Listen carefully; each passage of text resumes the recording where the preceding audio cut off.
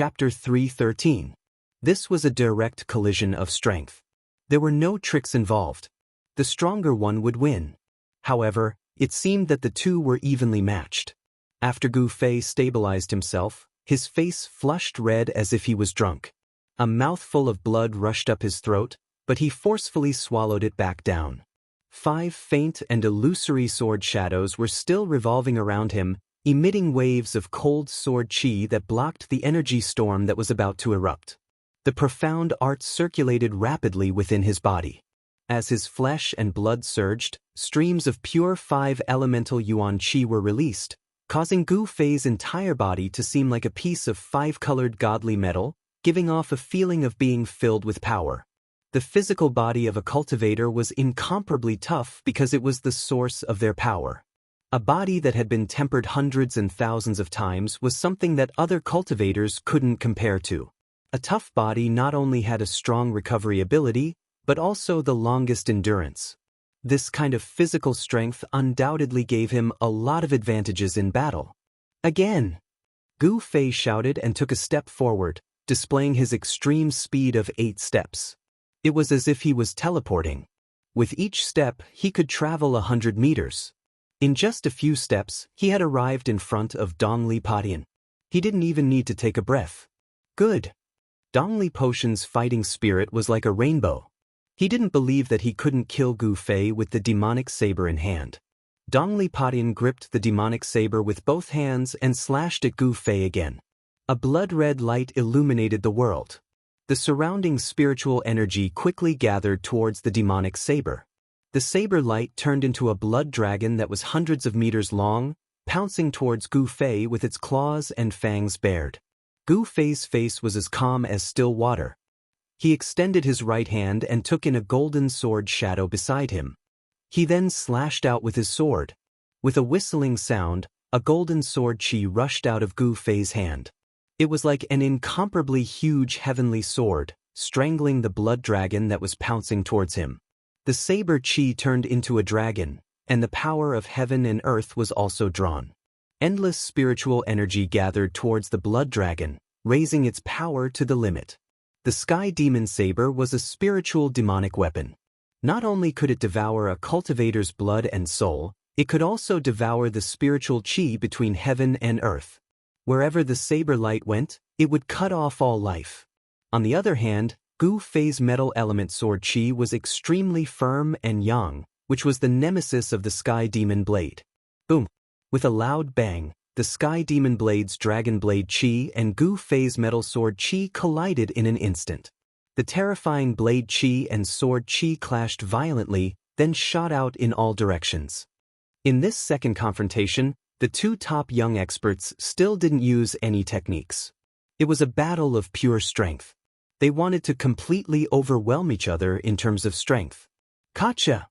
The golden sword light that resembled a heavenly sword shattered and turned into specks of golden light that scattered in all directions. At the same time, boom! A loud explosion rang out, and the crimson dragon formed by the blood-red Dao light also exploded, sending blood-red light shooting in all directions. Golden and blood-red, the two-colored light exploded into a vast energy storm, sweeping outwards. Rumble! The void trembled, and the earth trembled. The two energy storms wreaked havoc, distorting space and shaking the earth as if this part of the world was about to collapse. Gu Fei and Dongli Patian, who were at the center of the energy storm, fell from the sky along with the shattered ground. Everything in a radius of several dozen meters around them had collapsed. The dark brown earth was incomparably hard, but it was as brittle as tofu under the two's feet. Dust and dirt rose several dozen meters into the air. Rumble! Underground, the two were still locked in battle. The energy fluctuations that erupted from them caused the ground to undulate like waves. Boulders tumbled, and countless pieces of shattered earth shot into the sky. Gravel pierced through the air, as if doomsday had arrived. The blood-red blade chi and golden sword chi that were shooting out in all directions seemed invincible. The dark brown earth was instantly covered in sword and saber marks. The 8 Dongli Patian juniors watching from afar were all incomparably shocked. They were well aware of Dongli Potion's strength, Not to mention that he had the Sky Demon blade in hand. Even if they combined their strength in the Myriad Demon formation, they still wouldn't be Dongli Potion's match. However, they discovered that their senior brother had encountered an unimaginably powerful opponent who could fight endlessly against Dongli Potion with the Sky Demon blade. After exchanging a blow, Gu Fei and Dongli Potion charged at each other. 5 swords spun in Gu Fei's hand, and Gu Fei only needed to stretch out his hand to draw the swords into his hand and unleash a barrage of unparalleled sword light at Dongli Potion. Gu Fei discovered that Dongli Potion's cultivation had already reached the 4th stage of the Ascended Realm. If Dongli Potion didn't have the Sky Demon blade in hand, he would have long since died under Gu Fei's sword light. The Sky Demon blade blocked all of Gu Fei's attacks. Each time Dongli Potion slashed out, there seemed to be countless demons roaring within the blood-red light. The air-piercing sound was like a soul-stealing demonic sound that could affect the opponent's mind. Although Gu Fei had seen Demon Monarch of 6 Paths' doppelganger fight against Shaoyang Hermit, the first seat of Shaoyang Peak with the Sky Demon blade in the mountains outside Dragon Emperor City, Gu Fei had never seen it. At that time, Gu Fei felt that the Sky Demon blade was extremely terrifying. But now, Dongli Potion couldn't fully exert the power of the Sky Demon blade. Gu Fei's 5-element sword chi was enough to resist the Sky Demon blade. If Dongli Potion could fully exert the power of the Sky Demon blade, Gu Fei would have long retreated decisively. Bang! Dust flew everywhere as 2 silhouettes rushed out of the pit. Die! With a roar, Gu Fei took out a brilliant immortal sword in each of his hands. They were metal sword shadows and fire sword shadows. Using 8 desolation steps, Gu Fei soared into the sky. Golden sword chi and flames filled every inch of the space and shrouded towards Dongli Potion. Dongli Potion's long hair fluttered in the wind as he brandished his Sky Demon blade in all directions. Each slash seemed to be able to break the void and split the world, blocking the brilliant sword lights. The fire sword chi and metal sword chi collided with the evil blood-red saber light. The 2 people constantly clashed with each other from the ground to the ground before soaring into the sky. Gu Fei pushed 8 desolation steps to the extreme, while Dongli Potion seemed to be standing on a demonic cloud, allowing the 2 to soar into the sky. Extremely powerful chi waves surged in all directions like monstrous billows. The dark brown ground shook violently as the dark brown soil spread outwards like waves. The boulders on the ground were sent flying, and the 8 demonic cultivators were the first to be hit. They cried out in alarm as they dodged far away. The strength of these 2 young experts was simply too shocking. They seemed to be able to compete with the experts of the older generation. Looking from afar, one could see a sky full of golden light and a blood-red evil light clashing and canceling each other out. The 2 experts seemed to be flying in the sky as they fought fiercely in the air for a short period of time. After using 8 desolation steps to the extreme, Gu Fei could move in the air for a short period of time. Dongli Potion could also stay in the air for a short period of time with his demonic cloud. The same cold eyes and the same messy long hair. One righteous and one evil, the 2 pinnacle young experts battled in the air like gods and demons. Boom! The 2 clashed again before falling to the ground. Transcending mortality cultivators, be it martial cultivators or demonic cultivators, could not truly fly in the air. Transcending mortality cultivators could soar in the air, but they had to rely on magic treasures. Although Gu Fei and Dongli Potion could stay in the air for a short period of time, they could not stay in the air for long. I have the demonic saber in my hand. How can you fight against me? Dongli Potion's hair was flying in the air as blood seeped out from the corner of his mouth. He pointed the invincible demonic saber at Gu Fei. 5 sword shadows rotated around Gu Fei's body, protecting him. He wiped the blood from the corner of his mouth and sneered, "So what if you have the demonic saber? If you could defeat me, you wouldn't have said so much nonsense." Dongli Potion couldn't help but become furious. He could only contend against Gu Fei by relying on the demonic saber in his hand. This was enough to prove that he was inferior to Gu Fei. Dongli Potion roared and swung his demonic saber, unleashing layers of crimson saber light that enveloped the sky and swept towards Gu Fei. The peerless saber chi spread out, stirring up the dark brown dust on the ground, causing it to spread in all directions. Great Five Elemental Annihilation Palm. Gu Fei roared as endless five-colored rays converged towards his right palm. This terrifying martial technique drew upon the power of the five elements of heaven and earth. Gu Fei pushed his right hand forward as the boundless power of the five elements condensed in front of Gu Fei's palm into a palm of light that emitted a terrifying fluctuation. It rushed forward like a mountain. Rumble. The heaven and earth trembled as the huge palm of light emitted a majestic energy fluctuation. The crimson saber light that was sweeping towards them all shattered under the palm of light. Roar! Donglipadian seemed to have turned into a war demon as he slashed out 3 times in a row. The 100-meter saber light tore through the void and slashed at the palm of light. Boom! Crimson light burst out as the saber light shattered, causing the heaven and earth to tremble. The first slash couldn't stop the palm of light, but it had already dimmed. Boom! Another slash, accompanied by unparalleled saber aura, caused the palm of light to tremble again and again. It was as if it could shatter at any moment in the void. Boom! Another loud explosion rang out as the great five elemental annihilation palm condensed from the power of the five elements crumbled under the third slash. The crimson saber light had already dimmed after splitting the palm of light, but it didn't stop there as it continued to slash towards Gu Fei, who was behind the palm of light. Gu Fei sneered. He took a step forward and reached out his hand to grab the saber radiance.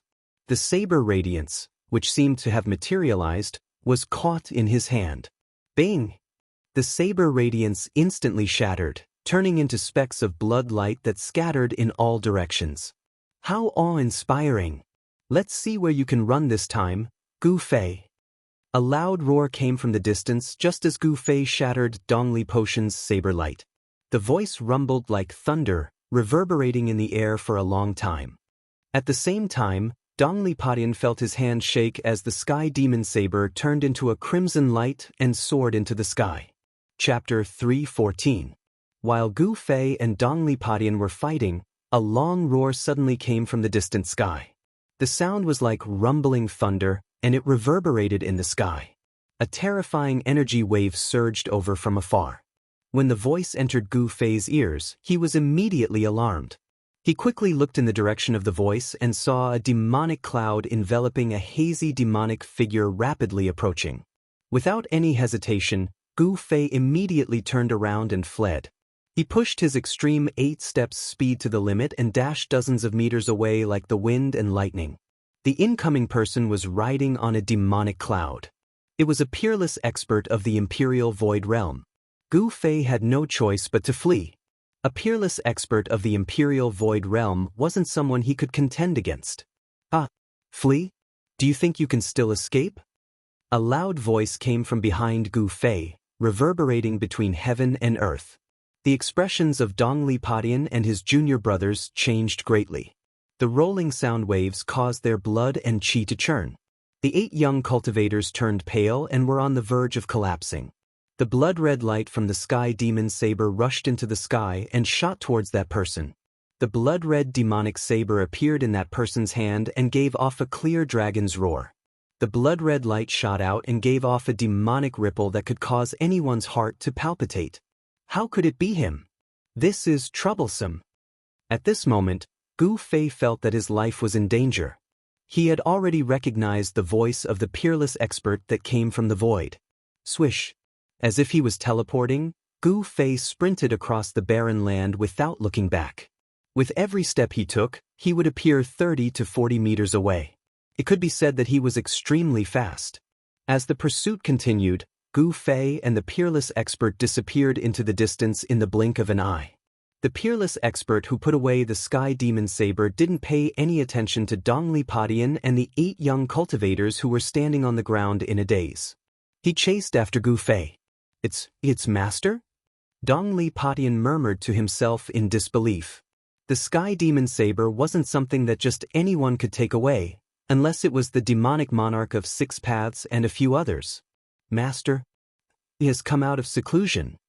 The 8 Devil Dao cultivators looked at the devil cloud disappearing into the distance, their faces filled with fear. The 8 steps extreme speed could be said to be the fastest in the world. When cultivated to the extreme, one could travel through the world with 8 steps. However, with Gu Fei's cultivation level, even if he used all of his strength, it would be difficult for him to perform the 8 steps extreme speed. Very soon, Gu Fei had run over 10 miles, but the person chasing him on the demonic cloud was not slow either. In fact, he was even a little faster than Gu Fei's extreme 8 steps. The distance between the two of them was gradually shrinking. Soon, the demonic cloud was already closing in on Gu Fei. "Eat my blade." A cold voice rang out from within the demonic cloud. Then, a blood-colored blade light slashed out from the cloud. It soared thousands of meters into the sky and chopped down on the fleeing Gu Fei. It was the same sky demon saber, but in the hands of this person, it displayed a terrifying might that made even the heavens and earth pale.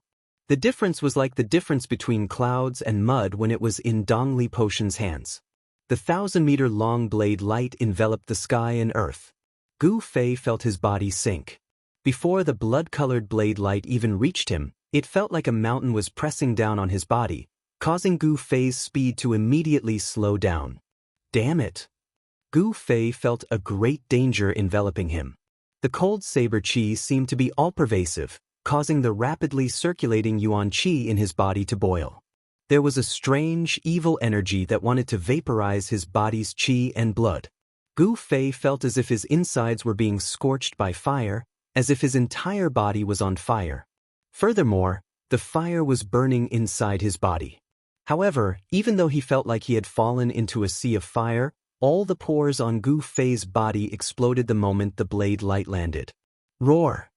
Gu Fei let out a mad roar as he desperately circulated the 5 elemental yuan qi in his body.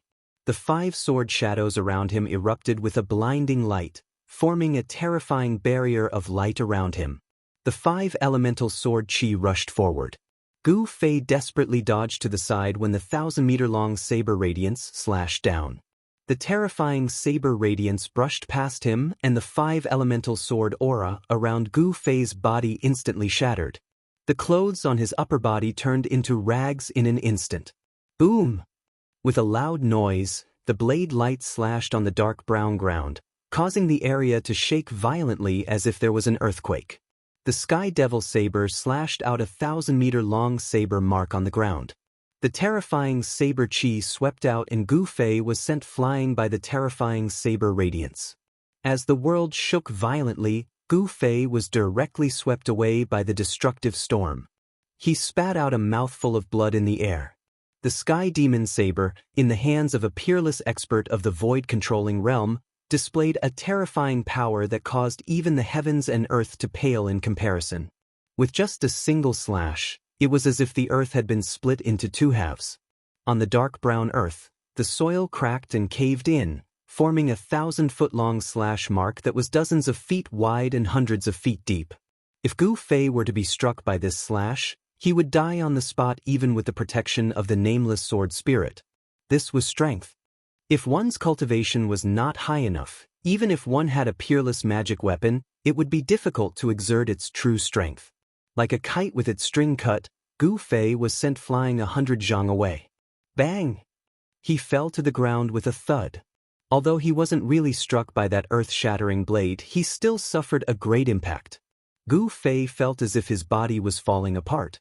His body was covered in bloody scars, which were left behind by the saber qi that had burst out.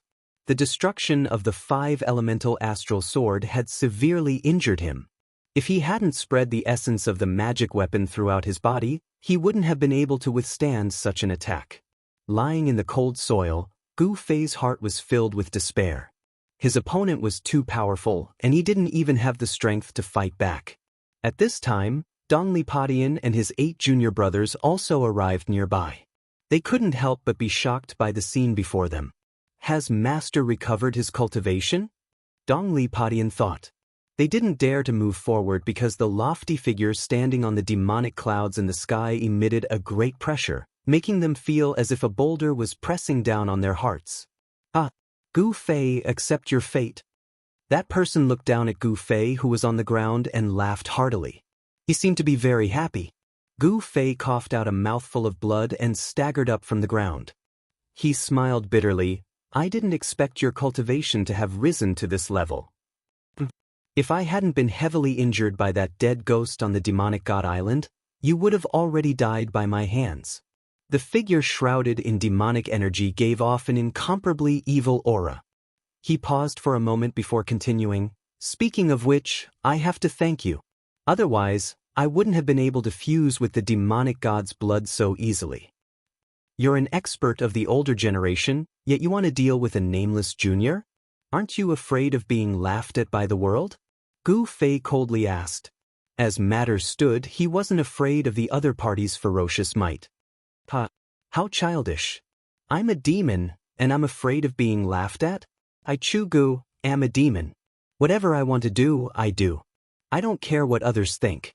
Gu Fei knew that there was no hope of escaping, so he didn't say anything else. At this moment of life and death, his heart was calm as he stared straight at Chugu in the sky. Chugu, who was standing on the demonic clouds, couldn't help but admire Gu Fei's courage when he saw how calm he was. It would be a pity to kill such a person. If you can pledge allegiance to me and work for me, I can spare your life. Chugu said. He had a heart of love for talent. For a person like Gu Fei, if he turned to the demonic path, he would also be able to achieve something. If you want to kill me, do as you please. I will definitely not join the demonic path. Gu Fei knew that if he agreed to Chugu, he would become a traitor of the Supreme Mystery Sect and be shamed by the world. Gu Fei, you've done well. At this moment, a loud laugh suddenly came from the sky. A golden light flashed in the sky, and in an instant, a middle-aged man wearing a blue robe appeared in front of him.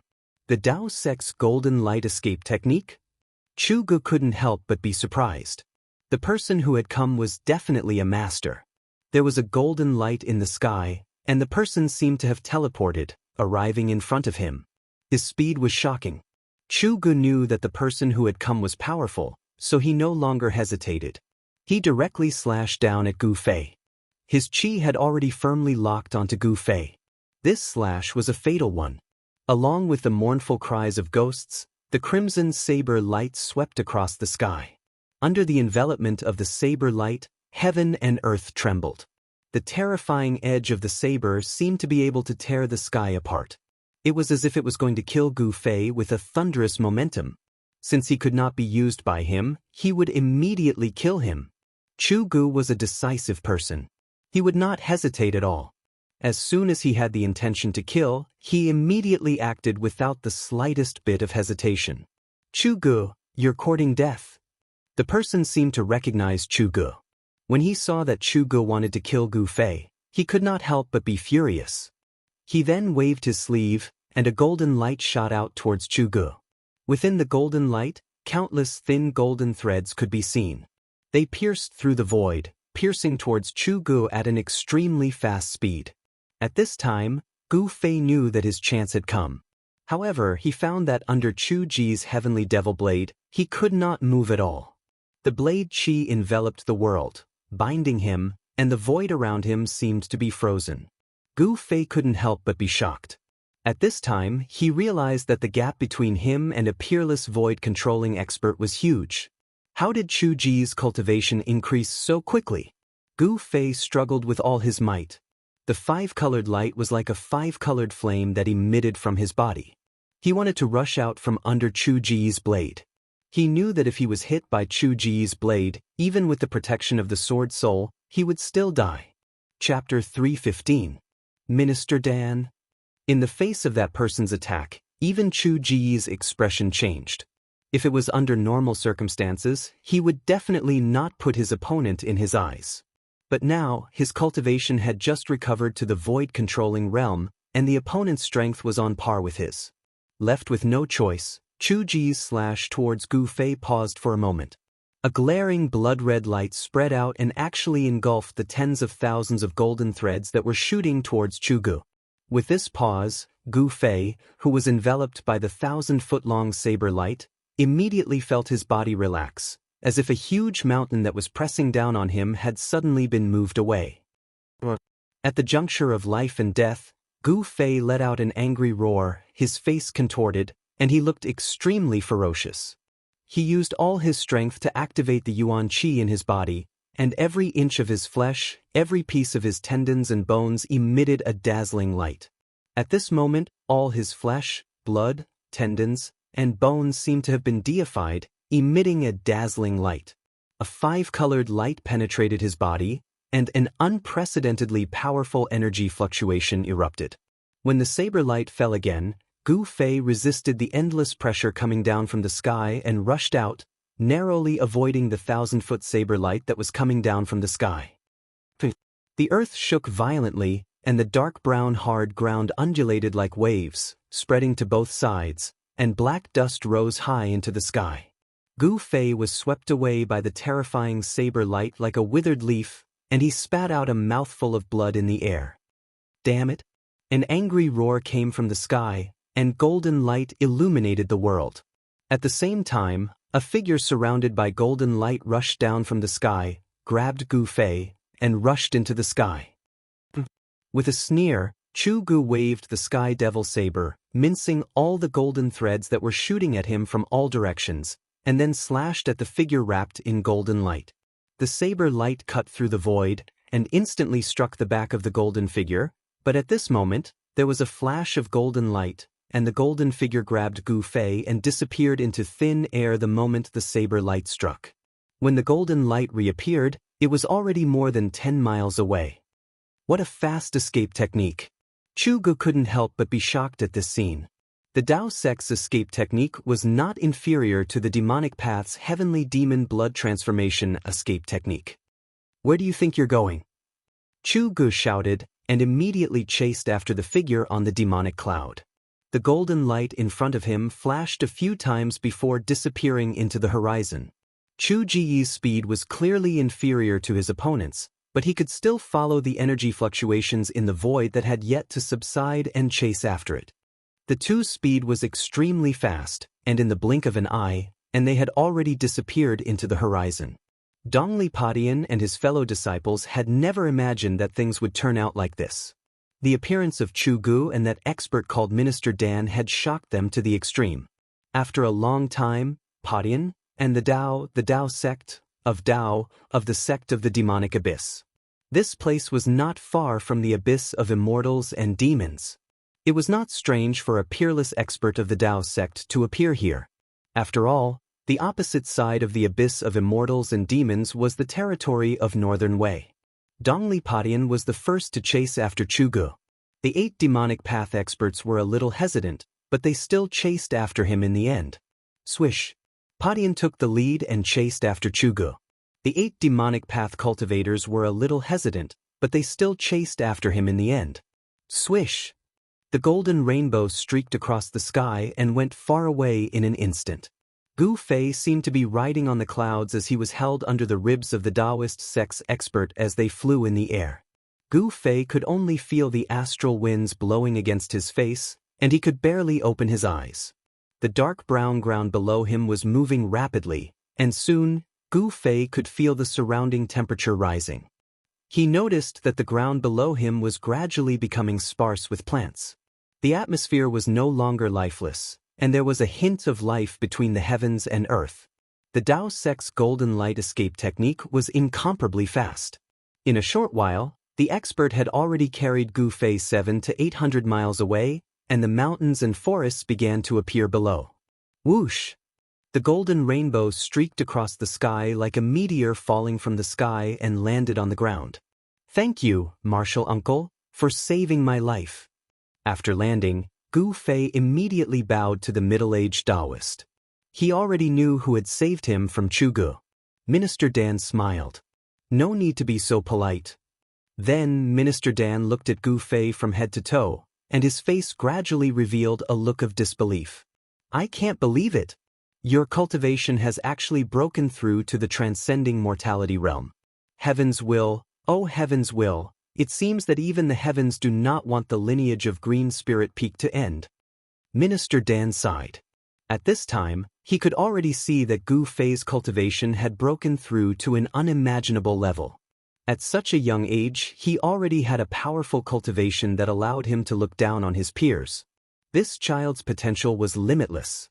If he could grow up, perhaps Taishin sect would have a great character. How did you come out of the virtual sky world? And why didn't you return to Taishin sect? Why did you appear in the Northern Devil's territory? Minister Dan asked. His mind was full of questions. Ever since the discovery of the virtual sky world, there were no records in the ancient books of the three great Taoist schools of anyone who was trapped in the virtual sky world and was able to come out. Since the beginning of records, there was only one ending for disciples of Taoist schools who were trapped in the virtual sky world: death. However, not only did Gu Fei not die, but he also came out of the virtual sky world and appeared in the Northern Devil's territory, the birthplace of the demonic path in the world. This was something that Minister Dan could never have imagined, but it actually happened. Could it be that there was a spatial passage in the Northern Devil's territory that connected to the virtual sky world? This was absolutely impossible. If there was a spatial passage in the Northern Devil's territory that connected to the virtual sky world, it meant that people of the demonic path could also enter the virtual sky world. However, after entering the virtual sky world, the disciples of Taoist schools who entered the virtual sky world didn't find any traces of demonic path cultivators. There was no doubt that there was a big secret on Gu Fei's body, and this was also a secret that Minister Dan desperately wanted to know. It's hard to explain in a few words. Martial uncle, should we leave this place first? Gu Fei looked around and was surprised to find that there was an abyss in front of them.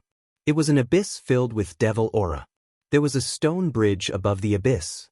At a glance, it was obvious that this stone bridge had existed for countless years. It made Gu Fei feel an ancient aura. They were standing on a stone path leading to the stone bridge. Okay. Minister Dan also knew that the things that Gu Fei experienced couldn't be explained in just a few words. After we pass the abyss of immortals and demons, we will reach the Northern Wei country's Biling Pass. We will be safe there. As he spoke, Minister Dan took the lead and walked towards the stone bridge. The stone bridge was very wide, allowing 7 to 8 tall horses to cross side by side. The stone bridge was built with green boulders, and it looked simple and unadorned. The railings on both sides were engraved with ancient patterns. Just as Minister Dan and Gu Fei stepped onto the stone bridge, a terrifying and evil aura surged from the north, and a devil cloud appeared in the sky. Minister Dan, where do you think you are going? A loud shout suddenly came from afar, shaking the heavens and earth. The first son of the demon lord, Chu Ge, had finally arrived. Minister Dan turned to look at the sky and frowned. He then said to Gu Fei, "You cross the bridge first, I will go and meet the first son of the demon lord." Without waiting for Gu Fei to speak, Minister Dan's body emitted an incomparably strong wave of spiritual energy. His body was faintly glowing with a golden light. In the next moment he shot up into the sky, rushing towards Chu Ge. He still wants to fight at this time? Gu Fei didn't understand Minister Dan's actions. In fact, he didn't know that Minister Dan had only recently broken through to the void-controlling realm. After breaking through to the void-controlling realm, Minister Dan was very eager to fight with experts of the same level. He wanted to test how strong he was after breaking through to the void-controlling realm. Chu Ge would be a good opponent. As the two of them approached each other in the sky, Minister Dan waved his hand, and thousands of golden threads of light shot out, piercing towards Chu Ge, who was shrouded in devil chi. The golden light illuminated the heavens and the earth. The tens of thousands of golden threads of light were formed from countless golden needles that were as thin as a cow's hair. This was Minister Dan's personal magic treasure, and its power was astonishing. Chu Ge waved the sky devil blade, and instantly, a blood-colored blade light surged out from his hand, forming layers of blood waves. It was like a raging sea surging, blocking the golden threads of light. Kill! Minister Dan's voice was extremely cold. As he shouted, his body emitted a dazzling golden light. The golden threads suddenly covered the heavens and the earth, forming a golden net that sealed off the heaven and earth. It dispersed the blood waves and shrouded Chu Ge, who was shrouded in the devil chi. Roar! A roar came from the devil chi cloud, and then an evil blood-colored blade light rushed out. Suddenly, the blade chi soared into the sky, and blood light shot out in all directions. The blood-colored blade light directly slashed upwards. With a loud sound, the golden net that was shrouding was torn apart.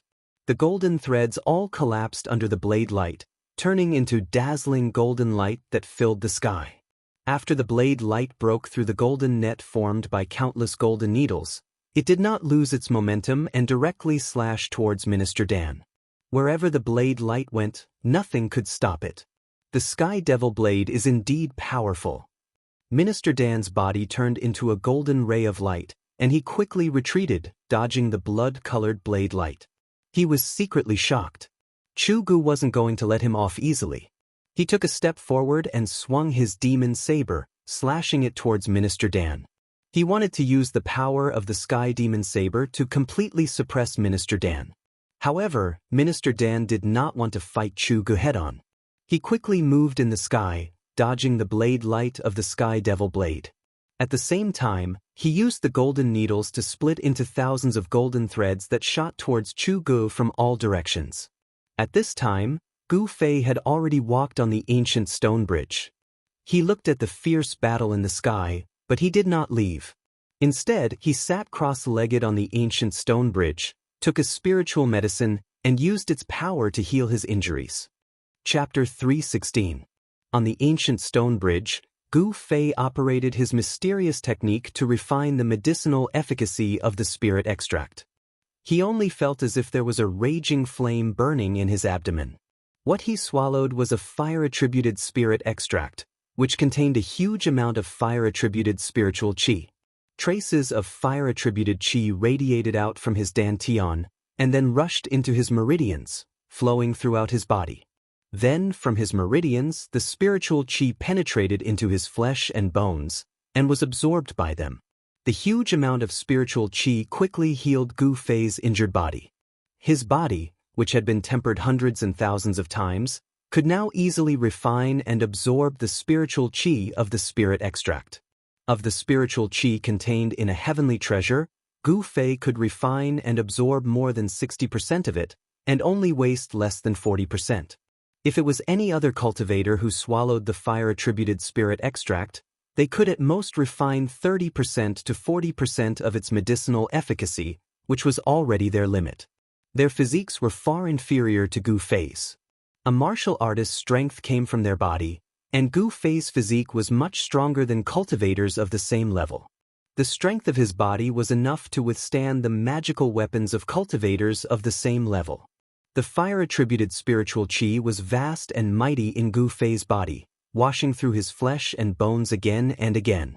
The huge amount of spiritual qi was constantly absorbed by his body, and his injured body quickly healed. A red aura emitted from the surface of his body, and in just a moment, a dark liquid seeped out from Gu Fei's pores, which was the blood clots in his body being forced out. Gu Fei was slashed twice by Chu Ji's heavenly devil blade. Although these two slashes did not really hit him, the terrible power that erupted from the heavenly devil blade was not a small matter, causing him to suffer a great impact. Not only did his internal organs suffer a severe shock, causing internal injuries, but cracks also appeared in many parts of his bones. Gu Fei's injuries were not light. However, under the nourishment of the huge amount of spiritual qi from the spirit extract, Gu Fei's injured body was healing at a speed visible to the naked eye.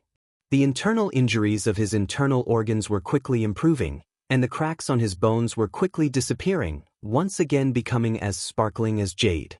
Gu Fei's bone body was transforming into the immortal god Jade Bone. At this time, in the sky above the abyss of immortals and demons, muffled thunderous noises resounded unceasingly. Two terrifying energy fluctuations spread out in all directions. The energy of heaven and earth was chaotic to the extreme, and this side of heaven and earth trembled. The two peerless experts seemed to have turned into two bolts of lightning, violently colliding in the sky, striking out layers upon layers of energy waves, attacking each other to kill. The blood-colored saber light soared for thousands of feet, slashing out in all directions. The terrifying saber light fell from the sky from time to time, like a blood-colored heavenly saber, chopping down on the ground. Dust rose high into the sky, leaving behind terrifying saber marks that were thousands of feet long. The battle was incomparably intense. Golden rays of light covered the sky, and tens of thousands of golden rays pierced through the void. However, it was difficult to seal the terrifying figure that was surrounded by demonic energy. Minister Dan was at a disadvantage. The natal Dharma treasure that he had refined could not compare to the Sky Demon Saber in terms of power or the nature of the Dharma treasure. After all, the Sky Demon Saber was known as the #1 saber in the world of demonic Tao. It had already given birth to a saber spirit and was a spiritual demonic weapon. Under the control of Chu Gu, it displayed great ferocity. Every time the saber slashed out, the blood-colored saber light filled the space between heaven and earth. The tragic sound of the saber tearing through the air was like the roar of tens of thousands of demons. It was like a soul-stealing demonic sound, causing one's mind to tremble. This was another kind of attack, an attack of sound waves.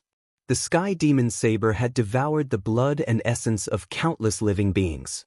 The endless resentment of the cultivators that had been devoured by the saber spirit converged into a terrifying demonic sound that could destroy one's soul. Boom! Boom! Boom! Boom! Tens of thousands of golden rays collided with the Sky Demon's saber fiercely. Every time they collided, the golden rays would shatter. The blood-colored saber light was indestructible, tearing apart the golden light curtain and directly chopping out. Both of them had already used their full strength.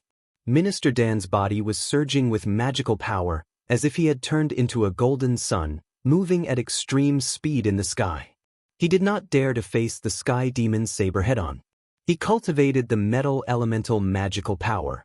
His void realm cultivation allowed him to communicate with heaven and earth, drawing upon the metal elemental power between heaven and earth. His magical power was almost endless. As for Chu Gu, he was also a peerless expert of the void realm.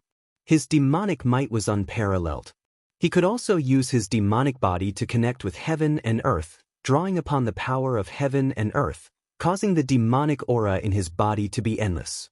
Peerless experts of the void realm had already touched upon their own Tao. Such experts were very terrifying. They could communicate with heaven and earth, fly in the air, and truly achieve limitless magical power. They could draw upon the power of heaven and earth to replenish the magical power in their body in an instant. The two peerless experts fought until the sky darkened and the earth darkened. The vast and terrifying energy ripples that spread out caused even heaven and earth to lose their color. At this moment, Minister Dan's Taoist crown that tied his hair together was nowhere to be seen. His long hair was disheveled, and there was blood at the corner of his mouth. His natal magic treasure had suffered continuous violent attacks from the Sky Demon Saber, causing his body to also be shaken. On the other hand, Chu Gu was not much better.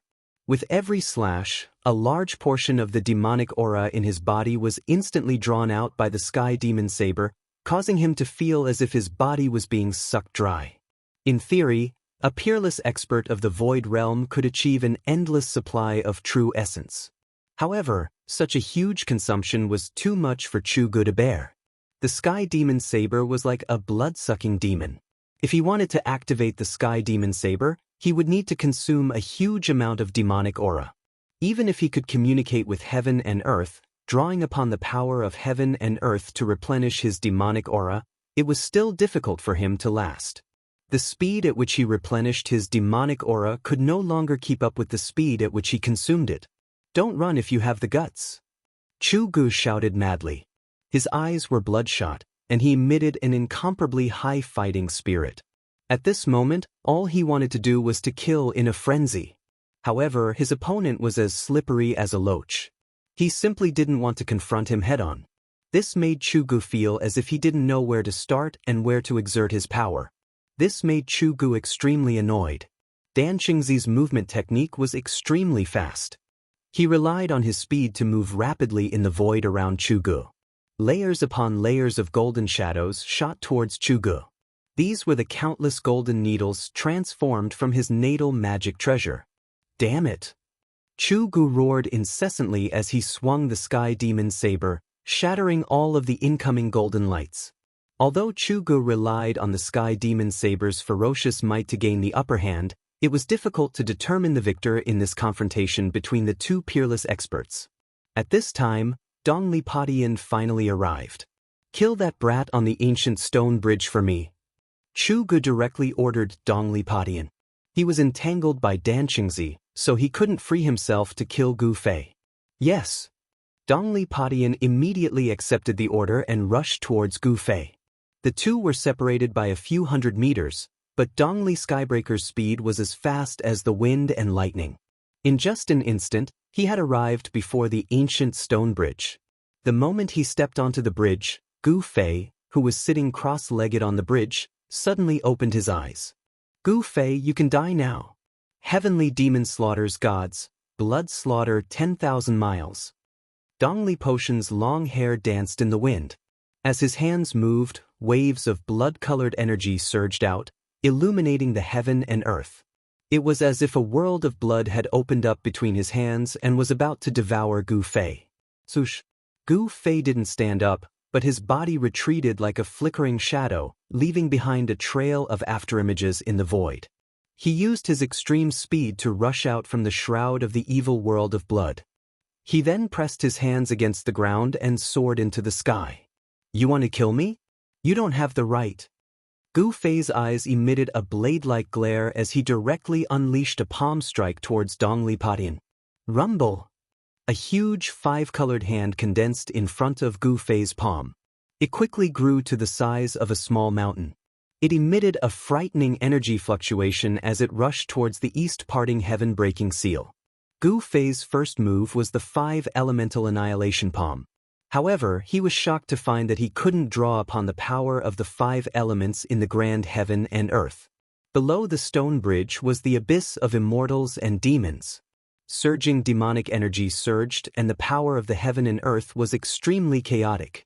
Gu Fei couldn't borrow the power of the 5 elements to bring out the 5-elemental annihilation palm to its peak. 6-path void. As Dongli Padian moved his thoughts, he used the divine ability that was passed down to him by his master. The blood-colored world seemed to collapse all of a sudden, producing an unfathomable suction force that wanted to engulf the giant palm that was enveloping it. The power of the technique also seemed to be weakened and couldn't be exerted to its limit. The power of the void couldn't devour the 5-colored palm as it pressed down. Boom! With a loud sound, the mountain-like 5-colored palm violently collided with the world of blood. This was a head-on collision between a martial technique and a demonic technique. It was obvious that in a confrontation between a martial technique and a demonic technique, the martial technique that broke through the law with brute force was superior. The world of blood collapsed and the 5-colored palm also dimmed, but it didn't dissipate. Bang! Dongli Padian was directly sent flying out of the stone bridge by the palm, a trace of blood spilling from the corner of his mouth. Gu Fei floated down from the sky and landed on the stone bridge. After a short period of recuperation, although his injuries weren't completely healed, they were at least 80% healed. He discovered that the stone bridge wasn't a suitable place to fight. The chaotic power of the abyss of immortals and demons caused the power of the heaven and earth to be incomparably chaotic, making it difficult to draw upon the power of the outside world for one's own use. However, the source of a martial artist's strength was their body. Therefore, the influence on Gu Fei wasn't that great. To Gu Fei, drawing upon the power of the heaven and earth was only a supplementary attack. Without the sky demon saber in hand, you're nothing, Gu Fei coldly said. His internal injuries were still healing. This was the advantage of having a powerful physique. The ability to heal injuries wasn't something ordinary cultivators could compare to. Preposterous! Dongli Padian couldn't help but be enraged. He bit the tip of his tongue and spat out a mouthful of blood essence. Unexpectedly, the blood essence didn't scatter, but instead seemed to ignite, emitting a boundless bloody light. Within the bloody light, a heart-palpitating evil fluctuation spread out. One could vaguely see faint saber shadows appearing within the bloody light. Dongli Padian pointed at the bloody light in front of him. Pang! With a bang, The blood light formed by the essence blood suddenly exploded. Streaks of blood-colored Taoist shadows broke through the void and slashed at Gu Fei in an overwhelming manner. Chapter 317. In order to kill Gu Fei, Dongli Padian didn't hesitate to damage his own vitality. He used his own blood essence to activate the demonic blood saber, condensing 81 blood-colored saber shadows with his blood essence. They blotted out the sky and covered the earth as they slashed at Gu Fei on the ancient stone bridge. The crimson blade shadows were faint and illusory, but as they rapidly streaked through the air, they emitted a heart-palpitating sound. There seemed to be tens of thousands of demons howling within the crimson light. Gu Fei moved his feet and immediately retreated to the ancient stone bridge. An unbelievable scene occurred. When the 81 blood shadow demonic blades chopped into the range of the ancient stone bridge above the abyss of immortals and demons, they immediately stopped, and their radiance quickly dimmed. Wah! Dongli Padian felt as if he'd been struck by lightning. His body violently trembled and he spat out a mouthful of blood. Then the 81 crimson blades that had slashed into the stone bridge rapidly faded and completely disappeared into the void. There seemed to be an unfathomable power on the stone bridge, a power capable of sealing magical arts. Dongli Potion's attack had been obliterated by this unfathomable power. How could this be? Dongli Padian had never imagined such an outcome. Apart from shock, he was also extremely depressed. Not only had his all-out attack failed to pose any threat to Gu Fei, but it had also resulted in a great loss of vitality. The abyss of immortals and demons was a strange place. Above the abyss, the spiritual energy of heaven and earth was extremely chaotic and difficult to draw upon. The stone bridge that spanned across the abyss didn't seem to be an ordinary item either. The stone bridge stretched into the abyss of immortals and demons as far as the eye could see. Pitch-black demonic energy roiled beneath the bridge, emitting a terrifying demonic aura. It was as if a ferocious demon could rush out from beneath the stone bridge at any moment. At this time, Gu Fei rushed back from the bridge and pressed towards Dongli Padian. His battle intent surged like a rainbow as his aura firmly locked onto Dongli Padian. Over the past few days in the extreme North Demon region, he had been hunted down by the Six Paths Demon Palace. He had been extremely frustrated. Now, it was time for him to vent his frustrations. No words were exchanged. At this moment, any words would have been superfluous. Gu Fei directly attacked Dongli Padian. He took a step forward, leaving behind an afterimage where he was standing. He appeared in the sky above Dongli Padian as if he had teleported. Gu Fei's foot stomped down on Dongli Potion's head like a casual stroll. A terrifying energy gushed forth from his foot, enveloping a part of the heavens and earth. It was like a gigantic mountain crushing down on Dongli Padian. Bam! Without any suspense, Dongli Padian was sent flying. Without the Sky Devil Blade, and with his vitality severely injured, Dongli Padian could no longer contend against Gu Fei. If you want to kill me, then you'll have to be prepared to be killed. Gu Fei's words were extremely cold. As he spoke, he took a second step towards the east parting heaven splitter. Like a phantom, Gu Fei caught up to Dongli Padian in the blink of an eye and took a second step towards the latter's chest. Dongli Skybreaker raised his hands in an attempt to deflect the terrifying power of the second step. However, the second step was twice as powerful as the first step. It was as if 100,000 mountains were crashing down at the same time, and it was difficult to block the shift. The bones in Dongli Potion's arms were instantly broken. He flew hundreds of meters away, blood spurting from his mouth, and fell to the ground. If this step had landed on his chest, Dongli Potion's body would have been thoroughly destroyed. Although cultivators and demonic cultivators didn't cultivate the strength of their bodies couldn't be damaged before they reached the demigod realm. Once their bodies were destroyed, their cultivation would be half-crippled even if they managed to escape with the primordial demon core. Gu Fei was about to take the third step and kill Dongli Padian on the spot, but he suddenly saw figures flickering in front of him. It was the 8 demonic cultivators who'd used the myriad demon formation to trap him. These 8 fellows were all Dongli Potion's junior brothers. Their seniority wasn't determined by who entered the sect first, but by their strength. In the past few years, Dong Li Potion's strength had stood out among his fellow brothers, suppressing his peers and becoming the first senior brother. His 8 junior brothers were naturally unconvinced and constantly wanted to drag Dong Li Potion down from his position as the first senior brother. The 8 of them had actually arrived a long time ago, but they'd concealed themselves to the side, coldly watching the battle between Gu Fei and Dong Li Potion. They wanted to see Dong Li Potion make a fool of himself, so they didn't make a move. However, when Dong Li Potion was defeated by Gu Fei and was about to die at Gu Fei's feet, these fellows couldn't sit still anymore. They wouldn't be able to live if they didn't help Dong Li Potion. Their arrival didn't escape Chu Ji's notice. The devil flag rushed out and was grabbed by the 8 Devil Dao cultivators. In an instant, it grew larger and began to dance in the air. A torrential demonic aura surged out from the banners and enveloped the entire area, trapping Gu Fei in the myriad demon formation once more. Demonic aura surged, a chilling wind blew, and green flames danced. One could vaguely make out demonic figures within the demonic aura. It's this move again. Learning from his mistakes, Gu Fei had already experienced the power of the myriad demon formation.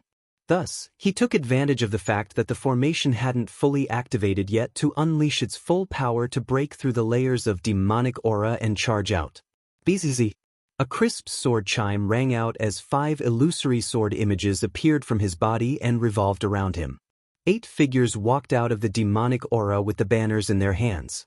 The one in the lead waved the banner, summoning countless demonic figures that pounced at Gu Fei. Gu Fei sneered. With a wave of his hand, a fiery red sword image that was fluttering by his side was drawn into his hand. After that, it transformed into a blazing sword light that was 30 meters long and slashed towards the demonic figure that was pouncing over. Boom! The demonic figures collided with the blazing sword light, causing a blinding light to erupt. The blazing sword chi of the 5 elemental sword chi was able to restrain the power of Yin and evil. Amidst the blazing sword light, the demonic figures exploded one after another. The resulting energy fluctuations shook the void. It was then that the other 7 demonic cultivators waved the demonic flags in their hands at Gu Fei. Instantly, demonic energy surged out to blot out the sky. Next, countless demonic silhouettes charged out from the demonic flags to pounce on Gu Fei. This part of the world suddenly darkened as if it had turned into a terrifying demonic prison. It was as if countless fiends had rushed out from hell. The demonic figures howled and howled, looking extremely eerie and frightening. Gu Fei used his 5 swords to defend himself against the attacks of the 8 demonic cultivators. However, it was still extremely strenuous. The countless demonic figures exploded with an astonishing amount of energy. It was as if incomparably vicious Yin lightning was madly bombarding Gu Fei, forcing him to continuously retreat. The 8 demonic cultivators were all at least at the transcending mortality realm. With the 8 of them working together, even Gu Fei found it difficult to deal with them. Gu Fei intentionally retreated towards the ancient stone bridge. He wanted to lure these fellows onto the stone bridge. Don't let him onto the stone bridge. At this time, Dong Li Potion's voice rang out from within the demonic aura. At the same time, a powerful wave of energy surged out from the demonic aura. Senior brother, you, sky demon disintegration? You're crazy. It was difficult to see the silhouettes within the surging demonic aura, but the voice still rang out. It seemed that something shocking had happened within the demonic aura. Roar! With a furious roar, a crazed silhouette rushed out from the demonic aura and appeared behind Gu Fei in an instant, blocking his path of retreat. The terrifying silhouette was shrouded in demonic aura. A pair of blood-red eyes were faintly discernible within the demonic aura. An energy fluctuation as heavy as a mountain emanated from that person's body. Gu Fei. That person's battle intent surged like a rainbow and his killing intent surged into the sky. He seemed to have uttered those 2 words through clenched teeth. Gu Fei seemed to hear the sound of teeth grinding. No matter what secret technique you use, you won't be able to change anything. Gu Fei coldly said. He already knew who this person was, but even so, he was still somewhat astonished. In such a short period of time, the heavily injured Dong Li Potion seemed to have been reborn. His strength seemed to have risen to an unimaginable level, but he still wasn't Lin Fan's match. Is that so? Dongli Potion's words didn't contain the slightest bit of emotion that a human should have. It was as if he had transformed into a devil. Then, a huge pitch-black hand condensed in front of him and grabbed at Gu Fei. Gu Fei was surrounded by enemies from all sides.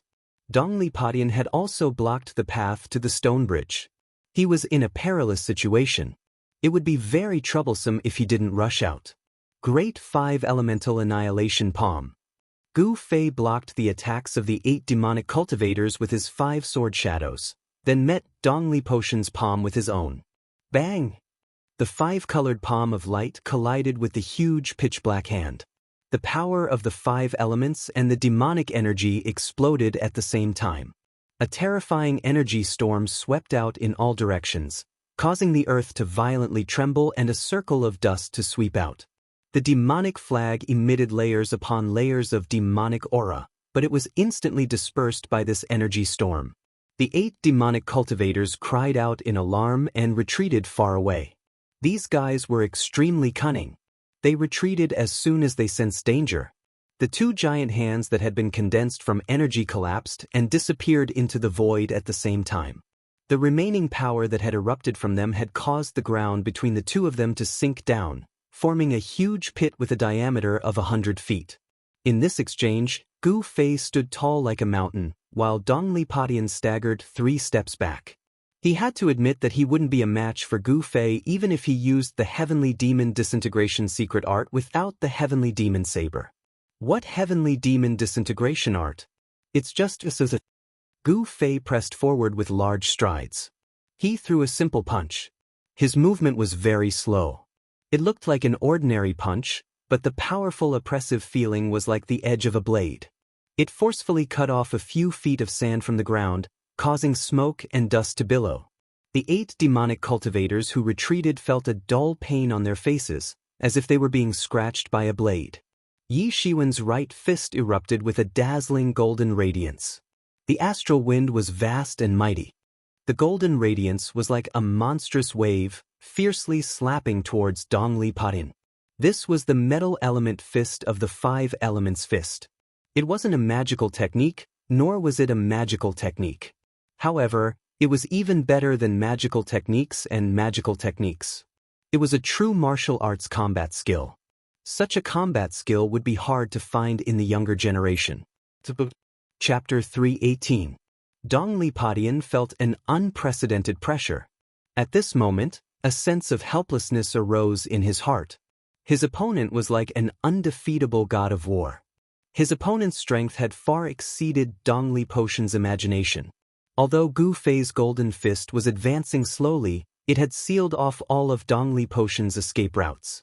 The moment he dodged, the fist that contained the boundless power of the metal element would arrive in an instant and deal him a fatal blow. "You bunch of trash." Chu Ji's furious voice resounded in the sky. "If you don't kill that brat, I'll kill you all." Chu Gu, who was fighting with Minister Dan, noticed the situation over here and couldn't help but be enraged. However, he was being held back by Minister Dan and couldn't escape for the time being. The pressure was as heavy as a mountain. Gu Fei was like a terrifying ancient divine mountain as he moved forward. The power of the metal element fist shook the void and illuminated the heavens and earth with a golden radiance. Boom! Without any suspense, Gu Fei's fist energy was unstoppable. Dongli Potion was sent flying and landed on the stone bridge behind him with traces of blood seeping out from the corner of his mouth. He was somewhat dejected and disheartened. The Sky Demon Disintegration secret technique had increased his strength by 2 levels, reaching the peak of the 6th sky of the Ascended Realm. However, he still couldn't contend against Gu Fei. It seemed like his opponent's cultivation was indeed a level higher than his. This was the embodiment of absolute strength. Dongli Potion's defeat wasn't undeserved. Gu Fei had firmly suppressed his opponent, but he didn't relax in the slightest. He continued to press forward and threw another punch at Dongli Potion.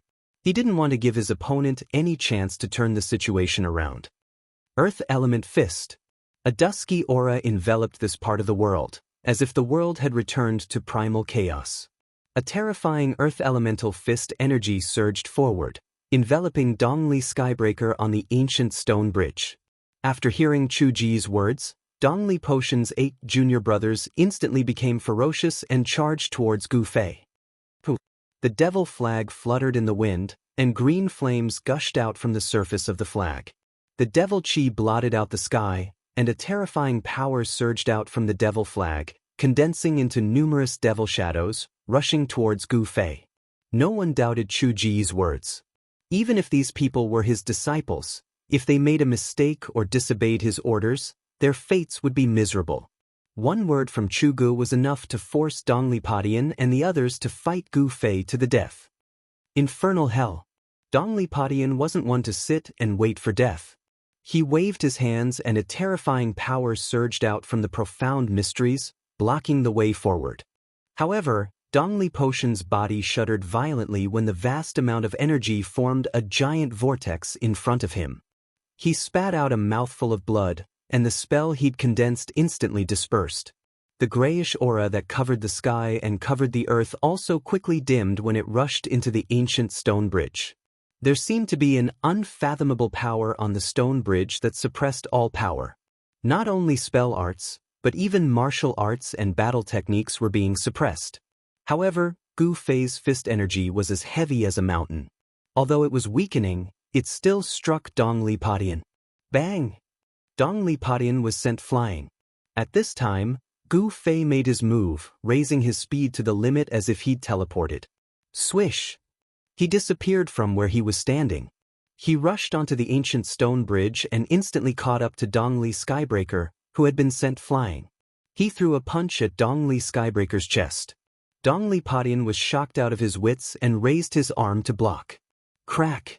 The bones in his arm broke once again, and he fell heavily onto the bridge. He slid backward for 20 to 30 feet before he managed to stabilize himself. Not only had Gu Fei broken out of the 8 demonic cultivators' encirclement, but he'd also stepped onto the stone bridge and knocked Dongli Padian back with a single punch. The 8 demonic cultivators waving their flags were inwardly shocked. None of them had expected Gu Fei to be so strong. Dongli Padian was forced to retreat, blood seeping out of the corner of his mouth. By now, everyone had realized that there was something strange about this stone bridge that spanned across the abyss of immortals and demons. On the stone bridge, Gu Fei's martial arts and battle techniques had been affected by the unfathomable power of the abyss and couldn't leak out of his body. However, Gu Fei's strength came from his physical body, so he was much less affected than the demonic cultivators. As a result, Dongli Padian and his junior brothers were even less of a match for Gu Fei. Gu Fei continued to force his way towards Dongli Padian. His power was suppressed within his body. Although his body didn't emit the 5-colored radiance, the energy ripples that were as heavy as a mountain were still enough to make people's hearts palpitate. Kill! The 8 demonic cultivators roared, waving their flags as they charged onto the stone bridge. However, the moment they set foot on the stone bridge, Gu Fei abruptly retreated, leaving behind an afterimage. Pang! Pang! Pang! The first 4 demonic path cultivators that rushed onto the ancient stone bridge were immediately sent flying away. The other 4 demonic path cultivators were shocked. They only saw the shadows of fists flashing in front of them as 4 fists smashed into them almost at the same time. The 4 demonic cultivators immediately waved the demonic flags in their hands and blocked in front of them. Pang! The demonic flags that were surrounded by demonic chi instantly collided with the incoming fist. The ferocious fist energy sent the 4 demonic cultivators flying as if they'd been struck by lightning. What's going on? Our magic power seems to be suppressed. The legend of the abyss of immortals and demons seems to be true. The 8 demonic cultivators who'd stepped onto the stone bridge were instantly sent flying by Gu Fei, but they weren't surprised by Gu Fei's strength. What made them inexplicably shocked was that the moment they stepped onto the ancient stone bridge, the surging demonic power in their bodies was quickly suppressed. It seemed that even the demonic flag in their hands could not display the power it should have, as if it had become an ordinary object. However, when they were sent flying by Gu Fei, the feeling of their cultivation being suppressed immediately disappeared as if it had never existed. The stone bridge spanned across the abyss of immortals and demons. It was impossible to see the end of it, and no one knew how far the other side was. Below the stone bridge was the violent demonic aura, and the power of heaven and earth was extremely chaotic. On the stone bridge, Gu Fei's cultivation was also suppressed. This situation seemed to be similar to the situation in the virtual sky world, where there was also a mysterious power that imprisoned the cultivator's cultivation. Those who entered the virtual sky world, whether they were transcending mortality cultivators or peerless void-controlling cultivators, were all confined to the self-awakening realm. The feeling of being suppressed and unable to exert their power, of being unable to use their divine abilities and Taoist techniques, was something that those transcending mortality cultivators who'd entered the virtual sky world would remember for the rest of their lives. Inside the virtual sky world, Gu Fei didn't feel depressed because his cultivation hadn't broken through to the transcending mortality realm. But now, standing on the stone bridge, he felt suppressed. He strode toward Dongli Padian, who was constantly retreating. He wanted to use a battle skill to kill Dongli Padian, but he felt that all of his power was imprisoned inside his body, making it difficult for him to use a sure-kill battle skill. At this time, the advantage of having a powerful physical body showed itself. Although Gu Fei couldn't use powerful battle skills, the strength of his physical body alone was enough for Gu Fei to contend against cultivators below the 6th layer of the transcending mortality realm. Pushing off the ground with both feet, Gu Fei shot forward like an arrow. His speed was as fast as the wind and lightning. This was the power of his physical body.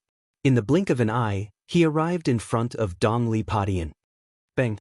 His fist landed on Dongli Potion's abdomen. Dongli Potion's body immediately arched like a prawn, and he coughed up a mouthful of blood. Dongli Padian took a punch from Gu Fei. He felt as if his internal organs were about to be displaced. His internal organs felt like they were about to be overturned. He immediately suffered from internal injuries. Blood spurted out from his mouth and nose. Gu Fei followed up with an elbow strike, ruthlessly striking Dongli Potion's arched back. Bang! Dongli Potion's body came into intimate contact with the ground. Gu Fei's physical body was extremely tyrannical, and his close-quarters combat experience was even more abundant. In an instant, he had knocked Dongli Padian to the ground with lightning speed. In a battle against a cultivator, it was a nightmare for both cultivators and demonic cultivators to be forced into close quarters. Cough, cough. Dongli Padian coughed up mouthfuls of blood. His body had suffered serious injuries, and his spine had almost been fractured by Gu Fei's fierce elbow strike. I already said that no matter what secret technique you use, it won't change anything. You are destined to be defeated by me, Gu Fei coldly said as he stepped on Dongli Potion's head. As long as he exerted some force, he would be able to crush Dongli Potion's head. This was an undisguised insult. Dongli Padian was enraged. Having his head trampled on by someone almost caused his mind to collapse. A beast-like roar erupted from his throat. He wanted to struggle free from Gu Fei's foot, but Gu Fei's right foot was like a mountain, firmly pressing down on his head. He was powerless to resist. Seeing that Dongli Potion's life was hanging by a thread, the 8 demonic cultivators beneath the stone bridge couldn't care less anymore. They all waved their demonic flags and rushed onto the bridge. The demonic flags had already lost their power, but as transcending mortality cultivators, their martial arts were still quite impressive. The 8 demonic cultivators directly waved their demonic flags at Gu Fei. With their cultivation suppressed by the mysterious power of the stone bridge, they couldn't use any demonic techniques. These demonic cultivators were like toothless tigers, unable to pose a threat to Gu Fei. Gu Fei casually waved his hand to parry the incoming demonic flags. Each of his moves contained a tremendous force, causing the 8 demonic cultivators to stumble back. The demonic flags in their hands almost flew out of their hands. Chapter 319. Above the abyss of immortals and demons, there was an ancient stone bridge that spanned across the abyss. There was an unfathomable power on the stone bridge that suppressed everyone's cultivation, making it so that the demonic cultivators couldn't use any magical arts or divine abilities. Gu Fei wasn't an exception. He couldn't use any powerful martial arts or battle skills. However, the restrictive power on the ancient stone bridge gave Gu Fei the upper hand in his confrontation with the demonic cultivators. The physical body was the source of a cultivator's strength. It contained an enormous amount of power. Even though he couldn't use martial arts or battle skills, Gu Fei's strength didn't decrease because of this. However, the demonic cultivators were different. The suppression of magical arts and divine abilities on the ancient stone bridge meant that they had lost their greatest support. These cultivators weren't body-refining cultivators. Their physiques were much weaker than normal cultivators. Every muscle in Gu Fei's body seemed to be on fire. Although the power was confined within his body, the power that erupted from his flesh and bones was still as heavy as a mountain. The clothes on his upper body had long been torn to shreds.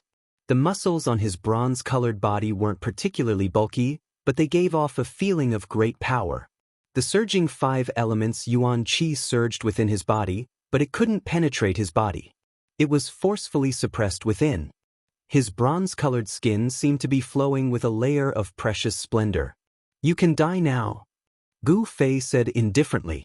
He was about to stomp down on Dongli Potion's head with his right foot. But right at this moment, a gust of wind blew at Gu Fei's face. Gu Fei's heart skipped a beat as he was sent flying by a powerful force. "Brat, it's not up to you to kill my people." Under the illumination of the blood-colored saber light, a tall figure chased after the flying Gu Fei with large strides. In the end, Chu Ge managed to break free from Dan Qingzi's entanglement and rushed onto the stone bridge in time to save Dongli Podin. Otherwise, this outstanding disciple of his would have had his head crushed by Gu Fei. "A bunch of trash. There are so many of you, yet you can't kill this brat. I even have to do it myself. What's the use of having you all?" Chu Ge scolded. He was very disappointed with his disciples. Dongli Podin crawled up from the ground, his body on the verge of collapse. His injuries weren't light at all. After hearing Chu Ji's words, his face was filled with shame. He was the most outstanding person in the younger generation of the Six Paths Devil Palace. He was known as the #1 expert of the younger generation in the Monarch City. He had never been in such a sorry state before. At this moment, Dongli Potion's hatred for Gu Fei had reached its peak. 2 beams of extreme hatred shot out from his eyes. He wanted nothing more than to tear Gu Fei into 1,000 pieces in order to vent the resentment in his heart and wash away the humiliation he had suffered. "Chu Ge, your opponent is me." At this moment, an angry roar came from the distant sky. Bang! With a loud bang, a mass of bloody light exploded, and a figure shining with golden light rushed out of the bloody light. Swoosh! A golden rainbow broke through the sky and shot towards the abyss of immortals and demons. As if it had shattered the void, a golden figure landed beside the abyss of immortals and demons like a meteor. Dan Qingzi broke through Chu Ji's blockade and arrived at the ancient stone bridge beside the abyss of immortals and demons. Without thinking, he rushed onto the ancient stone bridge. The moment he rushed onto the ancient stone bridge, the golden light on Dan Qingzi's body immediately dissipated. The leaking metal elemental magical power was suppressed back into his body. "Stop him!" Chu Ge directly ordered his disciples. He himself waved the Sky Devil saber and fiercely slashed at Gu Fei. Preposterous! Gu Fei quickly dodged with the 8 desolation steps. Even though he couldn't truly use the 8 extreme steps of the 8 desolation steps, his mysterious footwork allowed him to continuously dodge the slashes of the Sky Devil saber. The Sky Devil saber, known as the #1 devil saber in the world, seemed to be suppressed by the mysterious power of the abyss of immortals and demons or the ancient stone bridge. It was unable to display its power. Chu Ge waved the devil saber but was unable to produce a 1,000-meter-long blade light. The blood-red devil saber trembled repeatedly, as if it was afraid and uneasy. The Sky Devil saber, at this moment, revealed its true appearance. It was a blood-red weapon, covered with blood-red demonic runes, exuding an endless evil aura. On the body of the saber, there seemed to be streams of blood flowing, and there seemed to be countless blood-red shadows appearing, howling and wanting to rush out from the body of the saber. It was incomparably evil. The 8 disciples of Chu Ge waved their devil flags and surrounded Minister Dan, who was rushing onto the ancient stone bridge. The devil flags in their hands were able to emit thousands of feet of devil chi. At this moment, they were no different from ordinary flags. Although Dan Qingzi's magical power could not be released and was suppressed within his body, he was after all a peerless expert of the void-controlling realm and had rich combat experience. He directly rushed into the crowd, punching and kicking, beating up the 8 Devil Dao cultivators. In an instant he rushed out from the midst of the 8 Devil Dao cultivators. Dongli Padian wanted to stop him, but was kicked in the chest by Dan Qingzi, causing him to fall and heavily hit the railing of the ancient stone bridge. If it wasn't for the railing of the ancient stone bridge, Dongli Padian would have fallen into the abyss of immortals and demons below the ancient stone bridge. Even so, Dan Qingzi's kick made him spit out a mouthful of blood, and his expression was extremely weary. The abyss of immortals and demons was an evil place. On the side of the northern devil domain, the vast and mighty devil chi under the ancient stone bridge formed a pitch-black sea of devil chi. The mysterious power suppressed the cultivation of the peerless experts of the void-controlling realm. It seemed that all the power released by the cultivators was suppressed. Dao techniques, divine abilities, martial techniques, as long as it was an attack in the form of power release, it would all be rendered ineffective. No divine abilities or magical arts could be used on the ancient stone bridge. All the cultivators on the ancient stone bridge could only fight in close combat like ordinary people. For a martial artist, this was definitely a great advantage. Whether it was a cultivator or a Devil Dao cultivator, their bodies were not as strong as a martial artist. Not being able to use magical arts or divine abilities was tantamount to cutting off their greatest reliance. However, a martial artist's greatest reliance was their well-tempered physical body. Bam! Gu Fei's palm slammed on the back of the Sky Devil saber, shaking it away. His right leg was like a divine whip, sweeping towards Chu Ji's waist. When he saw that Chu Gu couldn't use magical arts or divine abilities on the ancient stone bridge, Gu Fei immediately felt relieved and decisively counterattacked. Close combat was a martial artist's strength. Damn it! Chu Ji's knee struck Gu Fei's sweeping right leg. Gu Fei's right leg struck Gu Fei's knee. It was like 2 pieces of divine iron violently colliding, and the sound of metal colliding rang out. This was a collision of pure physical strength. Chu Ji's body had been transformed by the demonic god's blood from God Demon Island and had also become incomparably powerful. Gu Fei felt as if his right leg had struck an incomparably hard iron stone. The powerful recoil caused his right leg to go numb. Gu Fei decisively retreated. He was very surprised. Chu Ji's body was so strong that it didn't seem to be any weaker than his own. The power that erupted from Chu Ji's body seemed to be even stronger and more ferocious than his own. Just as Gu Fei was being forced back by Chu Gu, Minister Dan arrived. He took out an ancient sword from his magic treasure pouch, and with a chi sound, he directly stabbed it towards Chu Ji's back. Magic treasures were ineffective. On the ancient stone bridge, only such an attack could injure the other party. Chu Gu spun the heavenly devil saber and flipped it towards Minister Dan's ancient sword. He wanted to use the sharpness of the heavenly devil saber to break Minister Dan's ancient sword. Minister Dan knew that the ancient sword in his hand wouldn't be able to block the heavenly devil saber, so he hastily retracted his sword. Then his body moved along with the sword, stabbing it towards Chu Ji's dantian. The dantian was incomparably important to cultivators and Devil Dao cultivators. This was because it was where the Dao nascent and Devil nascent resided. It was the source of power for cultivators and Devil Dao cultivators.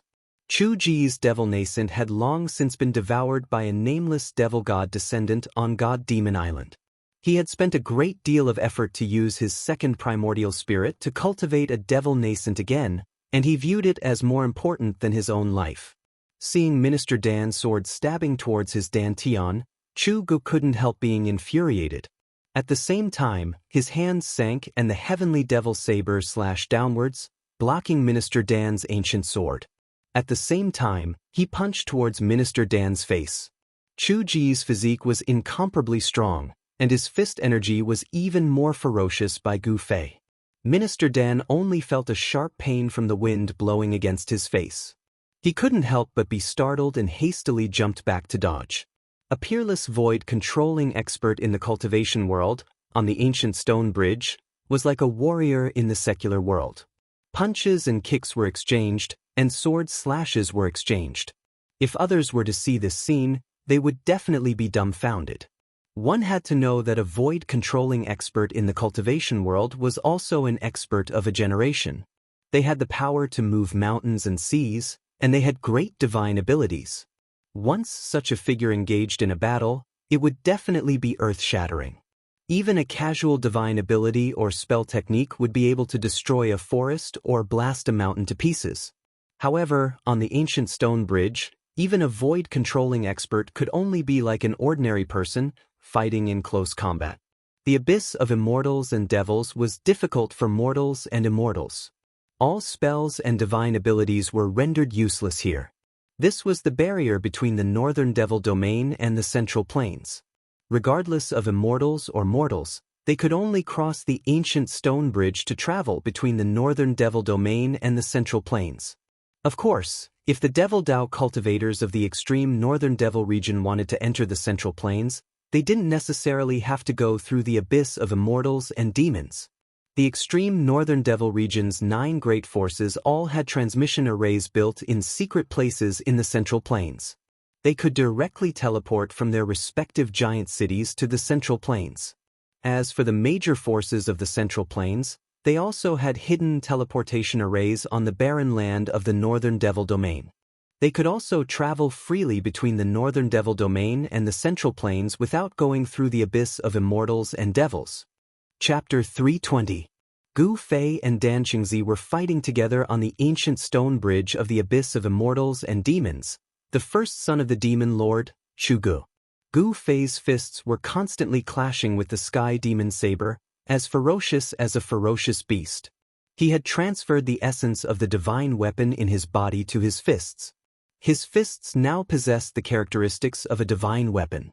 The weapon refinement technique was extremely wondrous, as if it had been specially created for cultivators. Although all the power was suppressed within his body, the essence of the divine weapon in Gu Fei's body could still circulate as he wished. The only thing lacking was that the sword chi could not leave his body. My goodness! What kind of divine ability is this? You dare to face the sky demon saber head-on? Chu Gu was astonished that Gu Fei had used his fists to block the sky demon saber. Swish! Swish! Swish! Chu Gu slashed out 3 times. Although there was no saber light that shot out from the sky demon saber, it was still enough to force Gu Fei back. Gu Fei sneered, not replying. After stabilizing himself, he lowered his body and pushed off the ground with both feet, leaping into the air. Like a ferocious tiger descending a mountain, he pounced towards Chu Gu. Gu Fei had used a move that he had learned from a ferocious tiger when he was cultivating in the mountains. As he pounced, astral winds rose, displaying the might of a tiger king pouncing on its prey. You're courting death. Chu Gu blocked Dan Qingzi's sword move. With a loud shout, he raised his saber with both hands, exerting the strength of his body to the extreme. With all his strength, he slashed down at the charging Gu Fei. The demonic and fiend god energy in Chu Ji's body surged violently. Although it could not leave his body and transform into a terrifying storm of energy, the full power of this strike was still astonishing. The blood-red blade of the sky demon saber emitted a blinding blood-red light, and the blood-red demonic runes looked as if they were coming to life. Although its power was suppressed and the blood-red saber did not emit any unparalleled saber aura, Chu Ji's attack still caused a blood-red light to spread from the sky demon saber. Just as the sky demon blade was about to strike Gu Fei's figure suddenly disappeared. The sky demon blade suddenly lost its target. Chu Gu was shocked.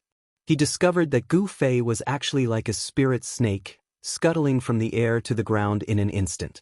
Sticking close to the ground, he scuttled towards him.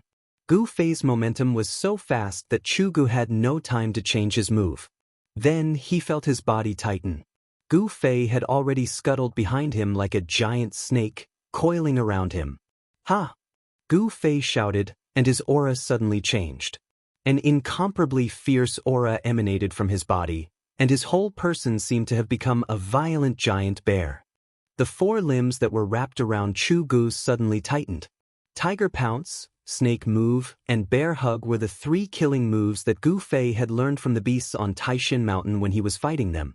Chu Gu, who was being hugged by Gu Fei in a bear hug, felt as if all the bones in his body were being crushed, and there was a series of crackling sounds coming from his body. Kill!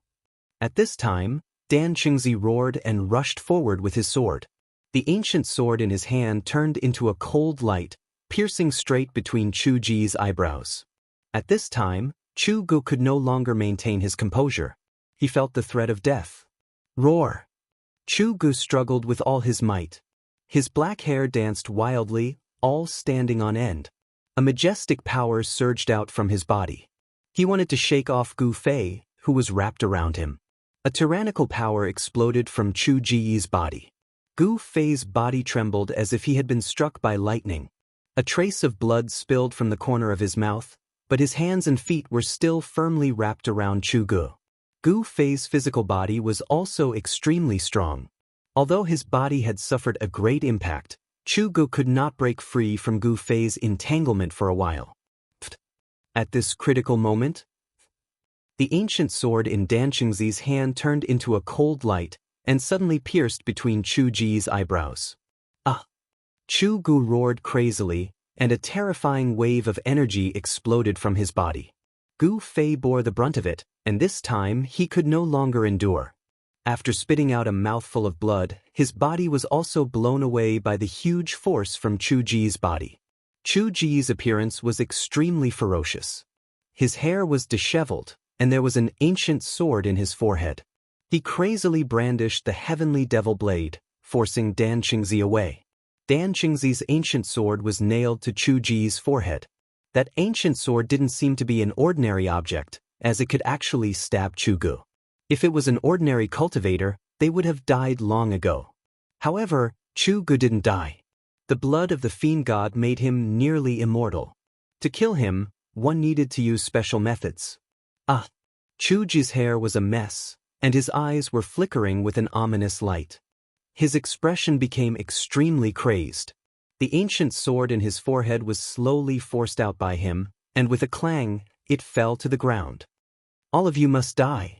Chu Gu roared crazily, a violent aura emanating from his body, as if a terrifying demon had awakened within him. Chu Gu seemed to have sunk into madness. Both Gu Fei and Dan Qingzi were shocked. They noticed that there wasn't a single drop of blood coming out from the sword in Chu Ji's forehead. Instead, the hole was healing at a visible rate. It wasn't just Gu Fei and Dan Qingzi, even Dongli Padian and his junior brothers were frightened by this scene. The 8 demonic cultivators that Dan Qingzi had knocked to the ground couldn't be bothered with moaning in pain as they scrambled away. The heavily injured Dongli Padian also struggled to move his body away from the stone bridge. Let's go! At this time, Minister Dan could also see that something was wrong with Chu Gu. He rushed to Chu Ji's side, pulled him up, and rushed towards the central plains. At this time, Chu Ji's pupils emitted a heart-palpitating bloody light. The whites of his eyes had turned as black as ink, faintly suffused with demonic energy. These were the eyes of a demonic god, a sign that Chu Gu had sunk into a frenzied state of slaughter. Although the sword in his forehead hadn't killed Chu Gu, it had driven him into a state of madness. In his frenzy, Chu Gu only had one thought: kill, kill, kill. Any living thing that came his way would be slain by him. Roar! Chu Gu roared like a crazed demon as he chased after Dan Qingzi and Gu Fei with the Sky Devil Saber in hand. On the stone bridge, the peerless Void Realm experts had lost their ability to fly and could only rely on their legs to run. Dongli Padian heaved a sigh of relief when he saw Chu Gu chasing after Gu Fei and Dan Qingzi. He seemed to know what had happened to Chu Gu. It had to be said that the immortal demon abyss was truly wide, and the stone bridge was truly long. Gu Fei and Dan Qingzi had been running on the bridge for half an hour, but the demonic energy was still surging beneath the bridge. There was still no end in sight. Behind them, Chu Gu carried the number 1 demonic saber under the heavens and roared like a wild beast. His body emitted a boundless baleful aura as he chased after them. After running for another 10 li, Gu Fei suddenly felt an incomparably comfortable immortal aura wash over him. Then he saw a bizarre scene. The rumbling, pitch-black demonic aura under the ancient stone bridge had disappeared. It was replaced by a white mist with an immortal aura and a faint glow. At the place where the demonic aura and the immortal aura intersected, a black line extended into the sky. Only now did Gu Fei understand why this bottomless abyss was called the Immortal Demon Abyss. It was a bizarre place where both demonic and immortal aura coexisted. What Gu Fei didn't know was that the abyss of immortals and demons was actually one of the few ominous lands in the Tunglong continent. Countless experts had entered the abyss of immortals and demons in order to find out what secrets were hidden in the abyss that could actually allow demon chi and immortal chi to coexist in it. However, none of those who went down were able to come back up from the abyss of immortals and demons. Without exception, none of them returned. No one knew what dangers lay beneath the immortal demon abyss. No one knew what kind of misfortune would befall those who entered the abyss. Over time, the immortal demon abyss became a dangerous and ominous place that no one was willing to go down. Very quickly, Gu Fei and Dan Qingzi rushed from one side where the demonic energy surged to the side where the immortal aura lingered. The end of the stone bridge was still in sight. The power in his body was still forcefully suppressed within his body. He could not use any Dao techniques or divine abilities. They were still ineffective. The immortal qi below the ancient stone bridge was incomparably chaotic. It was difficult for him to use it. Oh no! Suddenly, Dan Qingzi's expression changed. Then, Gu Fei saw a group of people approaching from the bridge. Because it was far away, he couldn't see how many people there were. "Marshal uncle, what's going on?" Gu Fei asked. Although he spoke, he didn't slow down at all. He was still running as if he was flying, closely following behind Dan Qingzi. Dan Qingzi naturally knew what Gu Fei was asking. He replied, "Those are traveling merchants from the Central Plains to the Northern Devil region. I didn't expect to meet a traveling merchant group at this time." "What? They actually dare to do business with people from the Devil Dao?" Gu Fei was taken aback when he heard this. Merchants chase after money. As long as there's money to be made, there's nothing they wouldn't dare to do. Dan Qingzi said disapprovingly. He seemed to understand merchants very well. Although their strength was suppressed by the mysterious power within their body, their running speed was still as fast as lightning. In just a short while, Gu Fei and Dan Qingzi were already close to the traveling merchant group. They saw that the traveling merchant group actually had about 200 to 300 people. Their carriages were filled with goods and they were slowly moving forward on the stone bridge. Someone in the caravan noticed something strange in front of them. A middle-aged man riding a tall horse waved his hand, and the caravan stopped. The middle-aged man was about to shout, but he didn't expect that the people in front of him didn't have any intention of stopping. Who? Two sounds were heard. Two silhouettes rushed past the middle-aged man, bringing with them a strong wind that caused his face to feel a faint pain. The middle-aged man was shocked. He was about to curse, but he swallowed it back into his stomach. He didn't dare to offend such an expert. Just at this time, a beast-like roar resounded in front of them. A fierce evil chi surged from the front, and all the horses in the traveling merchant group immediately neighed in fright. Before the middle-aged man who was clearing the path in front of the caravan could see what was happening, he saw a blood-red light infinitely magnifying in his eyes. His last consciousness was forever stuck on that blood-red light that had suddenly appeared. The middle-aged man and his horse were split into two halves. The horse's corpse and the man's corpse flew to the sides and fell into the abyss of immortals and demons. In an instant, they disappeared under the ancient stone bridge that was covered in white mist. A frightening demonic shadow rushed out from the exploding blood-red rain. It was like a crazy demon, and it roared as it pounced into the crowd. In an instant, blood and flesh flew everywhere, and miserable screams and wails filled the air. The crowd was in chaos, and the merchants and guards fled in panic. There were even some people who fell off the ancient stone bridge in the midst of the chaos, and their miserable screams echoed in the air. Chu Ge, who had fallen into a state of madness, only knew how to kill. He brandished the demonic blade, and as if he was chopping vegetables, he harvested the lives of these unlucky people. The people who were cut by him were quickly devoured by the demonic blade, and even their souls were absorbed into the blade, becoming nourishment for the demonic blade. Just as Chu Gu was slaughtering the merchants and guards in front of him to his heart's content, a figure suddenly approached Chu Gu. Bang! A fist fiercely landed on Chu Ji's head. The strength of the fist was as heavy as 1,000 caddies, and Chu Gu staggered a few steps to the side. Quickly run! After Gu Fei's fist had forced Chu Gu back, he shouted at the merchants who were fleeing in all directions. Ha! Chu Gu shook his head, and a pair of blood-red eyes emitted an evil bloody light. He fiercely stared at Gu Fei, and then roared as he rushed towards Gu Fei. Shua! The demonic blade quickly moved in the air, and turned into a bloody light, sweeping towards Gu Fei's waist, wanting to cut Gu Fei into 2 pieces. Gu Fei decisively retreated, avoiding the demonic blade slash, and turned around to escape. He successfully attracted Chu Ji's attention, and Chu Gu roared and waved the demonic blade, chasing after Gu Fei. Both of them ran at an incomparably fast speed, and in a short while, they rushed past the merchant caravan and quickly disappeared into the distance. At this time, the merchants and guards still did not know what had happened. Everyone was stunned, and for no reason, a terrible disaster had befallen them. The 200 to 300 people in the caravan were scattered, and some of them were directly knocked off the ancient stone bridge by Chu Gu and fell into the abyss of immortals and demons. In the blink of an eye, the caravan had lost dozens of people. Fighting with Chu Gu, who had fallen into a state of madness, was full of uncertainties, especially on the ancient stone bridge of the abyss of immortals and demons. If they fell into the abyss of immortals and demons, they would die, but if they rushed to the other side, the situation would be different. Therefore, Gu Fei and Dan Qingzi rushed forward with all their might. Like this, they ran on the ancient stone bridge for half an hour. At this time, a large piece of land was reflected in Gu Fei's eyes. Chapter 321. Northern Wei was one of the 3 great empires in the Central Plains. It was a super empire that dominated thousands of miles of land in the north. Northern Wei and the Northern Demon region were neighbors, separated only by the abyss of immortals and demons.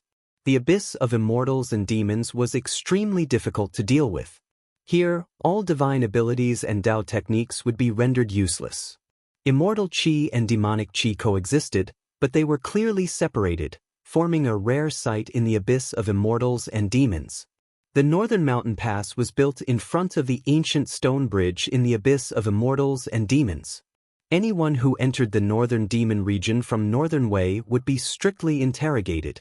In fact, other than cultivators and merchants, very few people passed through the Northern Mountain Pass and stepped onto the ancient stone bridge to enter the Northern Demon region. Other than the 9 great cities and the Lost Forest, the Northern Demon region was a barren wasteland covered in frost. It could be said that there was a shortage of resources. In order to make a huge profit, some large merchant groups or merchants would form caravans to enter the Northern Demon region from time to time. Although entering the extreme North Devil region was very risky, under the stimulation of high profits, taking a risk was also worth it.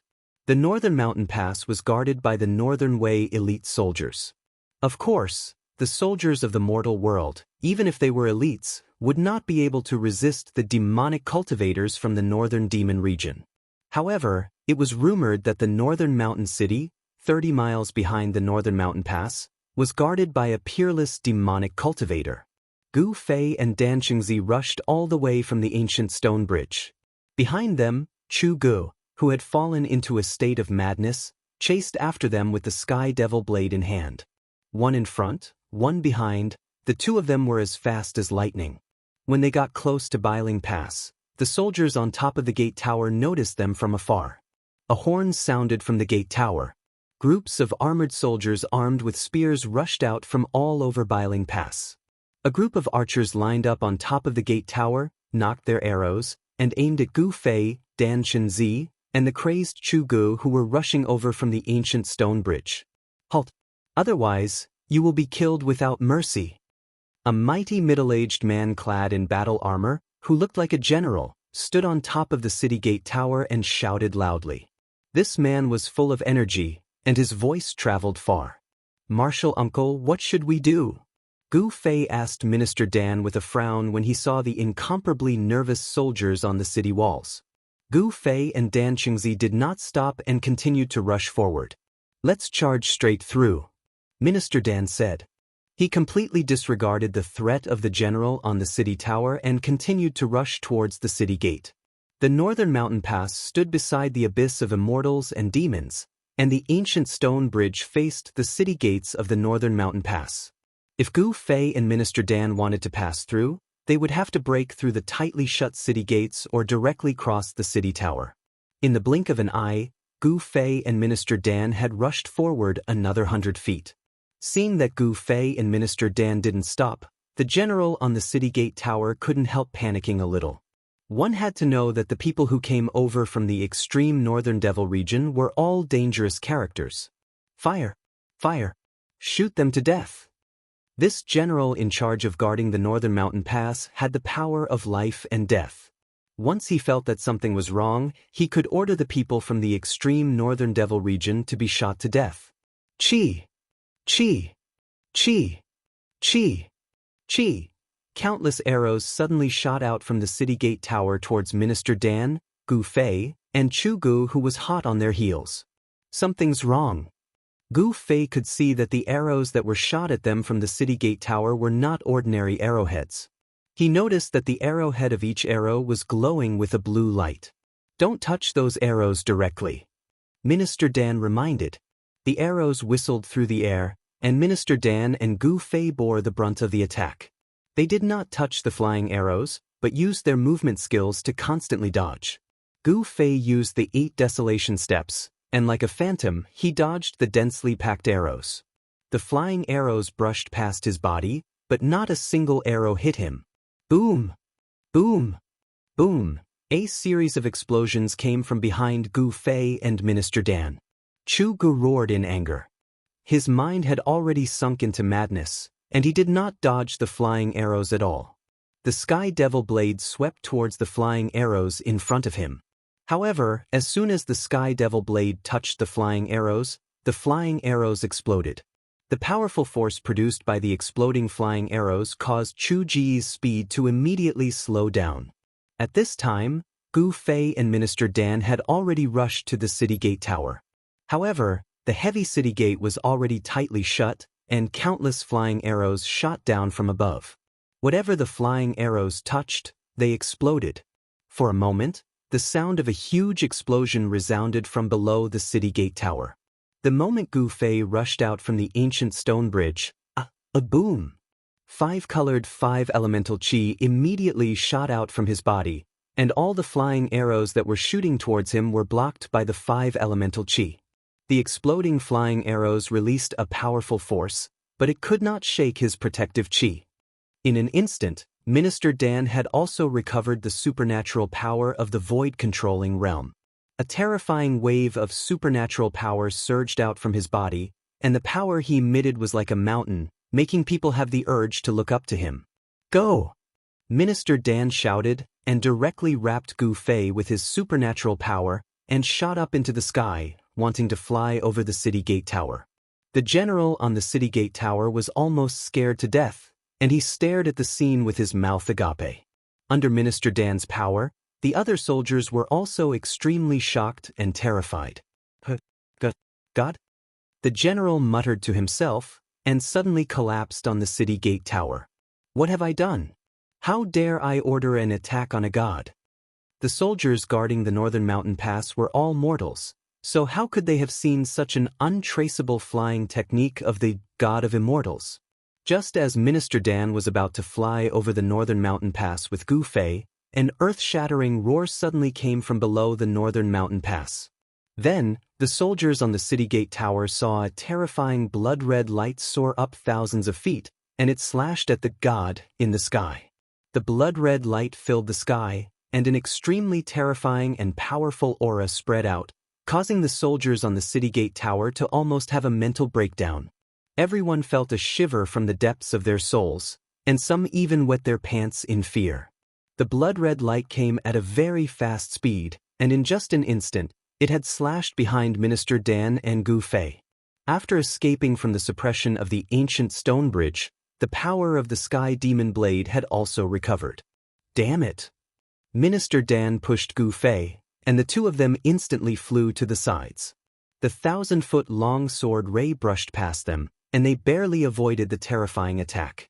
The sword ray shot up into the sky, and no one knew how far it had gone before it gradually weakened and dissipated into the void. However, a murderous aura still enveloped the entire northern mountain pass. Gu Fei screamed as he fell from the sky. He could not fly yet, and he did not want anyone to know about his secret of having an inner dimension. Therefore, he did not use his spatial energy to reduce the speed of his fall. Bang!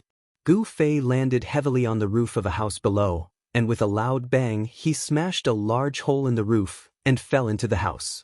A few soldiers who were hiding in the house rushed out of the house, and cursed as they fled in all directions, looking for another place to hide.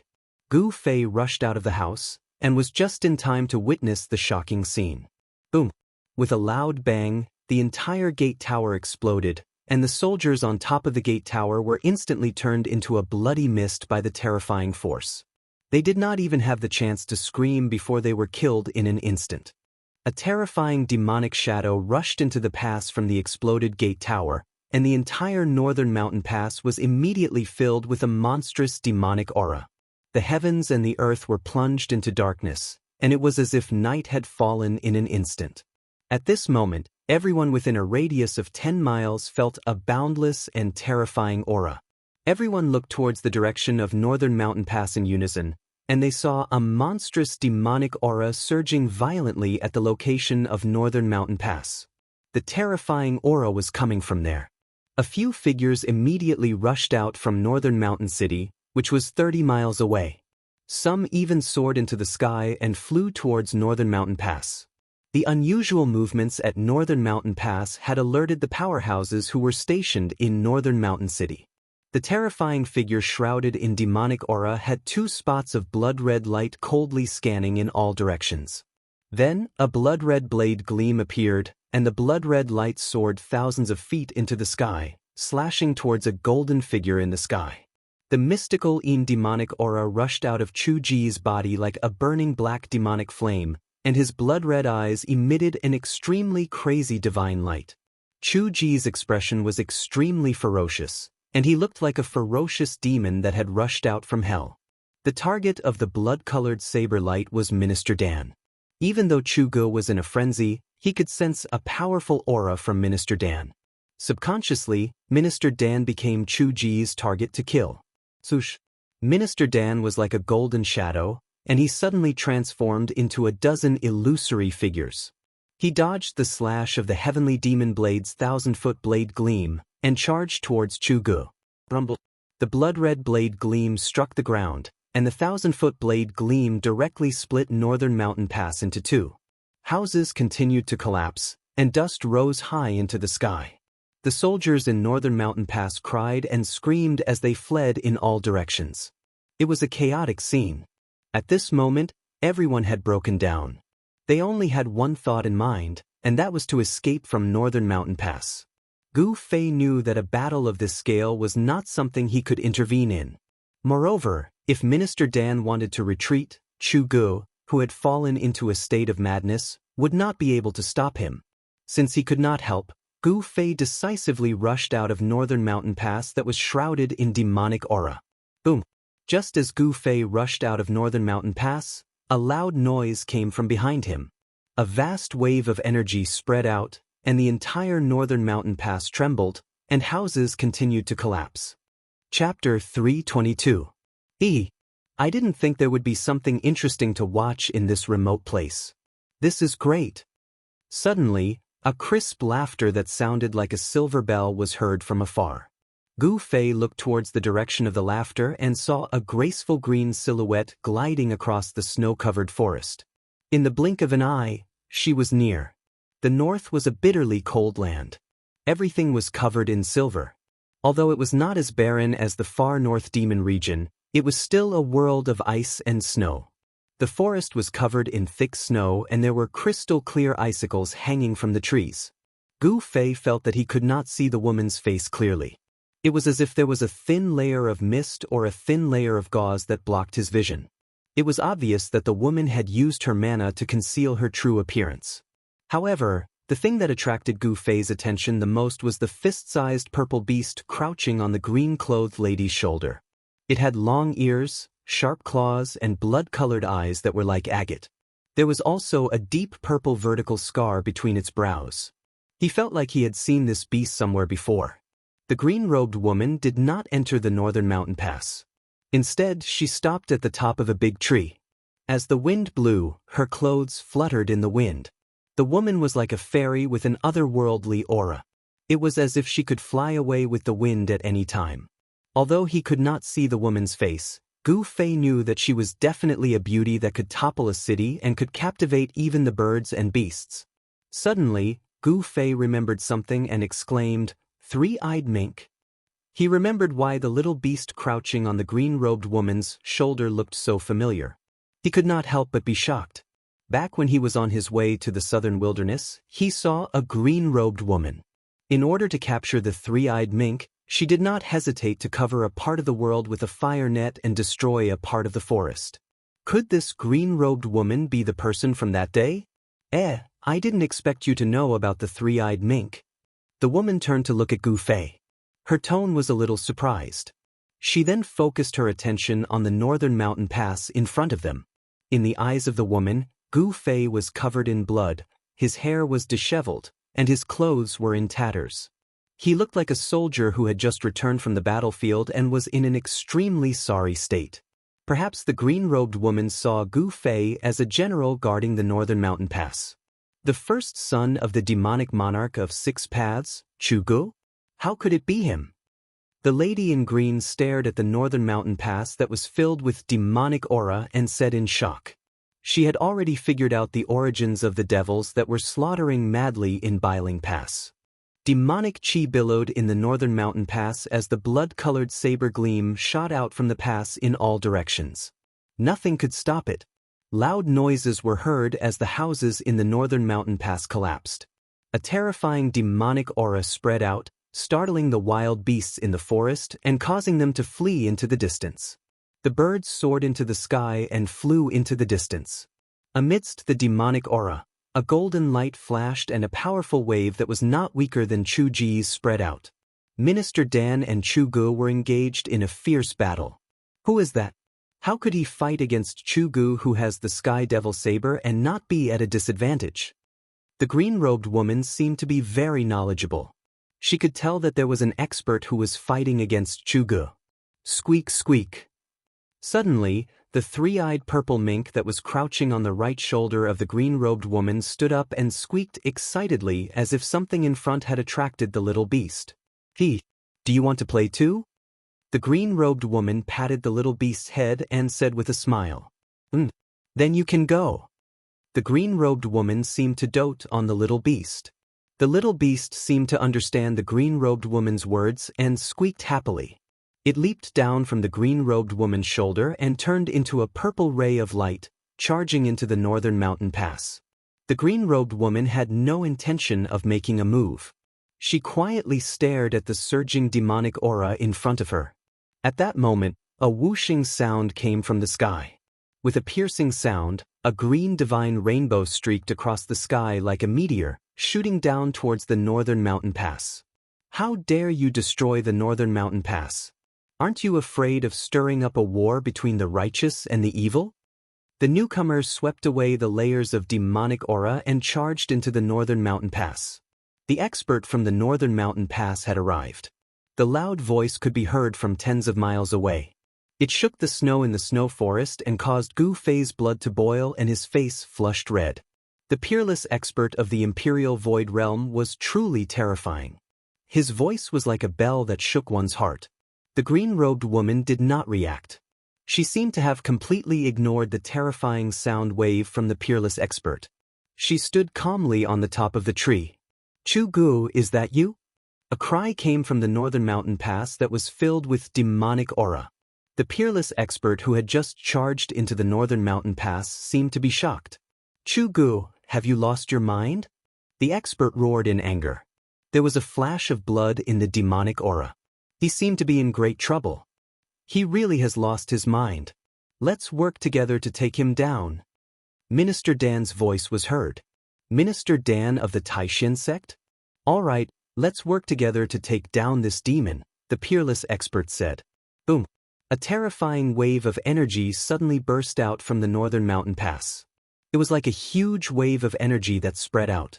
The gate that connected the northern mountain pass to the northern mountain pass collapsed and dust flew into the sky.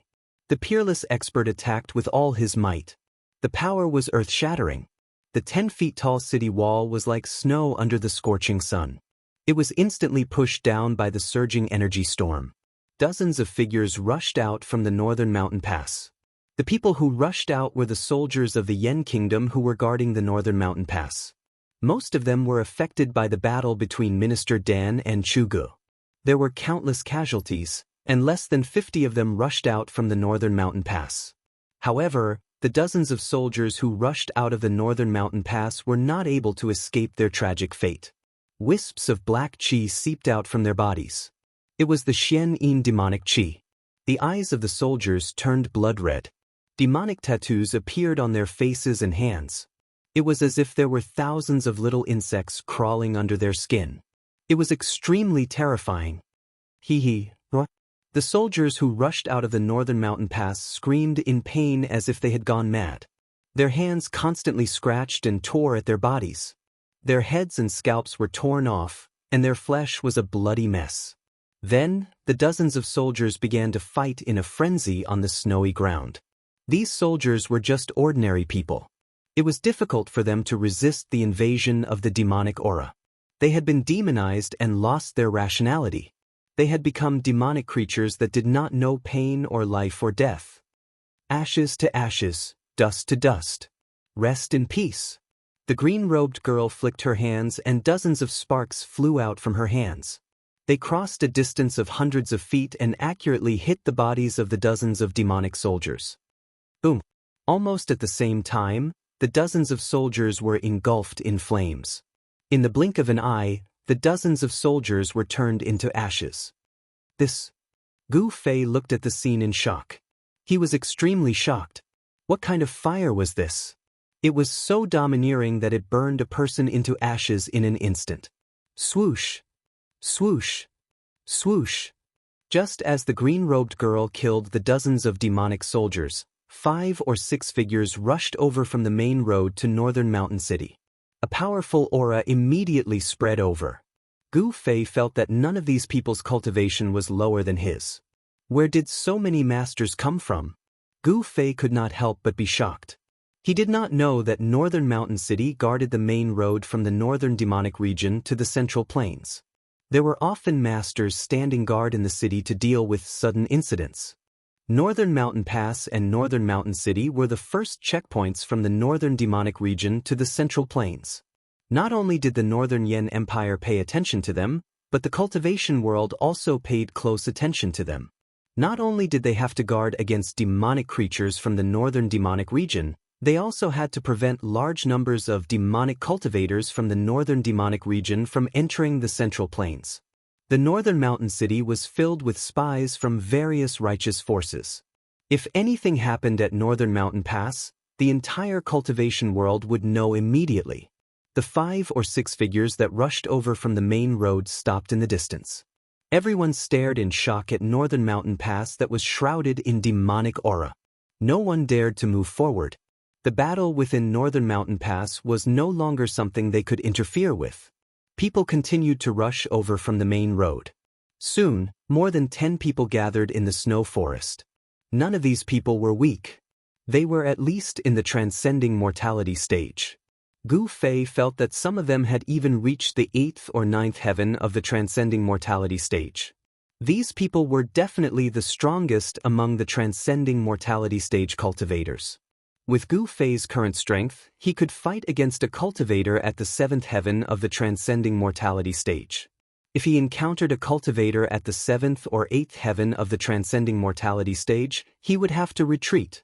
The cultivators from Northern Mountain City also noticed Gu Fei and the green-robed lady standing on top of the tree.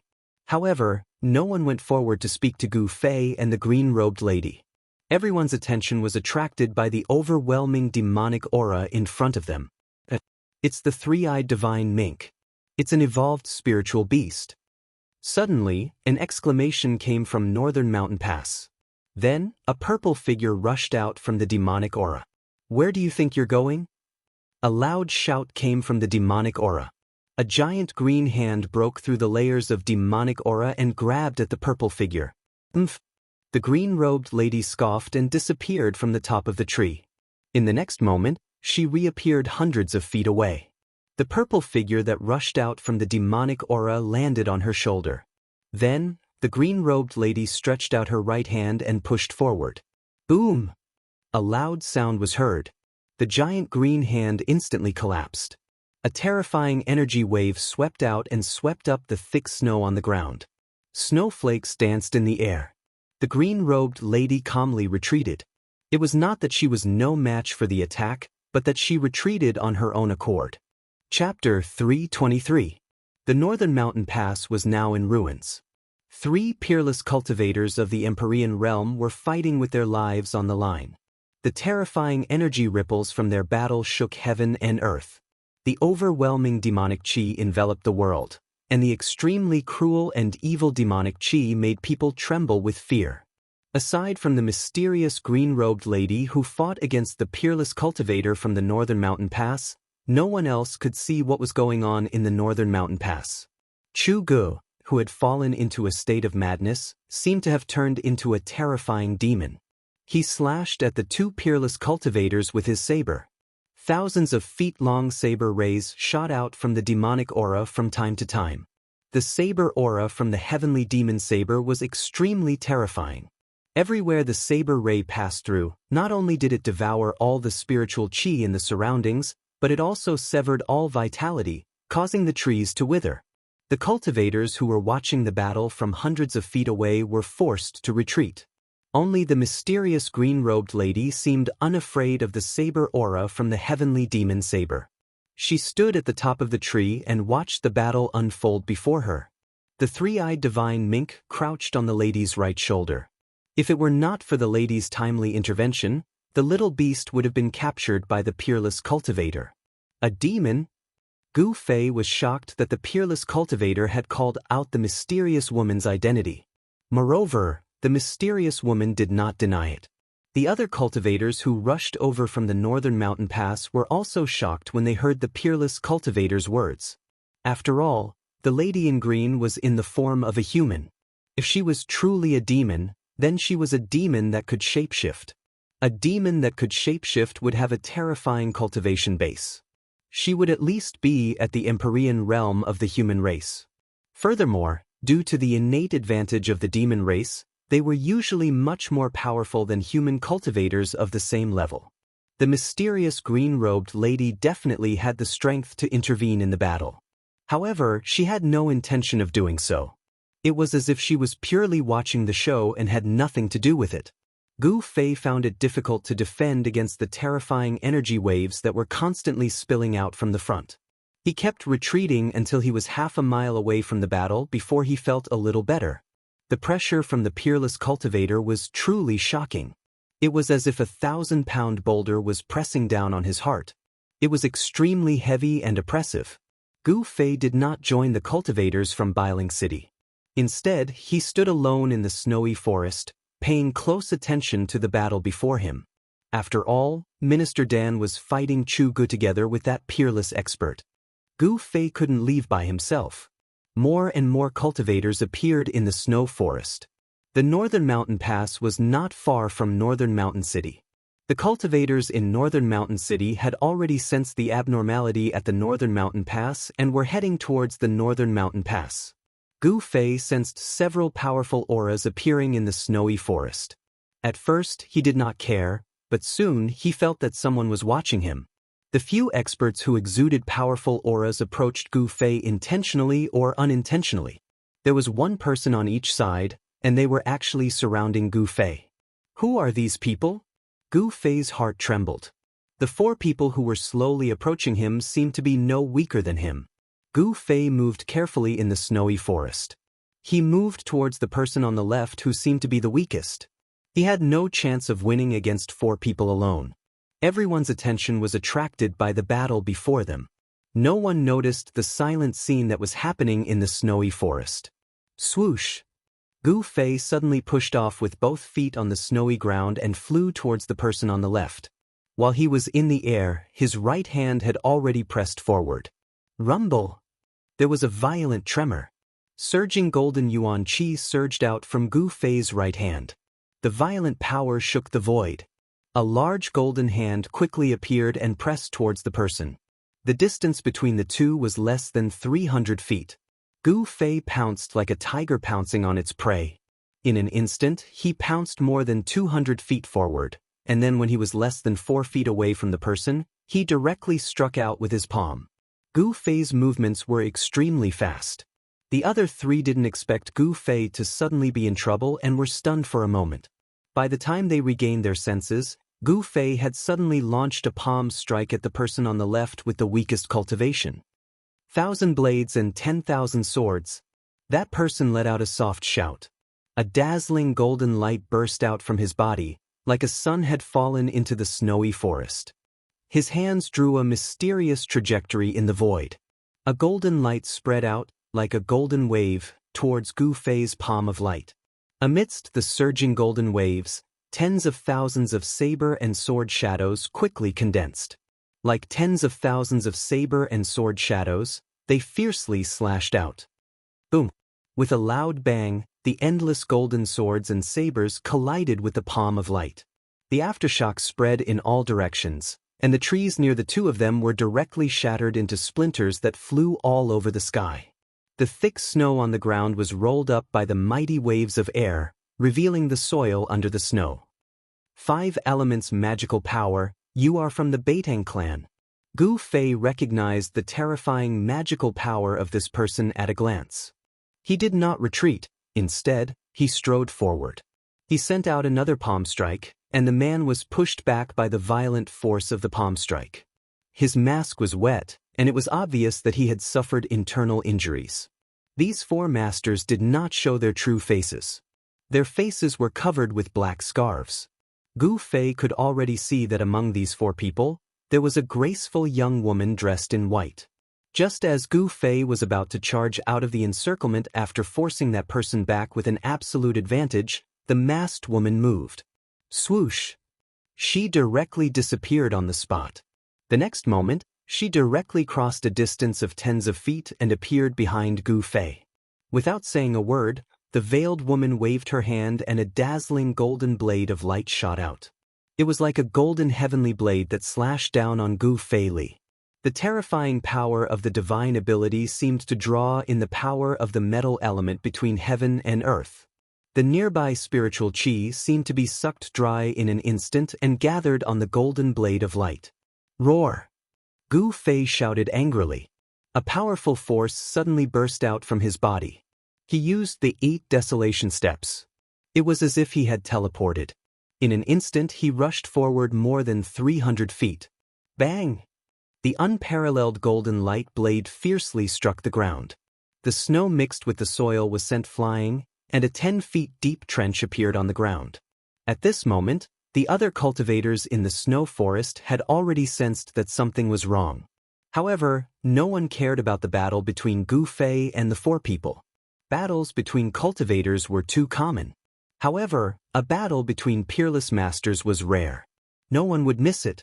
It was very beneficial for cultivators in the transcending mortality realm to be able to watch a battle of this level. They might be able to comprehend many things from it, which would be very helpful for their cultivation to have a breakthrough, especially for cultivators in the 8th or 9th heaven of the transcending mortality realm. Just as Gu Fei dodged the masked woman's slash, a tall man who was approaching Gu Fei from the right took out a black bow that was surrounded by a black aura. It was a ghost bow that was refined with black bones. The entire bow looked like a spine. The black aura was not devil chi, but the eerie and terrifying occult ghost chi. The tall man in black pulled the bowstring of the black bone ghost bow in his hand. The pitch-black ghost bow glowed with a faint black light. The spiritual energy of heaven and earth surged towards the ghost bow. A faint black arrow appeared as the ghost bow was pulled. A powerful wave of energy spread in all directions with the tall man as the center.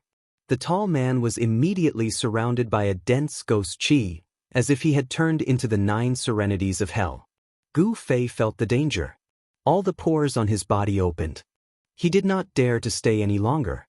He rushed into the depths of the snow forest as if he had turned into a phantom. At this moment, the tall man had already pulled the ghost bow and shot an arrow at Gu Fei's back. The faint arrow shadow was extremely fast.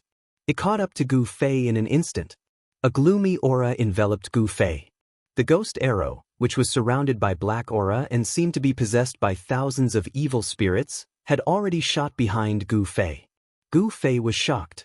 He tried his best to dodge to the side, but he only managed to avoid the vital parts of his back. Gu Fei only felt a chill on his shoulder. Then, he felt an extremely cold and evil energy shooting into his body. The black arrow did not penetrate Gu Fei's shoulder.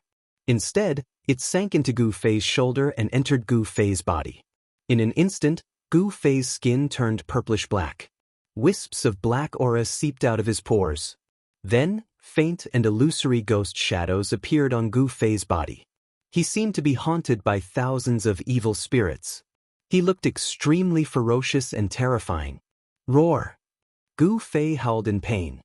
He felt as if there were countless ants gnawing at his internal organs and flesh. It also felt as if there were countless evil spirits tearing at his body. He was in extreme pain. The profound Yin ghost chi almost froze Gu Fei's blood. Gu Fei's vision darkened. He staggered forward for dozens of feet and almost fainted. When the 4 masked men saw that Gu Fei had been hit by that extremely evil arrow, they did not seem to be in a hurry to attack. Instead, they slowly surrounded Gu Fei. No one who has been hit by the 9 nether black bone bow's 9 nether black bone arrow can survive, the tall man said as he held the ghost bow that was surrounded by black aura. What? Gu Fei roared. Suddenly, a powerful sword chi exploded from his body. 2 rays of purple light shot out from his eyes like 2 sharp swords. The ghost chi all over his body was suppressed by the sword chi. Not good. The tall man was shocked. He retreated and drew his bow. He wanted to shoot another arrow and kill Gu Fei once and for all. However, Gu Fei rushed into the depths of the snow forest like a madman. Chapter 324. Inside the Northern Mountain Pass, the demonic chi that shrouded the entire Northern Mountain Pass had mostly dissipated. With Minister Dan and the peerless expert joining forces, they gradually gained the upper hand. However, even though Chu Gu was in a frenzy, the sky demon saber in his hand was still extremely powerful. The saber radiance soared thousands of feet into the sky, as if it was going to split the heavens and the earth. Nothing could stop it, and it was still difficult to determine the victor. No one was interested in the battle between Gu Fei and the 4 mysterious men. Compared to the battle between the peerless experts, Gu Fei's battle was child's play. No one interfered with the battle between Gu Fei and the 4 mysterious men. Gu Fei was hit by the arrow shot by the tall man with the demonic bow. The ghostly arrow sank into Gu Fei's body, as if countless evil spirits had followed the arrow and rushed into Gu Fei's body. It made Gu Fei feel as if thousands of evil spirits were chewing on his flesh and blood, destroying his consciousness. The pain almost made Gu Fei faint. However, he gritted his teeth and endured it. He could not faint. If he did, the 4 people behind him would definitely catch up to him and his life would be in danger. At the crucial moment, the mysterious essence of the divine weapon that Gu Fei had refined into his chi and blood seemed to be stimulated by the Xian Yin ghost chi that rushed into Gu Fei's body. It automatically released a powerful sword chi that protected Gu Fei's organs and consciousness, allowing him to temporarily stay awake. Gu Fei unleashed the extreme 8 steps with all his might and rushed forward in the snow forest. He had no idea where he was going, nor did he know how long he had been running in the snow forest. He no longer cared about anything in the outside world. There was only one thought in his mind, and that was not to die. If he died, there would be nothing left. As long as he did not die, anything could live. The sun gradually set in the west. Gu Fei ran for his life in the snow forest for 6 to 10 hours, from noon to dusk, and from dusk until the stars appeared in the sky. 8th step extreme. Among the cultivators of the same level, there was absolutely no one who could match him. The 4 mysterious experts behind him were left far behind by Gu Fei. Under the erosion of the Xian Yin ghost qi, Gu Fei's consciousness gradually began to become drowsy. He did not even know that he had rushed into a jungle. Finally, when he was exhausted, he collapsed in a patch of grass. Preposterous! That kid was struck by the netherworld blackbone arrow, so how could he still run for so long? Within the snow forest, 4 figures were following the tracks that Gu Fei had left on the snow. They were moving at an incomparably fast speed on top of the thick snow. Boss Dongfang, your 9 nether black bone bow can't be an imitation, right? The 4 of them stopped under a big tree. The masked woman in white glanced at the bone bow in the hands of the tall man and said indifferently, "Bei Tang Yu, do you want me to shoot an arrow at you?" The tall man said unhappily. As he spoke, he actually pulled the string of the black bone bow in his hands. It was as if a ferocious spirit was vaguely roaring within it. "All right, can the 2 of you work together peacefully for once? I don't care if you kill that kid or not. However, if that kid doesn't die, you won't have a good life." A middle-aged man in purple with a black saber on his back said impatiently. He was also masked and had a strand of silver on his forehead. "Umph." The tall man that the masked woman called Boss Dongfang coldly snorted and put down the black bone bow in his hands. The tracks that Gu Fei had left behind on the snowy ground were very obvious. Therefore, these people were not in a hurry to chase after him. This was because Gu Fei had been struck by the netherworld blackbone bow. Boss Dongfang was right. Ever since the netherworld blackbone bow had been refined by that powerful ghost cultivator, no one had been able to escape with their lives from the netherworld blackbone arrow. The netherworld blackbone bow was not very famous in the cultivation world of the Tenglong continent. However, in the ghost palace of Plentiful City, it was an extraordinary ghost cultivator magic tool.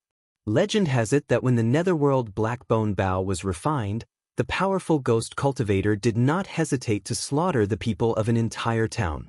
He extracted the souls of tens of thousands of people and smelted them into the ghost bow. Network, the souls of those people were smelted into the ghost bow. Not only did they never come back to life, they were also used to slaughter living beings day and night. Over time, the resentment, baleful energy, and death energy of the ghost bow gathered and became a murderous weapon. Only an expert at the 7th or 8th heaven of the transcending mortality realm could pull the bow and arrow.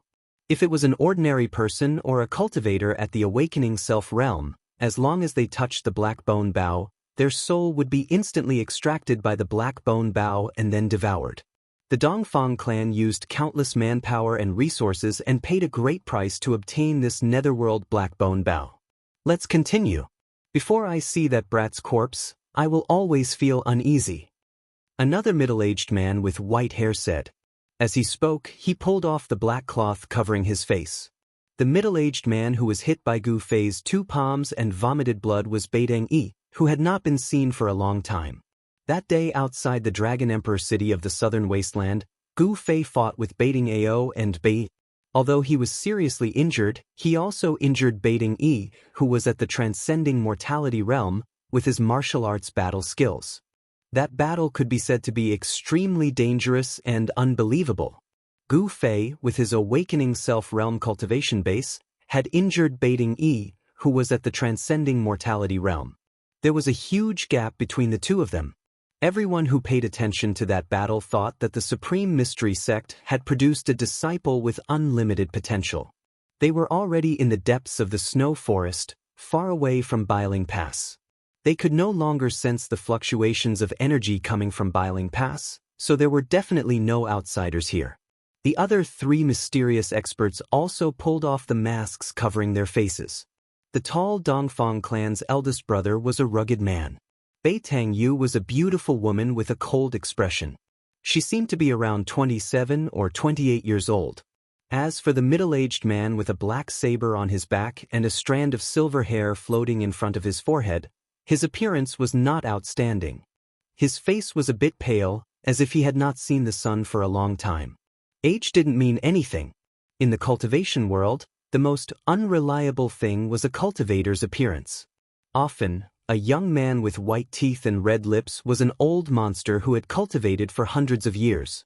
Obviously, the Beitang clan and the Dongfang clan already knew that not only did Gu Fei not die in the virtual sky world, but he had also come out. The two experts of the Beitang clan, the eldest brother, and the middle-aged man with the saber continued to follow the traces left by Gu Fei. After walking for hundreds of miles, they noticed that the ice and snow around them gradually decreased. Vegetation began to appear on the ground, and some large stones could be seen everywhere on the snowy ground. The forest became lush. After chasing for more than 100 miles, the shadows of the ice and snow could no longer be seen. Beitang Yu and the others entered a dense forest where ferocious beasts could be seen everywhere. What's going on? Dongfang clan's eldest brother and the others became cautious. Something's wrong. Beitang Yu glanced around, her cold face revealing a solemn expression. She faintly felt that there seemed to be something wrong in this forest. The four of them gradually slowed down, and the traces left by Gu Fei in the forest gradually decreased.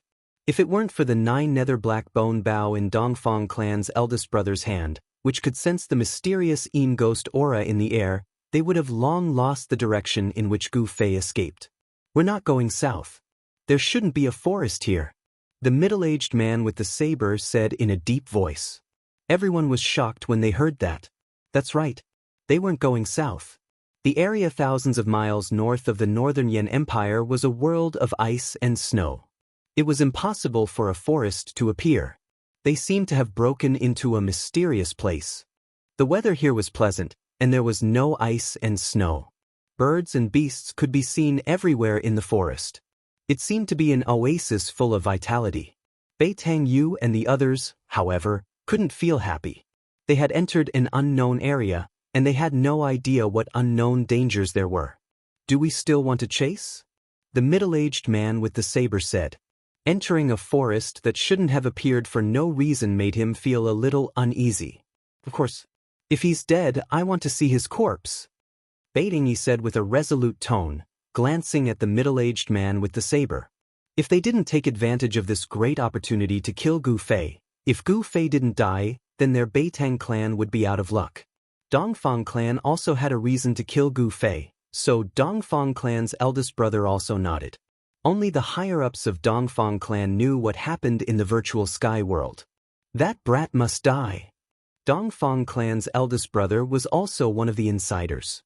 If you want to chase, I don't have any objections, but I can't accompany you. The middle-aged man with the saber suddenly said with a low chuckle. Dongfang clan's eldest brother and the others couldn't help but change their expressions. Dongfang clan's eldest brother said with a sullen expression, Old hey, what do you mean? I don't mean anything. If you want to kill that brat, it's your two clans' business. It's not worthwhile for me to offend the master of this place, the middle-aged man with the saber said coldly. The middle-aged man with the saber seemed to have realized something, but he was just an outsider. He wasn't stupid enough to take risks for Dongfang clan and Beitang clan. What? The master of this place? Dongfang clan's eldest brother and Beitang Yu couldn't help but be shocked. At this time, a crisp laughter came from the depths of the forest. In the dark night, it seemed so abrupt, and everyone was shocked. He's right. If you're tactful, you should leave immediately. The crisp and sweet-sounding voice rang out again. Judging from the voice, it seemed to be the voice of a young girl. We're looking for an injured friend. After we find him, we'll naturally leave. Beitang Yu said. Everyone immediately understood Beitang Yu's intention.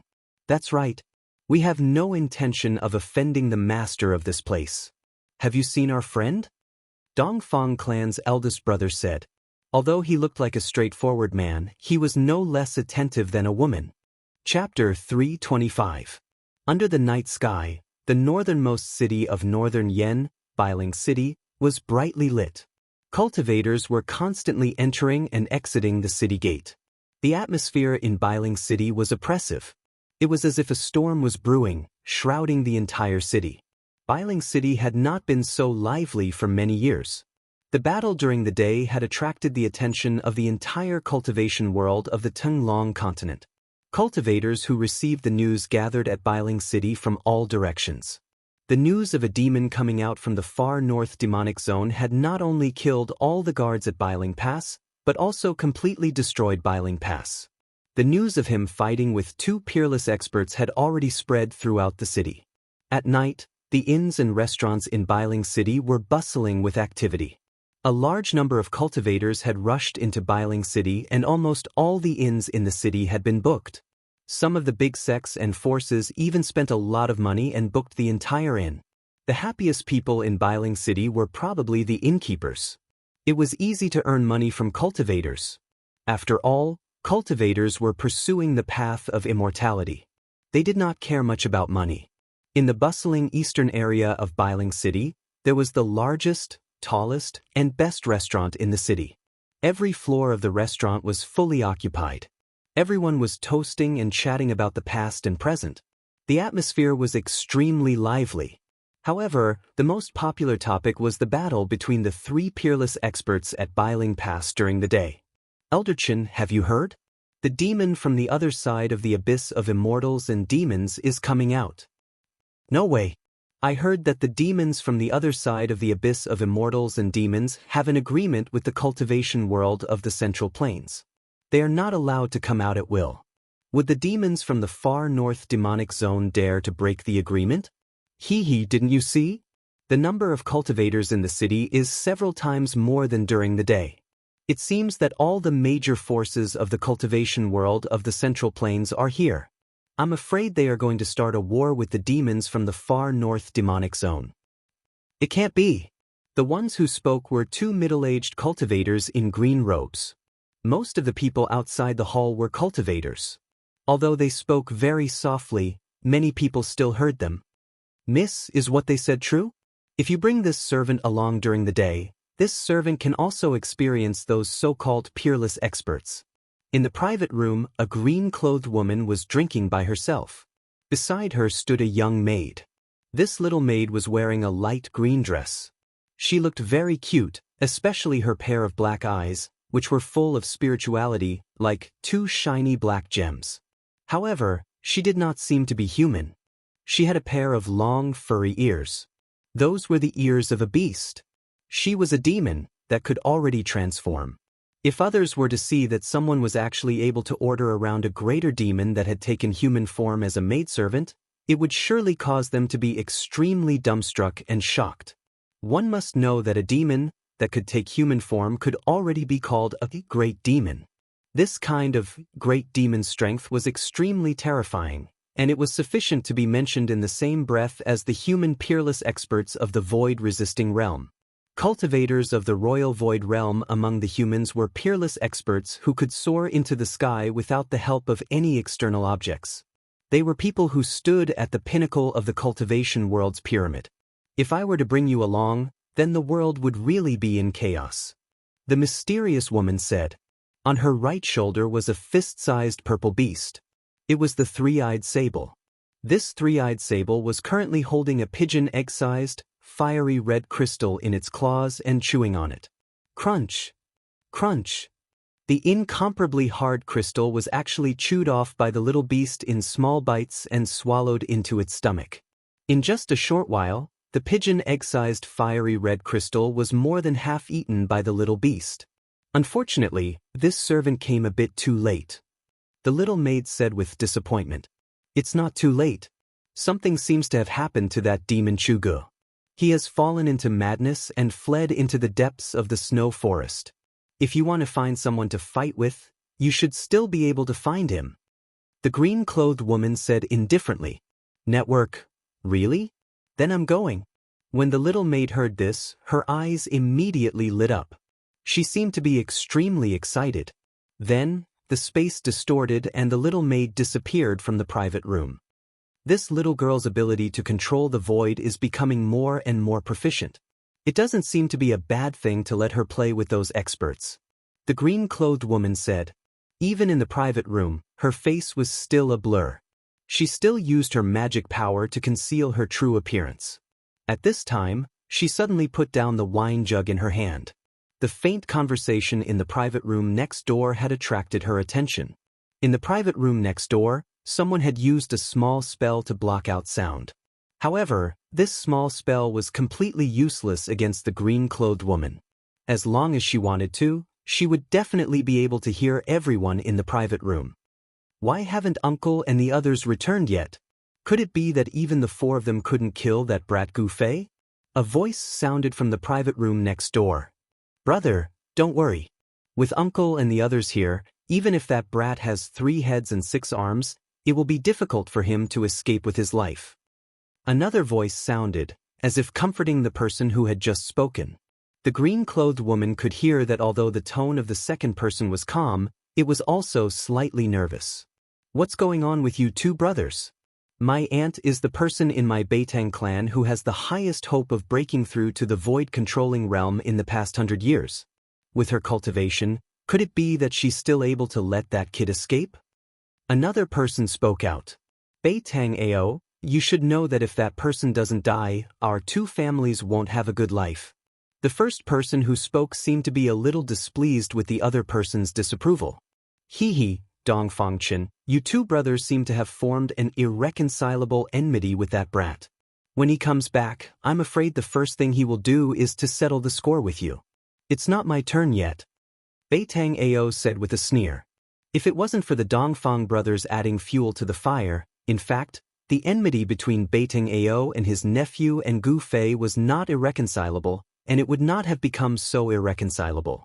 The 3 young cultivators in the private room next door were the Dongfang brothers and Beitang Ao. What do you mean by that? Dongfangchen said in a deep voice. His tone was frighteningly cold. He seemed to have been angered by Beitang Ao's words. Alright, all of you talk less.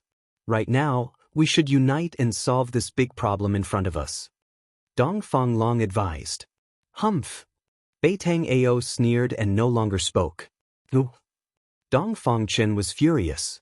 This Beitang Ao was looking down on others too much.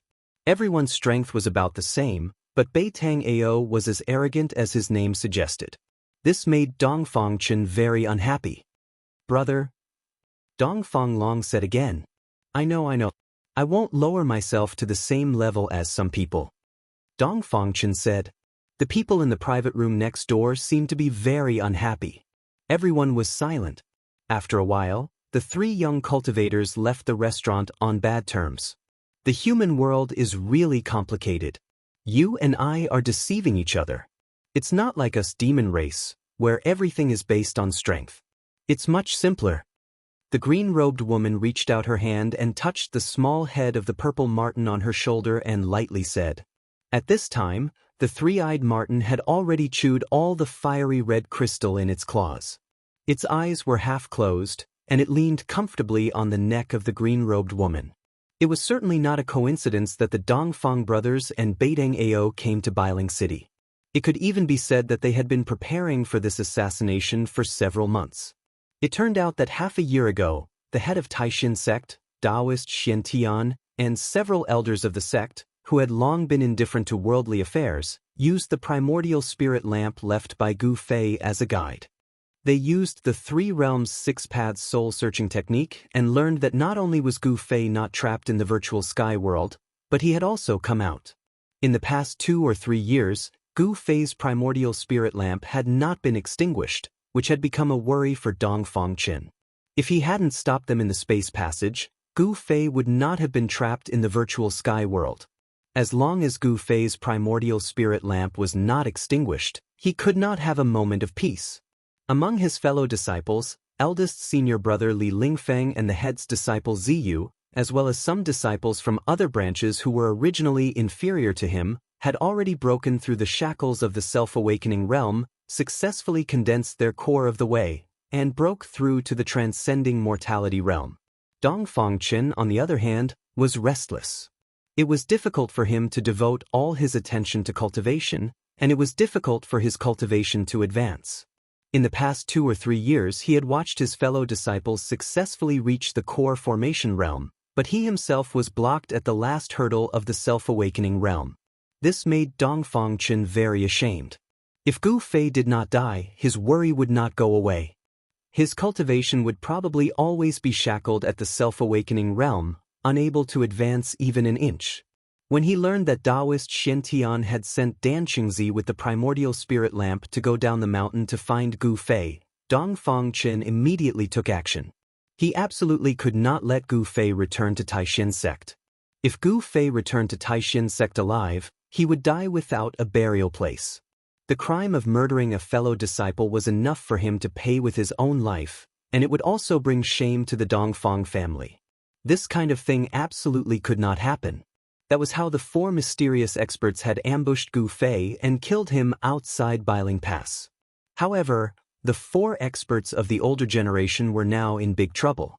In order to chase after Gu Fei, they inadvertently broke into a jungle that was impossible to appear in the snow-covered northern region. Ask the owner of this place to come out and talk. Bei Tangyu's eyes shone brightly, sweeping in all directions, but she could not find any trace of the mysterious girl in the forest. I know where the friend you are looking for is. In the forest, it suddenly became incomparably quiet. Other than the voices of the crowd, there was no other sound. Thank you so much, Boss Dongfang said. They didn't expect things to be so simple. But the mysterious girl in the forest seemed to be a little hesitant. When Boss Dongfang and the others heard this, their hearts jumped. Bei Tangyu quickly said, "But what?" "Just now, I seemed to hear you saying that you wanted to kill the friend you were talking about. I am very curious, since it is your friend, why do you want to kill him?" The mysterious girl's clear voice sounded in the forest. Chapter 326. You want to deceive me? I'm not that easy to deceive. In the darkness of the night, the girl's clear and melodious voice resounded from within the forest. She seemed to be angry. Please don't misunderstand," Dongfang first brother hastily said. At the same time, he signaled to the 3 people standing beside him with his eyes. However, Bei Tangyu and the others shook their heads. It was difficult for them to detect the location of the mysterious girl in the forest. The mysterious girl's voice seemed to come from all directions. It was erratic, but it was clearly transmitted to the 4 people's ears. It was as if she was speaking right next to their ears. This was obviously a profound sound technique. The mysterious girl didn't want Dongfang first brother and the others to know where she was. There was no doubt that she was secretly watching Bei Tangyu and the others' every move. I didn't misunderstand. The bow in your hand is enough to explain everything. The girl said, I don't welcome you here. You should leave quickly or else. Or else what? Bei Tangyu coldly said. She was a proud person and couldn't tolerate others threatening her. Hand over that boy and we will naturally leave. Dongfang first brother couldn't help but tighten his grip on the 9 secret black bone bow. He vigilantly observed the surrounding movements. The Beitang and Dongfang families didn't want to leave because this matter involved too many people. If they didn't handle it well, it would bring great trouble to their families. They couldn't feel at ease until they saw Gu Fei's corpse. Bei Tangyu and the others were also on guard. The middle-aged man with the black saber on his back had already stretched his right hand to his back and grasped the hilt of the black saber. He could unsheath the saber at any time. Very good. Since you don't want to leave, then you can play with my pet. As soon as the girl finished speaking, a whistling sound resounded in the forest. This whistling sound seemed to follow a certain rhythm. It was sharp, but not ear-piercing. Listening to it gave people a comfortable feeling. Roar. As the whistle rang out, a deafening roar immediately rang out in the originally quiet forest. The roar was so close that it sounded like it was about to explode. An intense baleful aura suddenly erupted from all directions, sweeping towards Bei Tangyu and the others. They seemed to have been surrounded by countless ferocious beasts. Sensing the aura of the ferocious beast that suddenly appeared, everyone's expression changed greatly, and they were extremely shocked. They were unable to understand how the young woman in the dark was able to do all this. Why was she able to hide so many fierce beasts in the nearby forest, but they couldn't sense any of them at all? This seemed to be an impossible thing. The surrounding beasts seemed to have appeared out of thin air. Pang! A golden light suddenly shot out from the forest in front of them. A giant golden wolf with wings on its back rushed out. The wolf's body was about 2 zhang long and nearly 1 zhang tall. Its entire body was flashing with a golden light, and a pair of golden wings that were about 4 to 5 zhang long spread out, stirring up gusts of wind. The golden fur flickered with a sparkling luster, as if it was cast out of gold. A bizarre energy fluctuation flowed on it, and a terrifying ferocious might spread out from the giant wolf's body. After the golden divine wolf rushed out, its pair of ferocious and flickering bloody eyes never left Bei Tang Yu and the others. Danger shrouded them. Bei Tang Yi sneered, then he took a step forward and directly threw a punch forward. A golden spiritual light surged out from his fist and rushed towards the golden divine wolf. At the moment when Bei Tang Ao threw his punch, the grass and trees beside him were instantly crushed by the powerful force. Although everyone was unwilling to fight with the mysterious young woman who had not shown herself since the beginning, the current situation didn't allow them to do nothing. A whir! The golden divine wolf let out a long howl towards the sky, then it turned into a golden light and soared into the sky, avoiding Bei Tang Yi's golden fist. The forest below was destroyed in an instant, and branches and leaves fluttered in the air. The golden divine wolf in the sky opened its mouth and fiercely spouted a dazzling golden light towards Bei Tang Yi below. The golden light emitted a powerful energy fluctuation. When Boss Dongfang and the others saw this, they were immediately startled. Quickly disperse. Swish. Swish. Swish. Boss Dongfang, Bei Tang Yu, and the middle-aged man with a blade on his back simultaneously rushed to the side. Bei Tang Yi roared in anger. He didn't dodge, instead, he took a step forward and threw his fists upwards to meet the golden light that was bombarding down from the sky. Boundless energy fluctuations were emitted from Bei Tang Yi's 2 fists. Using the 5 elemental divine ability, he aroused the power of the metal element among the 5 elements. The power of the metal element that was drifting in the world rapidly converged towards Bei Tang Yi's fists. Bei Tang Yi's fists seemed to have turned into 2 dazzling golden suns, illuminating the heaven and earth. The surrounding forest was unceasingly smashed by the mighty and terrifying energy. Boom! With a loud sound, a dazzling golden light burst out from the forest. The forest shook violently, and a wave of energy swept out from the center where the 2 terrifying energies collided. The powerful energy fluctuation wreaked havoc in the forest, and a large area of forest was instantly destroyed. Leaves fluttered in the air, and wood chips filled the sky. Under the cover of the burst of golden light, Bei Tang Yu and the others, who were a step ahead to dodge, saw the terrifying figures in the nearby forest. However, the nearby vicious beasts didn't seem to have any intention to attack them. The young woman in the dark was controlling the forest. This wasn't good. The initiative was completely in the hands of the mysterious young woman in the dark. Rumble. The ground under Bei Tang Yi's feet shook violently. The soil cracked and collapsed downwards, and a huge pit appeared in the forest. The golden divine wolf was blasted into the sky. Everyone be careful! Dongfang Big Brother shouted loudly. At the same time, a formidable magical power fluctuation gushed out from his body, and an ancient bronze battle armor appeared on his body. Hand over that person, I don't want to hurt you, Dongfang Big Brother shouted in a deep voice. He knew that the mysterious young woman in the dark was watching their every move. The feeling of being spied on in the dark was very bad. Boasting shamelessly, do you think that you can hurt me just because you have that ghastly big bow in your hand? The young woman's voice resounded again, and her words were filled with disdain. At this time, a world-shaking wolf howl resounded from the sky. A terrifying energy fluctuation came down from the sky, shaking the heaven and earth. The golden divine wolf seemed to be an ominous beast of metal element, and it could manipulate the power of metal element. The huge divine wolf was emitting a dazzling golden light. The divine wolf turned into a golden rainbow and pounced towards Bei Tang Yi, who had just walked out of the big pit. Even Bei Tang Yu and the other experts were startled by its fiendish aura. This divine wolf wasn't simple. If it hadn't torn apart thousands of living beings, it wouldn't have been able to form such a fiendish aura. At this time, Dongfang Big Brother, who was standing on the top of the tree, pulled the 9 nether black bone bow in his hand. Black mist curled up around it, and endless profound ghost energy erupted from the black bone bow. As the 9 nether black bone bow was gradually pulled, the nearby spiritual energy began to crazily converge towards the 9 nether black bone bow, and it was quickly transformed into profound ghost energy. The spiritual energy here.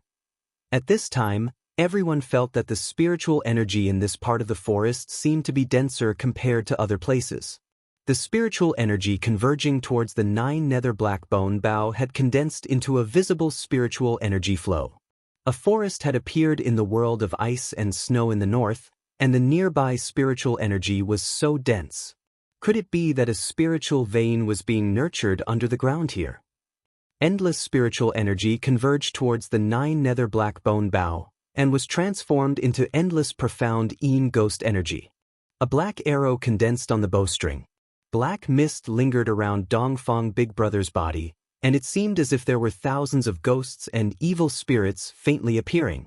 The ghostly shadows collided, and the entire 9 nether black bone bow emitted a jet-black radiance. The pitch-black bone body emitted a frightening fluctuation that caused one's heart to palpitate. At this time, Bei Tangyi's loud shout came from the side.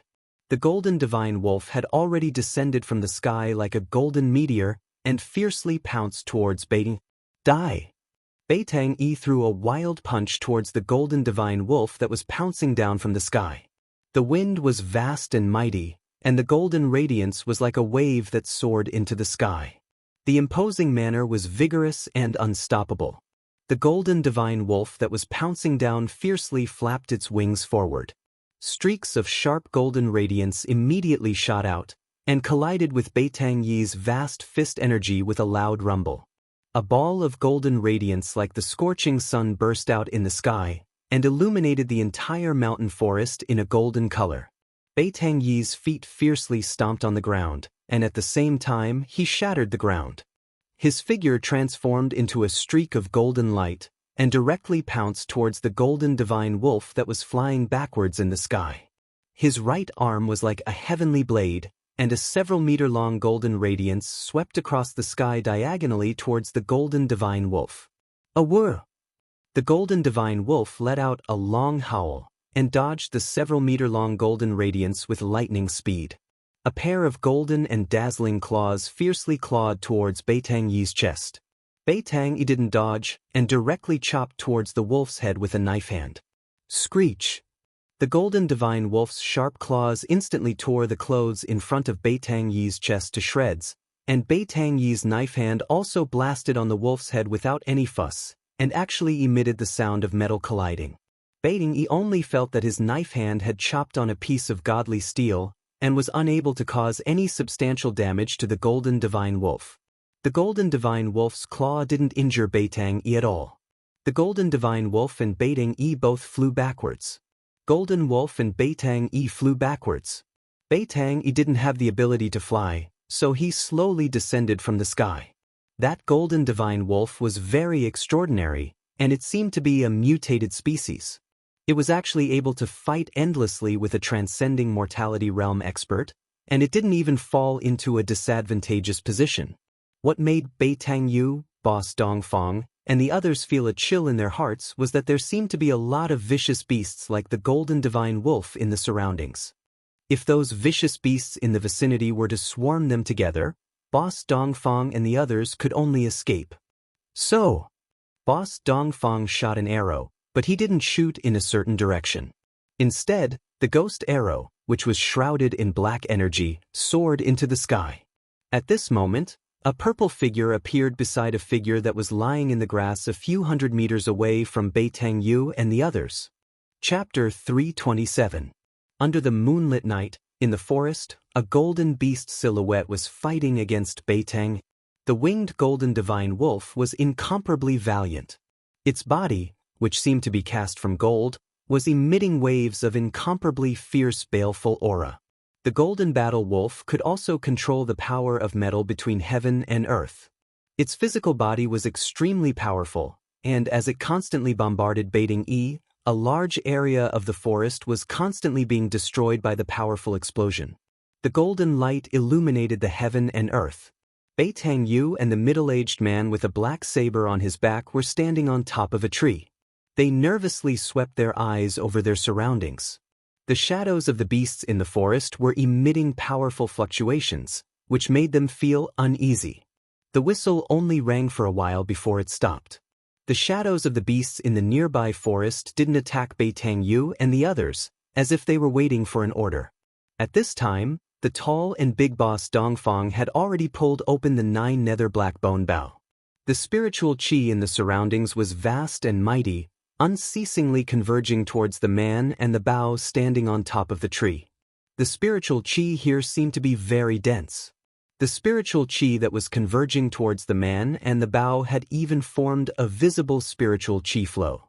When the endless spiritual qi converged on the 9 nether black bone bow, it was instantly transformed into profound Yin ghost qi. Around Boss Dongfang's body, ghost qi lingered, gloomy and terrifying, as if he had turned into a ghost domain. The endless profound Yin ghost qi condensed into a ghost arrow with black qi lingering around it. Boss Dongfang let go of the arrow. Whoosh! The ghost arrow soared into the sky, emitting a dreadful whistling sound like the wailing of ghosts. It flew towards the southeast corner, leaving behind a black shadow in the void. Although Boss Dongfang didn't know the exact location of the girl in the dark, the profound Yin ghost arrow was able to sense the ghost qi on Gu Fei's body. Boss Dongfang didn't want to make a move against the mysterious girl in the dark. His arrow wasn't used to deal with the mysterious girl, but to kill Gu Fei. A purple figure appeared next to Gu Fei, who had fainted in the grass when eldest brother Dongfang shot the arrow. Just then, a sharp, ear-piercing sound that sounded like the howls of thousands of ferocious spirits rang out from the sky. What is that? The purple figure hurriedly looked in the direction of the voice. The moonlight shone on this person's face. Her skin was creamy white, her eyes were like autumn water, her nose was straight, and her lips were red and moist. This was a young girl dressed in purple, so beautiful that it was suffocating. She was slender and elegant, her dress swaying gently in the night wind, and 2 purple hair ribbons hanging down her back. She was like a fairy from the 9 heavens who had descended to the mortal world. A trace of astonishment flashed in her limpid eyes. She saw an arrow wrapped in black qi flying towards the young girl. Humph! Those people are quite capable to be able to detect my position. A crafty smile appeared on the young girl's beautiful face. Actually, the purple-robed girl did not know that Boss Dongfang's arrow's target was not her. Gu Fei's life was not fated to end. If the purple-robed girl had not been by his side, he would not have been able to avoid Boss Dongfang's profound Yin ghost arrow in his unconscious state. Even a peerless cultivator of the Imperial Void Realm would not be able to withstand 2 arrows in a row. The profound Yin ghost arrow was extremely fast. In an instant, it had flown close to the young girl. An eerie and terrifying aura rushed towards them, blowing the young girl's beautiful hair like a waterfall. The purple-clothed girl pointed a finger and a golden light immediately shot out from her slender jade-like finger. Bang! A muffled sound rang out and the golden light instantly collided with the profound Yin ghost arrow that was shot out. The profound Yin ghost arrow exploded in an instant. The terrifying profound Yin ghost qi, in an instant, condensed into thousands of faint and illusory arrow silhouettes and shot towards the purple-robed girl and Gu Fei. One arrow silhouette had split into thousands of arrow silhouettes. This Boss Dongfang was quite impressive. The arrows that he had shot were not simply energy arrows that contained powerful profound Yin ghost qi. Without a doubt, this arrow had been infused with his arrow will. Damn it! The purple-robed girl frowned and a trace of displeasure flashed across her face. Then, she formed a seal with her hand and a large green net flew out from her body. It instantly unfolded and wrapped upwards. The large net shrouded the heavens and the earth and emitted a powerful energy fluctuation. Rays of dark green light shot out from the net. The thousands of profound Yin ghost arrows shot onto the large net and exploded in an instant, turning back into a dark and eerie profound Yin ghost qi. The Xian Yin ghost qi was swept away by the emerald green light that surged out of the big net, and it immediately dissipated in the void. The thousands of faint and illusory profound Yin arrow shadows were all caught by the dark green net that was spread out, and then they were refined by the dark green light in the net. Outrageous. If I don't show them what I'm made of, they will think that I'm a pushover. The purple-robed girl waved her hand and the large net immediately shrunk and flew back into her hand. After keeping the large net, the purple-robed girl took out a purple jade whistle and blew it. Roar! When the fierce beasts in the forest heard the whistle, they immediately roared. The sound was deafening, and terrifying beast shadows rushed out from all directions. Not good. Bei Tang Yu and the others were shocked. Roar! A furious roar came from behind Bei Tang Yu. A huge black ape rushed over from the distance and slapped the tree trunk that Bei Tang Yu was standing on. Bang! The sound of wood splashing was heard. The large tree that needed several people to wrap their arms around was broken by the black ape's slap and fell down from the sky. Rumble! The large tree smashed into the forest, causing the ground to tremble. Branches and leaves fluttered in the air and the forest became chaotic. Swish! Bei Tang Yu leaped to the top of another big tree the moment the tree fell. This black ape had extraordinary strength. Even Bei Tang Yu was secretly startled. It must be known that the black ape only used the strength of its body to break the tree. The middle-aged man with the black saber on his back had his right hand fixed on the saber hilt the moment the fierce beasts appeared. At this time, a big golden bird was staring at him. This big bird looked like the legendary divine beast, the golden-winged roc. It had golden feathers, golden claws, and even its eyes seemed to be golden. Of course, if it really was a golden-winged roc, Bei Tang Yu and the others would have already been torn to pieces. The huge golden bird flew like a bolt of golden lightning, moving quickly in the sky. Shwa! The big golden bird instantly approached the middle-aged man and a pair of sharp claws directly grabbed the top of his head. The claws looked like they were cast from gold and were suffused with a layer of golden light. If the claws hit him, it would definitely leave a few bloody holes on the top of the middle-aged man's head. Evil beast! The middle-aged man cursed and quickly dodged to the side. Clang! The black saber was instantly unsheathed and slashed towards the flying big golden bird. The air in front of the middle-aged man instantly exploded. A black saber light rushed out from his hand for hundreds of feet, as if it wanted to split the world into two halves. Under the black saber light, the trees collapsed one after another. Gwa! The big golden bird let out a cry and its flying speed suddenly increased to the limit. It rushed out from under the middle-aged man's terrifying saber light. Boom! The black saber light slashed down on the forest below. The earth shook, the soil suddenly rushed into the air, and the trees collapsed one after another. A hundreds of feet-long saber mark appeared in the forest. A few golden feathers floated down from the sky. The big golden bird seemed to be frightened by the middle-aged man's heaven-shaking saber light and fled far away. Hurry up and leave. At this time, everyone heard the anxious voice of Dongfang Big Brother. Right at this moment, a few incomparably powerful and ferocious auras surged out from the depths of the forest. Boom! Boom! Boom! It was as if a huge creature was rushing out from the depths of the forest, causing the entire forest to shake. Everyone's expression changed. These fierce beasts were already difficult for them to deal with. If a few more king of fierce beasts came, then they would not be able to leave this place. Swish! Swish! Swish! Silhouettes flashed, Dongfang Big Brother and the others hastily rushed back the way they came. Bei Tang Yi's cultivation was obviously the weakest among the four. He was entangled by the golden battle wolf and the single-horned snake, and it was difficult for him to get away. Upon seeing this, Bei Tang Yu immediately rushed down from the tree. She swept away the single-horned snake with a kick and blasted away the golden battle wolf with a punch. Then she grabbed Bei Tang Yi and rushed out. Under the moonlit night, the four human cultivators were running on top of the trees in the forest as fast as the wind and lightning. Countless terrifying beast shadows were chasing from behind. The beast roars shook the entire forest. The other birds and beasts in the forest were frightened and fled in panic. Wherever they passed, the forest was in chaos.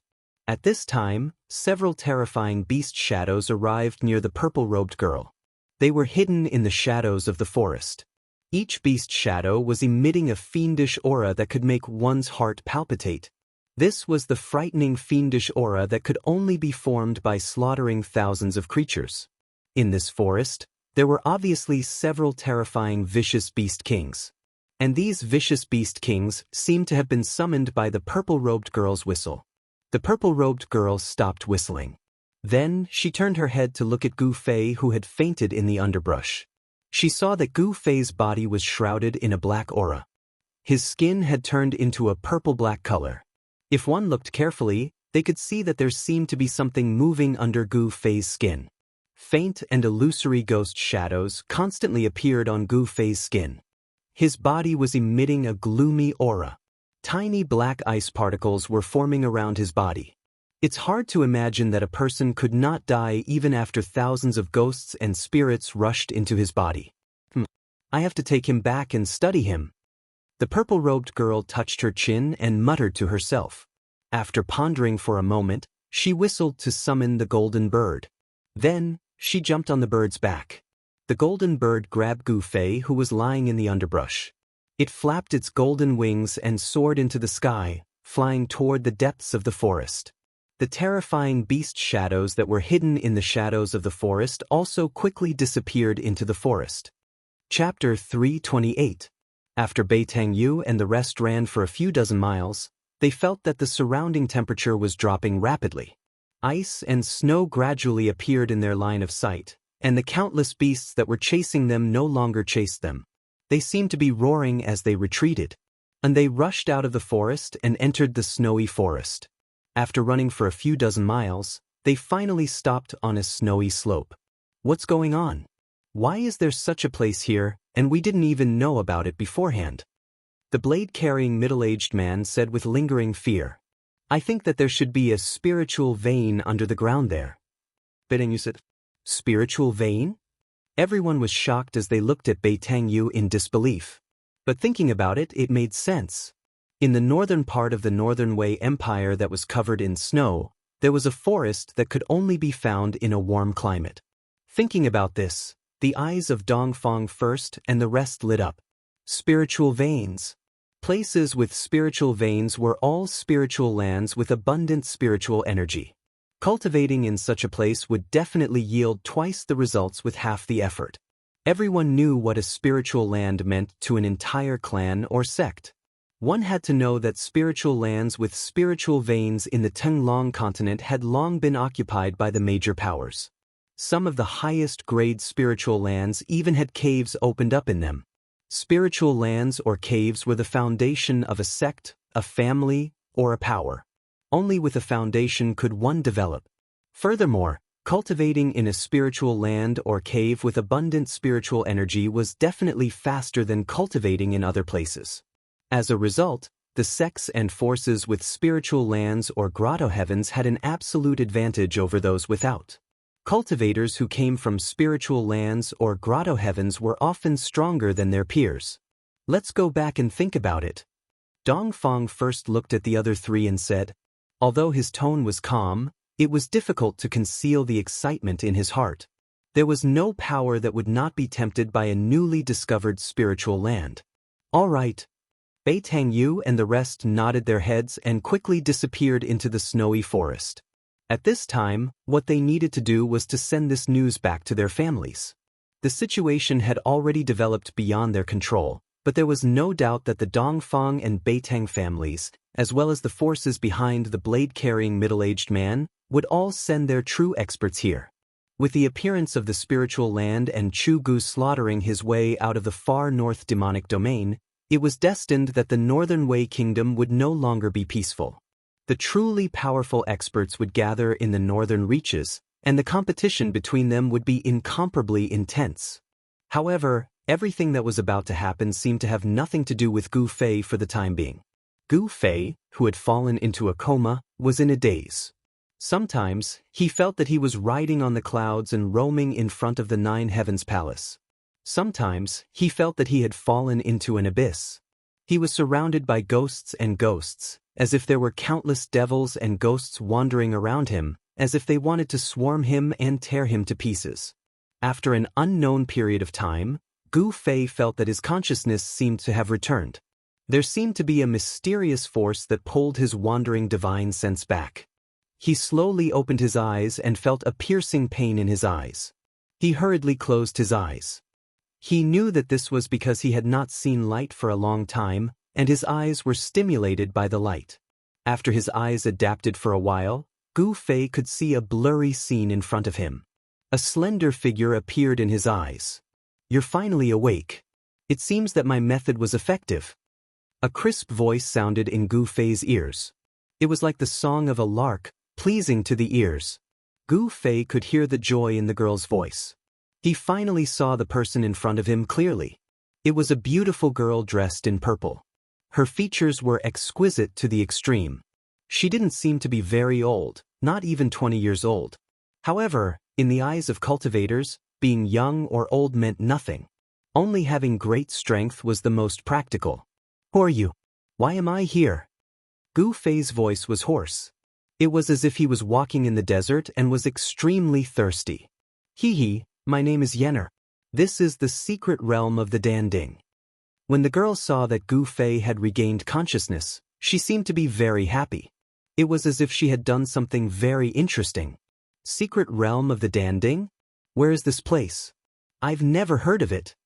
Gu Fei quickly searched his mind. However, he couldn't remember such a place in the Tenglong continent. I already said it's a secret realm. If everyone knew about it, it wouldn't be a secret realm." The girl dressed in purple, Yenner, said as she sat on a chair at the side.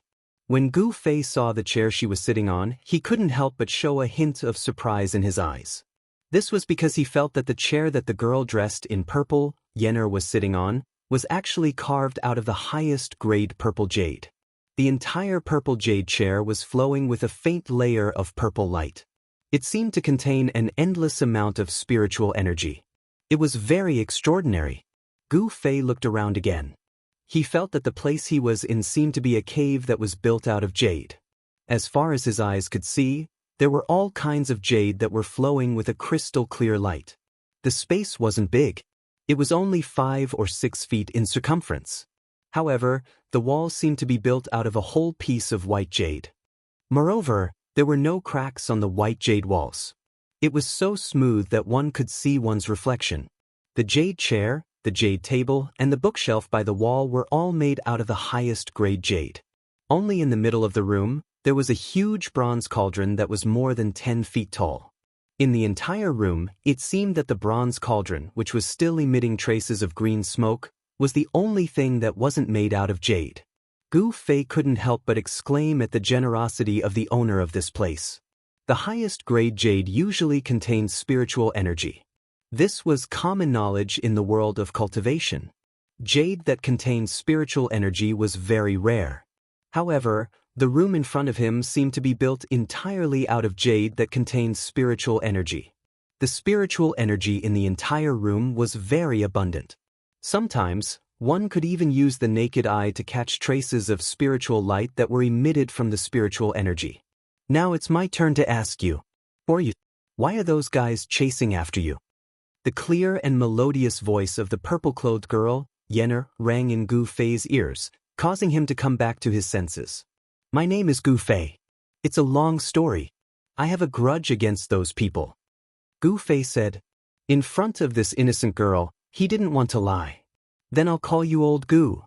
Yenner smiled. Gu Fei only felt that his eyes lit up. This purple-clothed girl named Yenner was like a little fairy that didn't eat the food of the mortal world. When she smiled, it was like 100 flowers blooming at the same time. It was breathtaking. At least, that was what Gu Fei thought. However, he didn't have the slightest bit of blasphemy in his heart. "Old Gu." Gu Fei smiled bitterly and asked, "Am I very old?" You're not old. In fact, you're very old. Do you want to see what you look like now?"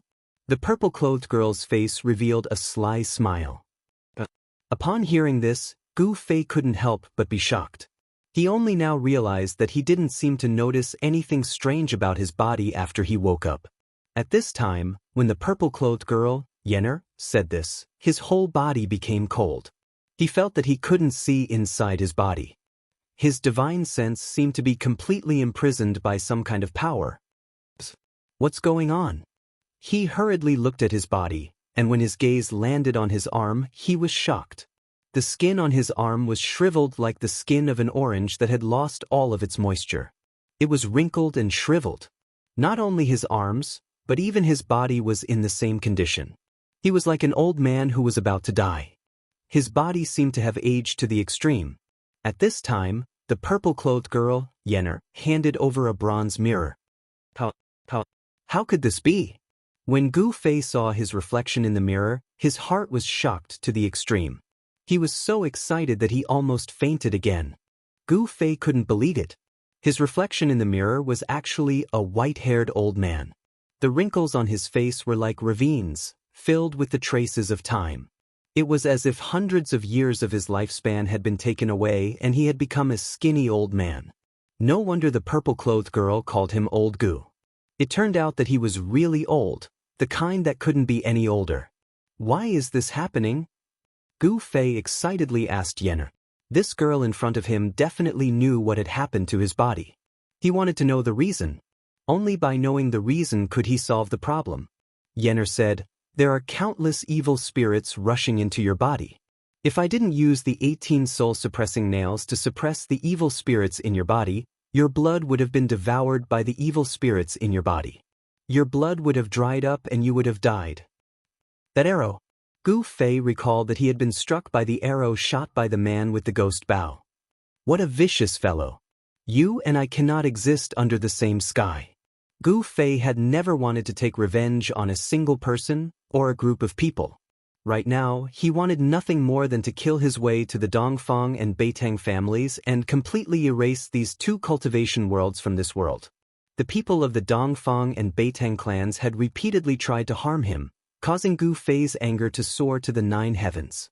The hatred in his heart was so great that his eyes had turned red. "You look so scary." Yennefer couldn't help being alarmed when she saw Gu Fei's current appearance. "I'm sorry." Gu Fei realized he had lost control and slowly calmed down. But he swore to himself that he would definitely take revenge for this. Only then did Gu Fei realize that his body was actually pierced by 18 pitch-black iron nails. Each iron nail was the size of a chopstick and was deeply embedded in his body. Only a very short section of it was exposed outside his body. Gu Fei felt as if his body had become numb. He couldn't feel any pain, and he didn't even know what 18 soul-suppressing nails were. It was clear that the 18 soul-suppressing nails had suppressed the evil power of the profound Yin Ghost arrow, but at the same time, they had also completely sealed his divine sense. "Actually, you don't need to be too sad. You still have a chance to recover," Yennefer said. Chapter 329. Danding School was a sect that had long disappeared from the world of cultivation. It was a branch of Taoism. Legend had it that after the Great War between Taoists and demons 1,000 years ago, Danding School began to decline until it completely disappeared from the world of cultivation. From then on, Danding School became history. No one knew that Danding School would discover a spiritual land in the Northern Land. Later on, they moved to the Northern Land and established a Danding paradise. Danding School became a secluded sect. During his conversation with Gu Fei learned some things about Danding School. Danding School was a sect that entered the Tao through pill cauldrons. This sect was best at alchemy. Using elixirs, they refined miraculous elixirs that could help cultivators increase their cultivation and help them break through the shackles of cultivation. Elixirs could allow people to be reborn. It could allow those who could not cultivate to enter the ranks of immortal cultivators. It could allow the stupid to become smart, and it could allow the dying to be reborn. The Tao of Pill Cauldron was a heaven-defying technique. Elixirs and elixirs could make the impossible possible. According to Yennefer, she was already the last successor of the Pill Cauldron Gate and also the owner of the Pill Cauldron Heavenly Abode. Her cultivation shocked Gu Fei as she was about to break her core and condense her nascent soul. Moreover, Yennefer's real age was only in her early 20s. Due to the help of the elixirs left behind by her master, her cultivation base had increased very quickly. However, the result of this increase in cultivation base was that her realm was not very stable. Apart from There was no one else in Danding Paradise. On this day, after Gu Fei took a qi-gathering pill refined by Yen, he immediately felt relaxed. He could even feel the qi-gathering pill turning into a stream of heat in his dantian and flowing throughout his body. The spiritual energy transformed from the qi-gathering pill was nourishing his old body. However, Gu Fei's body was like a leaking ball. Before long, the spiritual energy transformed from the qi-gathering pill would be devoured by the countless souls imprisoned in his body. The 9-nether blackbone bow was definitely an incomparably evil and terrifying ghostly weapon. Even though Gu Fei's life force was incomparably vigorous, and he had the essence of the divine weapon refined into his blood and qi, the blood and qi in his body were still drying up day by day. The evil spirits and ghostly aura were devouring his life force, causing his life force to fade away at every moment. The qi-gathering pill could only replenish the lost life force in Gu Fei's body, so that Gu Fei could continue to live, and not die of his blood and qi being devoured by the Yin spirits and ghost qi. Actually, this was also a risky move. Gu Fei taking the qi-gathering pill was undoubtedly equivalent to using the spiritual energy of the pill to feed the ownerless spirits in his body. Those ownerless Yin souls would continue to devour the spirit qi transformed from the qi-gathering pills, and the Yin soul ghost qi would gradually become stronger. When the 18 soul-subduing nails on Gu Fei's body could no longer suppress those Yin souls, there would only be one outcome for Gu Fei, and that was death. It was a beautiful morning, and Yen had already run off to God knows where. Gu Fei walked out of the immortal's cave. His body was trembling, and he looked exactly like an old man whose body was in decline. With a head full of white hair, wrinkled skin, and emaciated body, Gu Fei's body no longer had that exuberant life force. His body was like a withered old tree that had lost its vitality, and it looked like it would collapse at any time. Gu Fei already knew that the Danding School's Immortal's Cave was built in the belly of a jade mountain. Below the jade mountain was a spirit vein, and around the jade mountain, there was a qi-gathering array laid by the Danding School. The qi-gathering array could not only gather the spirit qi from all directions, but it could also restrain the spirit qi emitted by the Jade Mountain spirit vein, preventing it from spreading. This is really a good place. Gu Fei stood outside the entrance of the Immortal's Cave and looked around. He didn't even breathe, but was inhaling and exhaling the spirit qi. The spirit qi here was really too thick, and he could even see the colorful green lights floating between the flowers and trees. Gu Fei soon discovered that the other places on the mountain seemed to have been reclaimed into a square of spiritual fields, and the spiritual fields were planted with spiritual herbs. Purple gold ginseng, fire dragon grass, scarlet fruit. Gu Fei recognized a few spiritual herbs, but he had never seen most of the spiritual herbs planted in the spiritual fields. Even in the ancient books that he had read in the sect, there were no relevant records about them. Every spiritual herb was surrounded by spirit qi, and under the nourishment of sufficient spirit qi, each spiritual herb was extraordinary and seemed to have matured for hundreds of years. Gu Fei sat in front of the Immortal's Cave and looked up at the rising sun. He couldn't help but feel a myriad of emotions in his heart. A few days ago, he was still a young expert with extremely lofty ideals. He was thinking about how to revitalize the Green Spirit Peak, and how to pass on the Green Spirit Peak's orthodoxy. But now, with his deteriorating body, it was difficult for him to even walk down the mountain. Gu Fei thought a lot, looking back on the path of his growth until now. He was bullied on Taishan Mountain, and then he was proud at the 9 Vein Trials. Then he went to the virtual sky world, and then he escaped from the Devil's territory in the far north. It seemed that he never really stopped to rest. Suddenly, Gu Fei felt a little tired. Not physically, but mentally. The path of the strong was not easy to walk. It was full of thorns and bumps, and one careless mistake could lead to injury or even death. Looking at the beautiful scenery in front of him, the floating clouds in the sky, and the red-crowned cranes and spiritual birds soaring in the sky, Gu Fei felt an unprecedented peace in his heart. There was no fighting here, no mutual deception, no intrigue, and no need to always be on guard against the attacks of enemies hiding in the dark. This was a pure land, a paradise outside of the world. He didn't know how long he sat on the white jade steps in front of the cave. Suddenly, Gu Fei saw a figure flash on the bamboo path at the foot of the mountain. A purple figure walked out of the bamboo forest. You look good today. Soon Yen arrived in front of Gu Fei.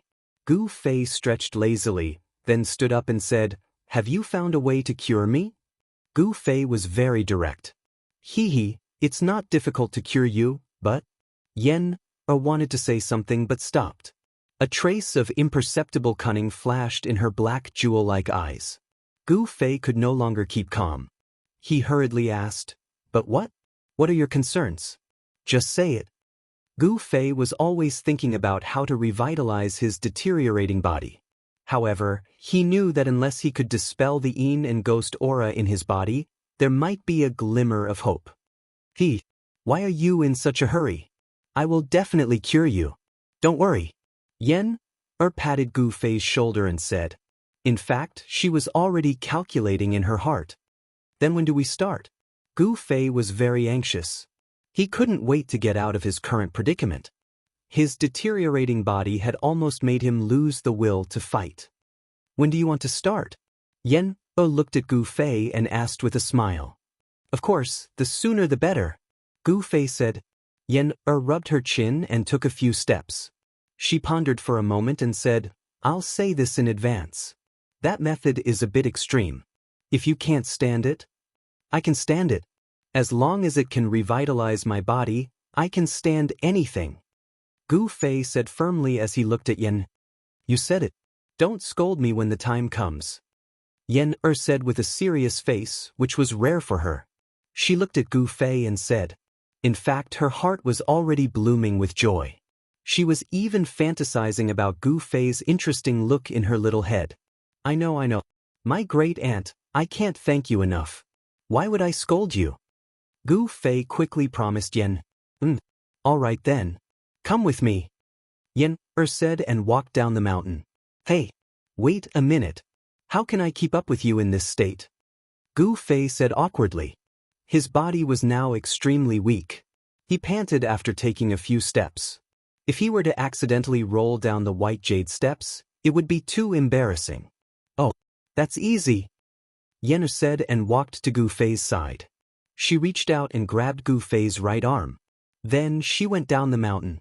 Gu Fei felt a force coming from Yen's hand and enveloping him. His feet didn't seem to touch the ground at all. He floated down the mountain like a cloud. Soon, Yen brought Gu Fei from the Cauldron Cave mansion to the foot of the mountain. They passed through the bamboo forest and crossed a small bridge. Yen and Gu Fei headed towards a valley in the Cauldron Cave mansion. The scenery in the Cauldron Cave mansion was beautiful. Every mountain peak and forest was beautiful. Under the small bridge, there was a spirit spring that flowed out and converged into a small stream. Spirit fields were distributed between the mountain stream and the bamboo forest. They could be seen everywhere. The surroundings were full of vitality. The unique fragrance of spirit medicine entered Gu Fei's nose from time to time, making him feel refreshed. Walking into the valley, Gu Fei found that this small valley was a completely different scene. There were no spirit fields planted with spirit medicine, nor was there any emerald green vegetation. It was as if they had entered another space. The small valley wasn't big, but it was barren. Gu Fei felt that the temperature in the small valley was much higher than outside the valley. Rocks could be seen everywhere on the ground. Yen brought Gu Fei directly into the depths of the small valley. There, Gu Fei finally understood why there was such a barren land in the Cauldron Cave mansion. In the depths of the valley, there was a high platform made of white jade. On the high platform, there was an ancient bronze cauldron. The ancient cauldron was more than 6 meters tall. There were ancient patterns carved on it. The entire ancient cauldron emitted a simple and ancient aura. Yen brought Gu Fei up the white jade high platform to the front of the ancient bronze cauldron. She waved her hand and the ancient cauldron's lid immediately flew up. Chapter 330. Plop. With a sound, Gu Fei fell into the water. Gu Fei, whose body had deteriorated to the point where he looked like an old man with one foot in the grave, immediately swallowed a few mouthfuls of cold water from the ancient cauldron. He only felt a strong medicinal smell rush to his head, making him want to vomit. He immediately stood up from the water, shocked and angry. He never thought that Yen would throw him into the ancient bronze cauldron. "Let me out!" Gu Fei shouted. His voice reverberated back and forth in the ancient bronze cauldron, making his ears buzz and a feeling of dizziness. He was too weak now. He was afraid that even a child could beat him to the ground. Didn't you say that if I can cure you, you can endure any pain?" Yen Er's proud voice came from outside the ancient cauldron. "What do you mean by this?" Gu Fei quickly calmed down. If she wanted to kill him, there was no need to go through so much trouble. She could just kill him directly. Although he didn't know why Yen locked him in the ancient bronze cauldron, he thought that she didn't have any evil intentions. "Well, it doesn't mean anything. You can soak in this Chaos Dan cauldron for 2 or 3 days. Not everyone has such treatment." Yenner said. "Soak for 2 or 3 days?" Gu Fei's face turned green. "That's it. I'm leaving," Yenner said. Then, Gu Fei heard Yen Er's footsteps getting farther away. Hey, don't go. What will I do if you leave? There's nothing to eat here. If I starve for 2 or 3 days, I'll die." Gu Fei hurriedly shouted. In his current condition, he didn't have any qi-gathering pills with him. If he soaked in this Chaos Dan cauldron for 2 or 3 days, he might really die. "I won't die. If you're hungry, drink the spiritual liquid in the cauldron." Yenner's voice came from afar. Gu Fei couldn't help but panic. He shouted repeatedly, but it was quiet outside. There was no sound. Yen seemed to have really left. This crazy girl. Gu Fei couldn't help but curse in a low voice. He looked around and found that the interior of the ancient cauldron was dim. Only a few rays of light shone through the vent holes on the lid of the ancient cauldron. The space inside the ancient cauldron was about 1 zhang in circumference. As Gu Fei stood in the waist-deep water, he realized that the water inside the cauldron was not as simple as ordinary water. Through the light coming in through the vent on the lid of the ancient cauldron, Gu Fei discovered that it was a dark green liquid, in which a large number of plant roots or leaves were floating. Amidst the strong medicinal smell, Gu Fei felt a very strong spiritual energy. Just now, when he was thrown into the ancient cauldron by Yen, Gu Fei drank a few mouthfuls of the dark green liquid in a panic. Could this be the spiritual liquid? At this time, Gu Fei felt that his body was gradually becoming hot. He didn't know if it was because he drank a few mouthfuls of the liquid in the cauldron. The skin on his hands gradually became red, as if there was a hot current running around his body. It was the complete opposite of the ghostly aura that was sealed by the 18 soul-subduing nails. Could it be the spiritual herbs in the cauldron? Gu Fei seemed to have thought of something. He then sat cross-legged in the ancient cauldron, only his head was exposed above the dark green liquid. He tried to circulate his Xian Qi, guiding the spiritual herbs in the cauldron to permeate into his body. Gu Fei's Xian Qi was different from ordinary cultivators. His strength came from his body. As long as there was spiritual energy in his body, he could circulate his Xian Qi. As time passed, Gu Fei gradually entered a deep meditative state. The medicinal energy in the surrounding liquid began to seep into Gu Fei's body through the pores of Gu Fei's body. The top of Gu Fei's head gradually emitted steam, and his face gradually turned red. In one of the rooms in the Cauldron Immortal's cave, Yen was sitting on a purple jade chair. In her hand was the storage bag from Gu Fei's body. To be more accurate, it was an unremarkable little black bag. The bag was a little old, but it wasn't sealed by spiritual energy. Even an ordinary person could open it. This guy actually didn't seal the magic treasure bag. He saved me a lot of effort. I want to see what's inside, Yen said as she opened the bag. The moment the bag was opened, I felt a wave of spiritual energy rush towards her. But she immediately frowned. This was because the spiritual energy was mixed with a fiendish aura. This was the aura of devil qi. Yen was very clear. The Cauldron Immortal's cave was not far from the abyss of immortals and demons. Moreover, she often went to the abyss of immortals and demons to pick herbs. The abyss of immortals and demons was close to the Northern Wei Empire. Immortal spiritual energy was extremely chaotic and unstable, making it difficult for cultivators to absorb and use. However, it was still immortal spiritual energy. Places where immortal spiritual energy gathered could often breed rare spiritual herbs and even heavenly treasures. Yen-Er had walked on the ancient stone bridge before and had seen the surging demonic energy on the other side. What's going on? Yen-Er was a little surprised. However, following that, Yen-Er's gaze stopped at a corner of the storage bag. She could no longer move her gaze away. Her face froze for a moment, and then gradually revealed an expression of surprise and joy. Unbelievable, such a thing actually exists in this world. Yen-Er's voice trembled. She seemed to be very excited. Then, she reached into Gu Fei's storage bag and carefully took out 3 stalks of grass. They were not ordinary grass, but immortal grass that was surrounded by 9 colored lights. The immortal grass did not seem to have any color, as if it was transparent. However, there were 9 colored lights flowing on top of it. Longevity grass. It really is the longevity grass. It's exactly as described in the ancient records. 9 colored lights. This is a phenomenon that only occurs when an immortal grass matures. Yen-Er muttered to herself. The Danding sect was a sect that cultivated alchemy. There were countless records of all kinds of spiritual essence in the sect. Yen-Er was the last descendant of the Danding sect. Of course, she knew about the 9-colored longevity grass. If a mortal consumes it, they will live for 200 years. Moreover, they will be immune to all kinds of diseases. If they consume it, they will be able to solidify their soul and extend their lifespan by 200 years.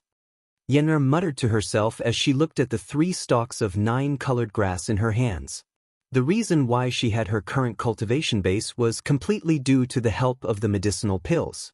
Of course, it was also related to her talent. However, there was a fatal flaw in the cultivation base that relied on medicinal pills. That was that the state of mind could not keep up with the cultivation base. Although Yen-Er was at the peak of the 9th heavenly layer of the transcending mortality realm, her state of mind was not proportional to her cultivation base. The power of the 9th heavenly layer had to be controlled by the state of mind of the 9th heavenly layer. Yen-Er was very clear about her own situation.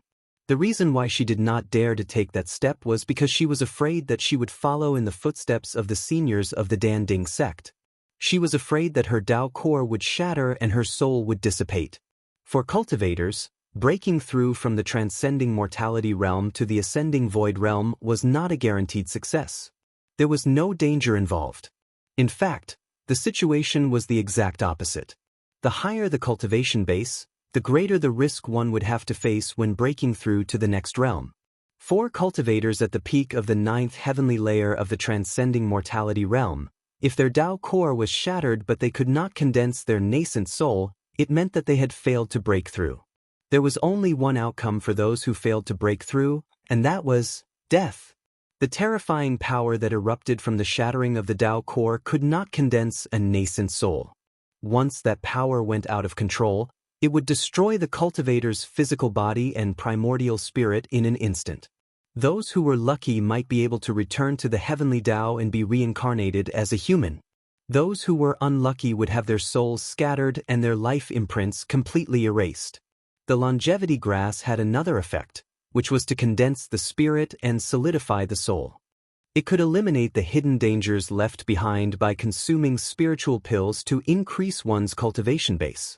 This was what Yen-Er urgently needed now. With the longevity grass, she could try to take that step. I didn't expect that kid to have such a spiritual herb of heaven and earth. Where did he get it from? Yen was shocked and couldn't help but be astonished. The longevity grass was a legendary item. For thousands of years, the cultivators of the Danding sect had walked through the endless mountains and rivers of the Tenglong continent, but they had not even seen the shadow of the longevity grass. One could imagine that it was not easy to obtain this kind of spiritual herb of heaven and earth. It seems like there is a need to find out where this kid came from. Yen-Er thought to herself.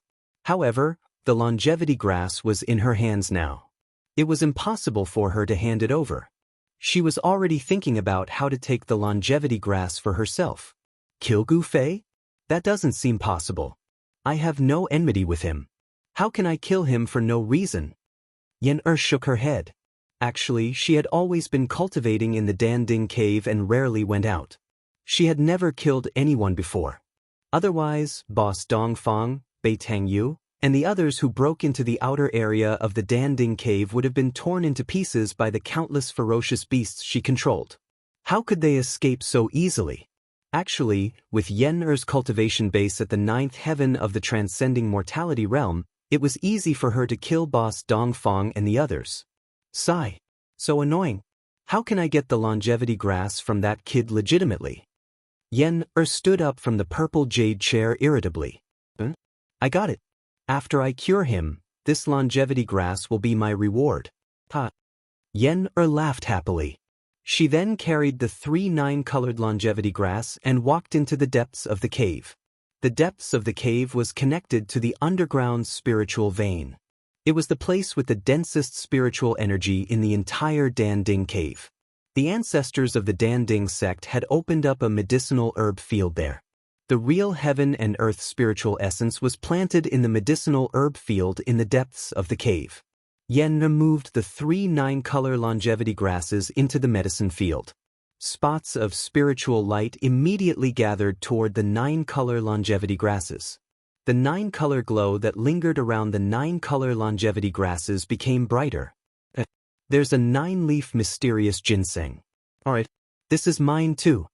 Yen Er took out the 9-leaf mysterious ginseng from Gu Fei's storage bag and planted it in the medicinal herb field.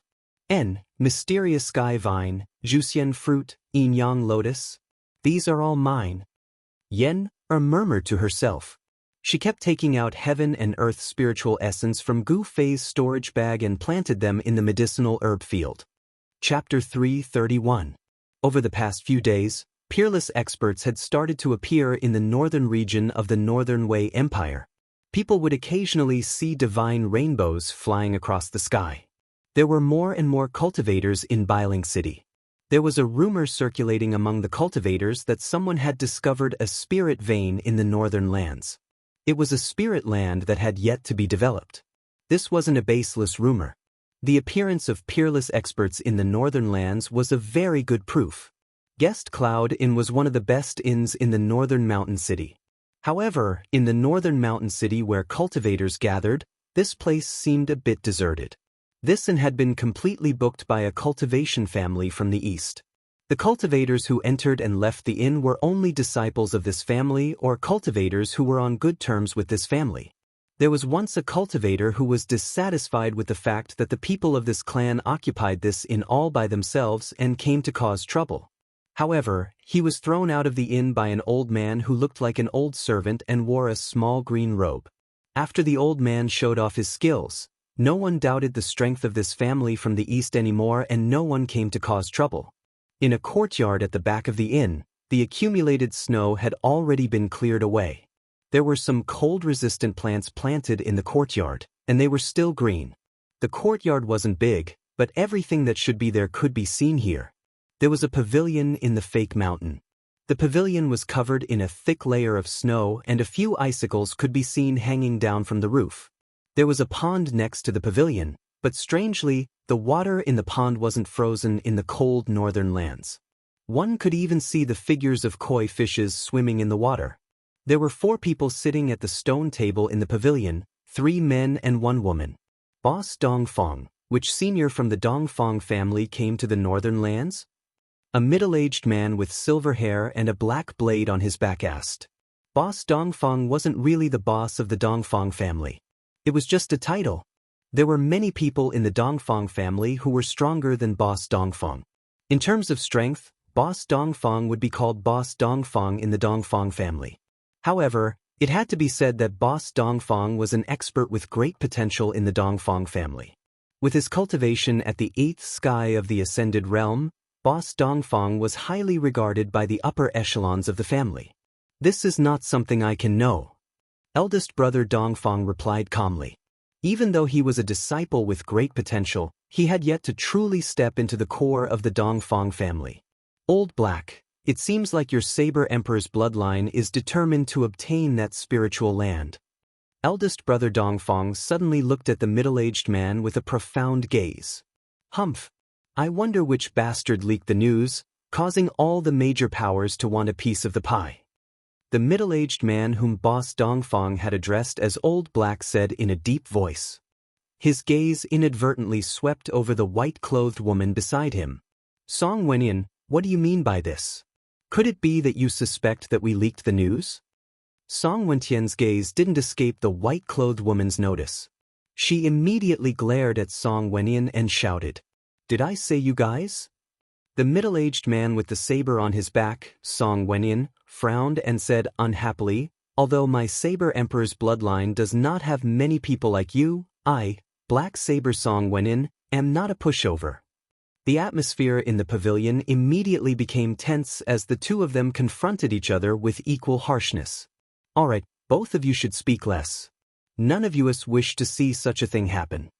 Eldest brother Dongfang said. He was also extremely gloomy. Originally, this was a matter between the three clans. Now, all the major powers of the Tenglong continent had interfered. Song Wenyan and Beitang Yu of the Beitang clan seemed to dislike each other. Whenever they were together, they would mock and ridicule each other. There were a few times when the two of them almost started fighting. After hearing eldest brother Dongfang's words, everyone in the pavilion had a bad premonition. For the sake of a spiritual land, all the major powers would be unscrupulous. Fighting was unavoidable. It was currently noon. The weather today was very good. The sun was shining brightly. However, the sunlight didn't seem to be able to dispel the cold that enveloped the northern region. Suddenly, eldest brother Dongfang sensed something and immediately left the pavilion. When he walked out of the courtyard, Beitang Yu and the others couldn't help but feel surprised. However, immediately after, Beitang Yu and Beiting also received a message from their clan. They hurriedly left the inn, leaving only the Saber Emperor's successor, Song Wenyan, in the pavilion. "They are all a bunch of old and cunning fellows." Song Wenyan sneered. Then, he stood up and was about to leave. At this moment, a mysterious figure silently appeared in the pavilion without any warning. Song Wenyan almost jumped in fright. His right hand instinctively grabbed the hilt of the saber behind him. "When did you become so timid?" The person who came said indifferently. The mysterious person who suddenly appeared in front of Song Wenyan seemed to be shrouded in a hazy white mist. It gave people the feeling that they were looking at flowers through the mist. When Song Wenyan heard this, the fear in his heart immediately disappeared. He calmed himself down and bowed to the person. "Disciple Song Wenyan greets martial uncle." The person directly sat down beside the stone table and said indifferently, "The information you sent back seems to be wrong. I went to take a look, but I didn't find any spiritual land." Although the person Song Wenyan called martial uncle spoke in a calm tone, he unintentionally revealed a sharp aura that was like the edge of a blade. It made Song Wenyan feel as if a divine weapon was pressed against his throat. "How is this possible?" Song Wenyan was shocked. His voice trembled. This martial uncle was not a kind person. If he misunderstood that Song Wenyan had lied to him, the consequences would be dire. When he thought of this, a layer of cold sweat appeared on Song Wentian's forehead. "That's not impossible. According to the information you sent back, that place isn't an ownerless land. I'm afraid that someone used their power to hide that spiritual land." That person's tone was still calm, as if he was talking about something insignificant. Just now, Big Brother Dongfang and Beitang Yu left in a hurry. Song Wenyan said carefully, "I think those old fellows went to ask them questions. You have to be careful. This is a very special time. Even I don't know how many old fellows have come to the northern lands. If you offend those old fellows, even I won't be able to save you." The mysterious person said, "Thank you for the reminder, martial uncle." Song Wenyan replied respectfully. The mysterious person did not say anything else. His figure immediately disappeared from the pavilion. Just like when he had first appeared, he had left without a sound. Song Wenyan wiped away the cold sweat on his forehead. His entire body seemed to collapse as he slumped onto the stone bench. This martial uncle of his was a temperamental person. Every time he saw him, he would have to be extremely careful when dealing with him. Just as the mysterious person left, a blurry figure charged out from another courtyard behind the inn. He stood high up in the sky and looked in all directions with a pair of eyes. I seemed to sense the old saber monster's aura. The person scanned his surroundings but did not find any trace of the mysterious person. He then rushed down to the courtyard below. A faint and illusory figure stood in the sea of clouds in the distance, watching the scene coldly. I didn't think that the old saber monster and Dongfang Lai would also come to Bailing City. The person murmured to himself. Then, his figure disappeared into the sea of clouds. The bitter cold northern lands was no longer peaceful. Bailing City was no longer deserted. At this moment, the entire northern lands was filled with turbulent undercurrents. Many great figures had turned their attention to this place. The Pill Cauldron's paradise was isolated from the rest of the world. Although countless cultivators from the northern lands had entered and there was no lack of peerless experts among them, it was difficult for them to break the peace of the Pill Cauldron's paradise. The forest that Beitang Yu and the others had inadvertently entered seemed to have disappeared from the world. The Dongfang family, the Beitang family, and the Saber Emperor's bloodline had sent many experts into the depths of the snow forest. However, they could no longer find the forest that was filled with roaring beasts. Some people began to doubt the reliability of the spiritual land. However, the people from the Dongfang family and the Beitang family knew that the spiritual land definitely existed. Eldest brother Dongfang, Beitang Yu, and the others would never dare to lie to the higher-ups of their families. The more they could not find the spiritual land, the more shocked the experts from the three families became. The spiritual land had an owner. It was obvious that someone with great power had hidden the spiritual land. Forcefully concealing an entire spiritual land, this sort of method was too terrifying. No one knew that the person who had hidden the spiritual land was not an expert with great power as the experts from the Beitang family and the Dongfang family had imagined. There was a terrifying formation guarding the periphery of the Pill Cauldron paradise. Even a demigod would not be able to break through the formation. If the owner did not activate the formation, no one could enter the Pill Cauldron paradise. Gu Fei, eldest brother Dongfang, and the others who had been chasing him could be said to be very lucky. The successor of the Pill Cauldron school, Yen Or, had only stopped the operation of the formation for fun.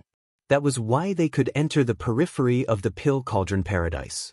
When Yen Or activated the formation again, no one could find the Pill Cauldron paradise. Even if eldest brother Dongfang and the others had left marks along the way, it was still useless. The scenery of the Pill Cauldron paradise was picturesque. It was like a paradise. However, not every place in the Pill Cauldron paradise had such a relaxing and joyful scene. In a corner of the Pill Cauldron paradise, there was a small barren valley. Within the valley, there was nothing but rocks that were not covered by vegetation. In the depths of the valley, there was a high platform made of white jade. In the sky, there were mysterious runes engraved on it. An ancient bronze cauldron stood on the white jade platform. At this time, the top of the ancient bronze cauldron on the high platform was emitting wisps of hot air.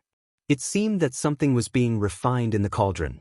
However, there was no flame under the cauldron.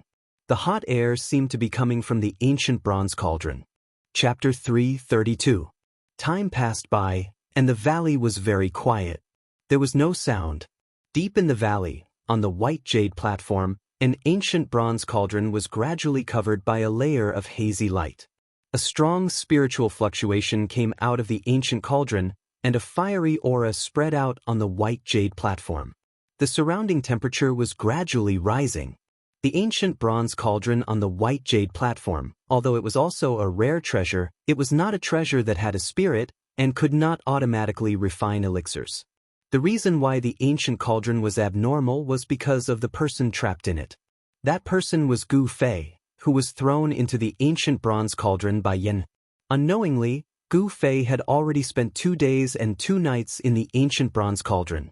During this time, Gu Fei was always in a deep state of meditation, and the mysterious arts in his body were constantly running. His body was like a bottomless pit, greedily absorbing the huge amount of spiritual energy contained in the spiritual liquid in the cauldron. His consciousness was in a state of half awake and half dreaming. He could only vaguely sense what was happening in the outside world. This kind of feeling was very unreal, as if he was in the clouds and fog, and could not be accurate. The spiritual energy in the ancient bronze cauldron was rising, and the rays of light were circling around Gu Fei's body. The ancient martial arts cultivation method was indeed extraordinary. Even if his body was extremely weak, Gu Fei could still use a little essence in his body to guide the spiritual energy in the cauldron into his body to expel the yin and ghost qi in his body. For 2 days, he used the spiritual energy in the cauldron to nourish his weak body and gradually wear down the yin and ghost qi in his body. This method seemed to be effective, and he succeeded in expelling a small part of the mysterious yin and ghost qi. Gu Fei found that although this method was effective, the speed of expelling the yin and ghost qi was extremely slow.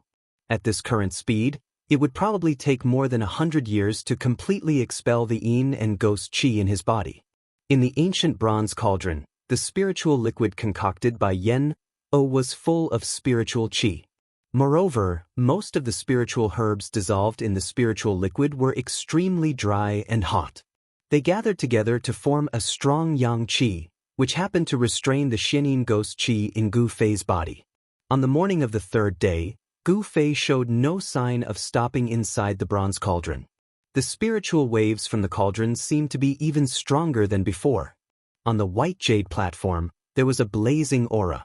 At this time, a wave of magic power suddenly came from the entrance of the valley. Someone was opening the seal at the entrance of the valley. Then, a purple figure walked in from outside the valley as if he had passed through a transparent water curtain. That violet-colored figure moved gracefully like a fleeting shadow, nimble like an immortal that had descended to the mortal world, and she approached gracefully like a celestial maiden that had walked out from a painting. There were all sorts of restrictions set up in the valley. If one wasn't someone from the Pill Cauldron School, it would be impossible for them to enter. The person who had just entered was the only successor of the Pill Cauldron School, Yen. Once she entered the valley, she walked straight into the depths of the valley. As she approached the white jade platform, she suddenly paused and a strange expression appeared on her face. She had sensed something strange on the platform. Yen's beautiful face revealed a hint of astonishment as she walked onto the white jade platform. She stared at the steaming ancient bronze cauldron and mumbled to herself, "I didn't expect him to have such a trick up his sleeve. His body is like rotten wood but he can still attract spiritual qi into his body. That's good too. It saves me a lot of effort." As Yenner spoke, she sat down cross-legged in front of the ancient bronze cauldron and began to form a spell with her hands. Waves of magic power rippled out from Yenner's hands. Then, Yenner sent rays of light condensed from her magic power towards the ancient bronze cauldron in front of her. The magical light entered the body of the cauldron. Then, the mysterious runes on the ancient bronze cauldron began to light up. Yenner seemed to be activating the ancient bronze cauldron. As the rays of light condensed from magic power entered the body of the cauldron, an immeasurably ancient aura began to emit from the ancient cauldron. The surface of the ancient cauldron was covered with runes which formed into countless magic formations that were branded onto the cauldron's body. This magic formation was neither an offensive nor a defensive magic formation. It was a magic formation used for alchemy. Yen was activating the alchemy magic formation on the ancient cauldron and releasing the power of alchemy fire. The ancient bronze cauldron began to emit waves of powerful energy. The runes on the cauldron's body began to appear and the spiritual qi around the white jade platform began to gather towards the ancient bronze cauldron. The alchemy magic formation began to gather the surrounding spiritual qi of heaven and earth and turned it into alchemy fire. Wisps of fire energy began to emerge from the cauldron's body like tiny fire snakes swimming around the cauldron's body. The alchemy magic formation did not release the alchemy fire outwards. Instead, it burned towards the inside of the cauldron. Rumble. The ancient bronze cauldron began to vibrate. Then, it left the ground and floated above the white jade platform. Slowly, it began to rotate. Yen, who was sitting cross-legged on the white jade platform, had a grave expression on her face. She stared at the ancient bronze cauldron in the sky and shot out rays of light. As more and more magic formations were activated, the entire ancient bronze cauldron began to flow with fiery red fire energy. It was not an ordinary fire. Instead, it was the alchemy magic formation on the ancient bronze cauldron. It condensed the spiritual chi of heaven and earth and transformed it into alchemy fire. It was the Taoist true fire. This small mountain valley was actually where the pill cauldron school concocted pills. The reason why it was completely barren, without any plants, was because the people of the pill cauldron school concocted pills here. The heat released by the people of the pill cauldron school had turned this place into a wasteland. As the alchemy magic formation on the body of the ancient bronze cauldron was gradually activated, wisps of fire energy began to seep into the cauldron from the outside. The dark green spiritual liquid in the cauldron began to be evaporated by the fire energy and turned into spiritual mist. As more and more alchemy magic formations were activated, the temperature in the ancient bronze cauldron began to rise rapidly. Gu Fei, who was in a deep meditative state, seemed to feel something strange around him. What's going on? Very quickly, Gu Fei woke up from his meditative state. All he saw was a blurry mist in front of him. Waves of heat surged from all directions, making him feel like he was in a furnace. In reality, he really was in a furnace. Yen, what are you doing? Gu Fei shouted. He felt that something was wrong. The surrounding temperature was still rising rapidly. The high temperature in the cauldron made him feel pain all over his body. His skin felt like it was about to split open. Outside the ancient bronze cauldron, Yen did not answer. In reality, at this moment, she could not speak at all. Yen's entire body was filled with spiritual energy. Her movements of summoning spiritual energy became slower and slower. She even felt a wave of exhaustion. She really wanted to stop. However, she could not stop. This was a critical moment. If she stopped, all her previous efforts would be wasted and she would have to start all over again. I still need 10 more alchemy magic formations. Yen'er clenched her teeth and continued to summon spiritual energy. At this moment, she was sweating profusely. Beads of sweat the size of soybeans rolled down her face and dripped onto the ground. Although she was activating the simplest alchemy fire magic formation on the ancient bronze cauldron, it was still extremely taxing. Wah! Gu Fei's scream came from within the cauldron. He felt as if he had jumped into a volcano. His entire body felt like it was surrounded by magma. The spiritual liquid in the cauldron was boiling. It constantly evaporated due to the high temperature and turned into a spiritual mist. What was terrifying was that the temperature of the spiritual mist seemed to be even more terrifying than the heat that was surging in from all directions. The ancient bronze cauldron emitted an unfathomable force that bound the spiritual mist that was evaporated from the spiritual liquid inside the ancient cauldron. It just happened to envelop Gu Fei. An unfathomable force seemed to be pressing down on Gu Fei. The spiritual mist outside his body drilled into his pores through his body. The spiritual mist formed by the alchemy fire contained pure spiritual energy. However, at the same time, it also contained a terrifying heat. Gu Fei felt as if traces of magma had drilled into his body. From top to bottom, his meridians, his flesh, and even his bones, there were countless fire snakes slithering about. His entire body, from the inside out, was being mercilessly burned. The terrifying pain stimulated Gu Fei's sensitive nerves, causing him to scream and almost have a mental breakdown. Arg! So painful! Stop right now! Gu Fei screamed. Even though his mind was as firm as iron, he could not endure the pain in his body. It's finally done. Yen used the last spiritual technique and shot out the last ray of spiritual light condensed from her spiritual energy. She activated the last alchemy array. Bang! The entire ancient bronze cauldron was immediately covered in a ball of fire. The alchemy array began to operate. Spiritual energy from all directions converged and turned into raging flames. The entire cauldron turned into a huge fireball in the blink of an eye. When Yen heard the inhuman screams coming from the ancient bronze cauldron, she could not help but frown. She thought to herself, didn't this guy say that he could endure any pain? Yen sat paralyzed on the ground and took out a jade bottle from her body. She poured out a medicinal pill and swallowed it. Very soon, her pale complexion, which was slightly pale due to the large amount of magic power she had consumed, began to turn rosy. Hee, you can enjoy yourself in there. I will come back in 3 days. If you are still alive by then, you will have a chance to recover. As she spoke, Yen-er stood up from the ground and walked down the white jade platform. Pergufe. He was refined by Yen-er like a spiritual medicine for alchemy.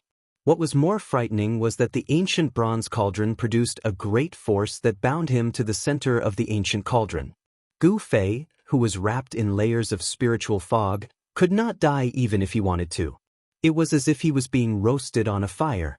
He was enduring an inhuman pain that was 100 times worse than death by 1,000 cuts. Inside the ancient bronze cauldron, the spiritual mist surged violently. The spiritual mist constantly seeped into Gu Fei's body through his pores. Gu Fei only felt that his entire body, inside and out, was burning with raging flames. He could even smell the smell of burning. Ah! Ah! Ah! He screamed until he was hoarse. In the end, he could no longer scream. His throat could only make a few sounds of humph, humph. The endless pain he was enduring was not without its benefits.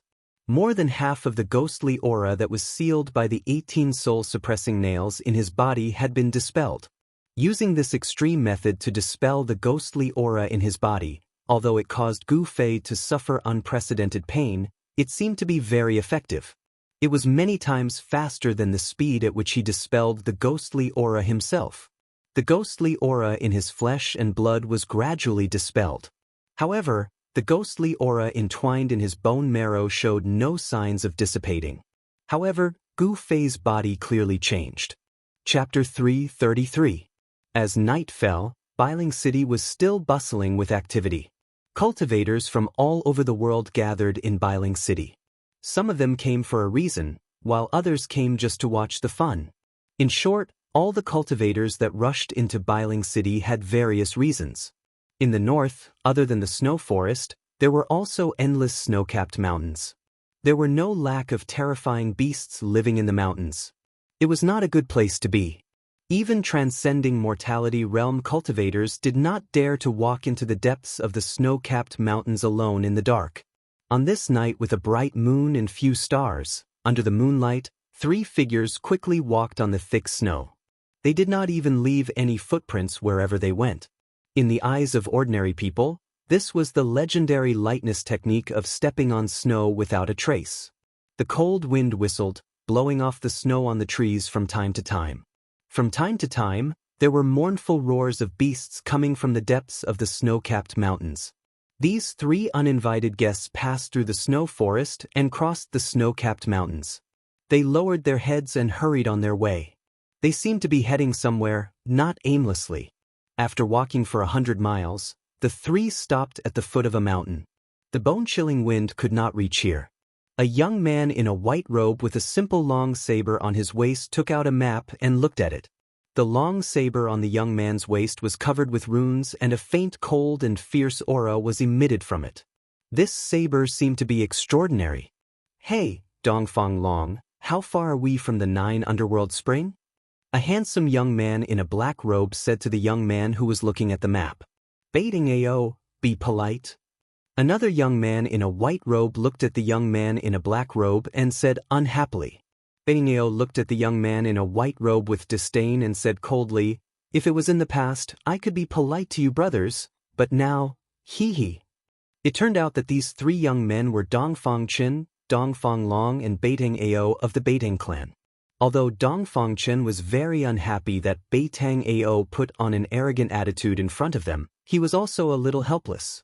After all, Beitang Ao's strength was higher than his and he had the right to be arrogant.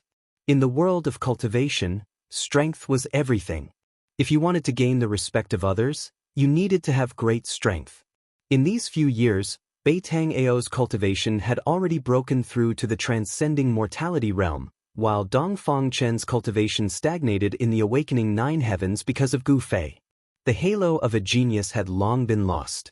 Others had long broken through, but he himself was blocked at the door of the transcending mortality realm.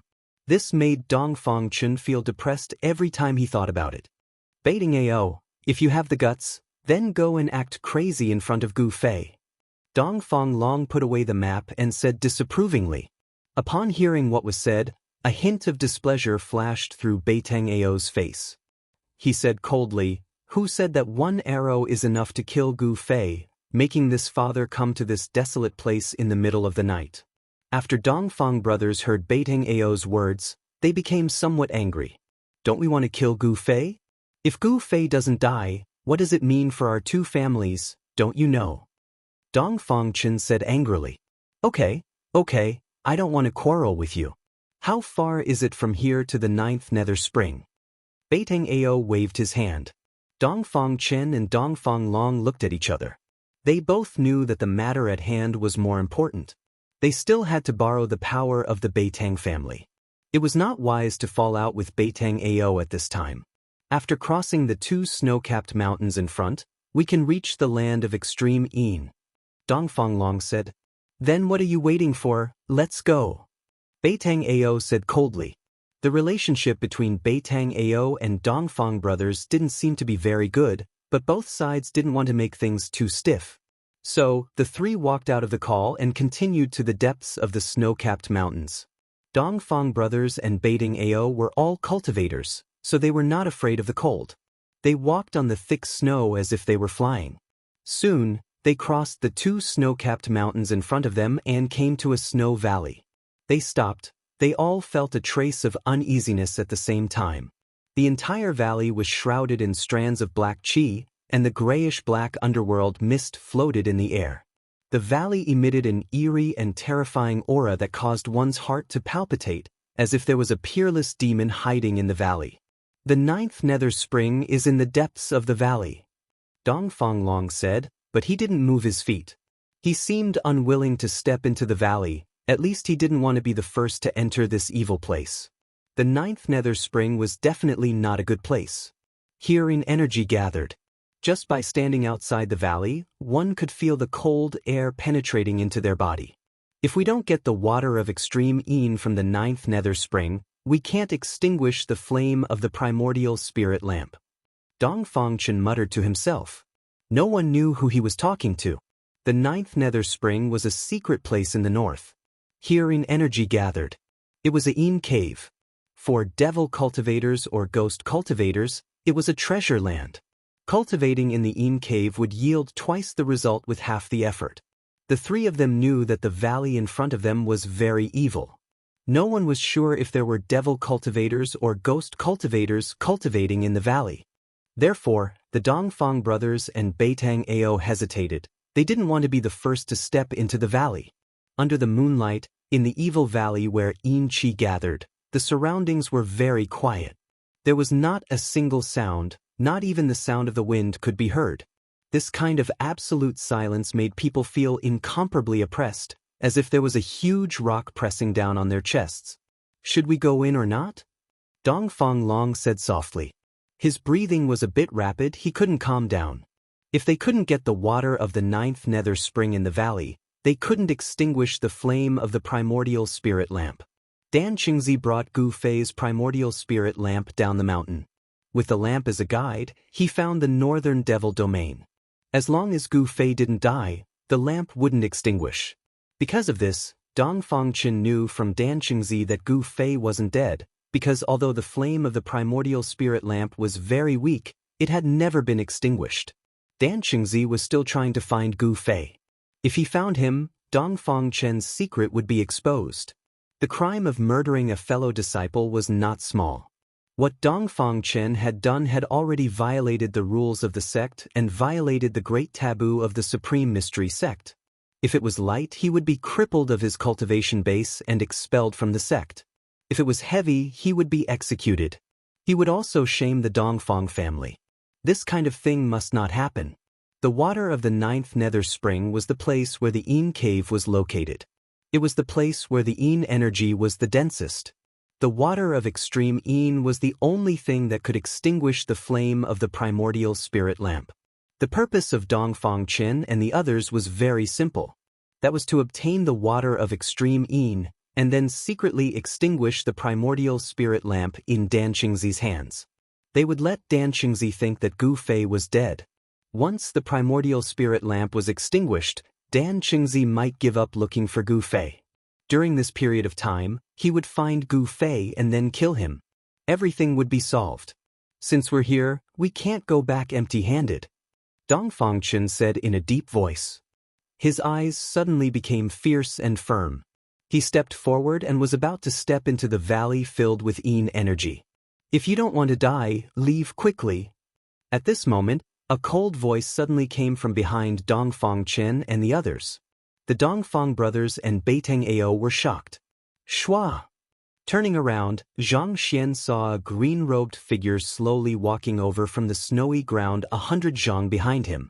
That person only took 2 or 3 steps to cross a distance of 1,000 feet and arrive before them. He seemed to be very calm and the person didn't seem to be moving very fast on the snowy ground, but he had truly arrived before the 3 of them. Shrinking the earth into an inch? Dongfang Chen's pupils couldn't help but shrink. He could already see that this was just a shallow Dao technique, but when this person used it, there was such a scene. It was really shocking. Beiteng Ao and Dongfang Long couldn't help but be moved. Dongfang Long's right hand was already holding the hilt of the sword on his waist. If the person acted strangely, he would not hesitate to draw the sword. This cyan-clothed person was wearing a purple Dao crown and a cyan Dao robe. His sleeves were fluttering in the wind. His face was thin, and his whole person exuded an otherworldly aura. The person's eyes were very deep. He swept over the 3 people as if he could see the depths of their hearts. The 3 of them all had a strange feeling of being seen through. Disciples of the Taishan sect, descendants of the Saber Emperor, Beiteng Ao. The cyan-clothed Taoist slowly said, but it was the origin of the Dongfang brothers and Beiteng Ao. Why are you here? Seeing that the person who came must be a senior in the Dao sect, the Dongfang brothers and Beiteng Ao breathed a sigh of relief when they saw this. Dongfang Chen stepped forward and bowed to the cyan-clothed Taoist. Greetings, senior. We are here on the orders of the sect to come and collect the water of extreme Yin. Water of extreme Yin? Strange, what do the people of the Taishan sect want that thing for?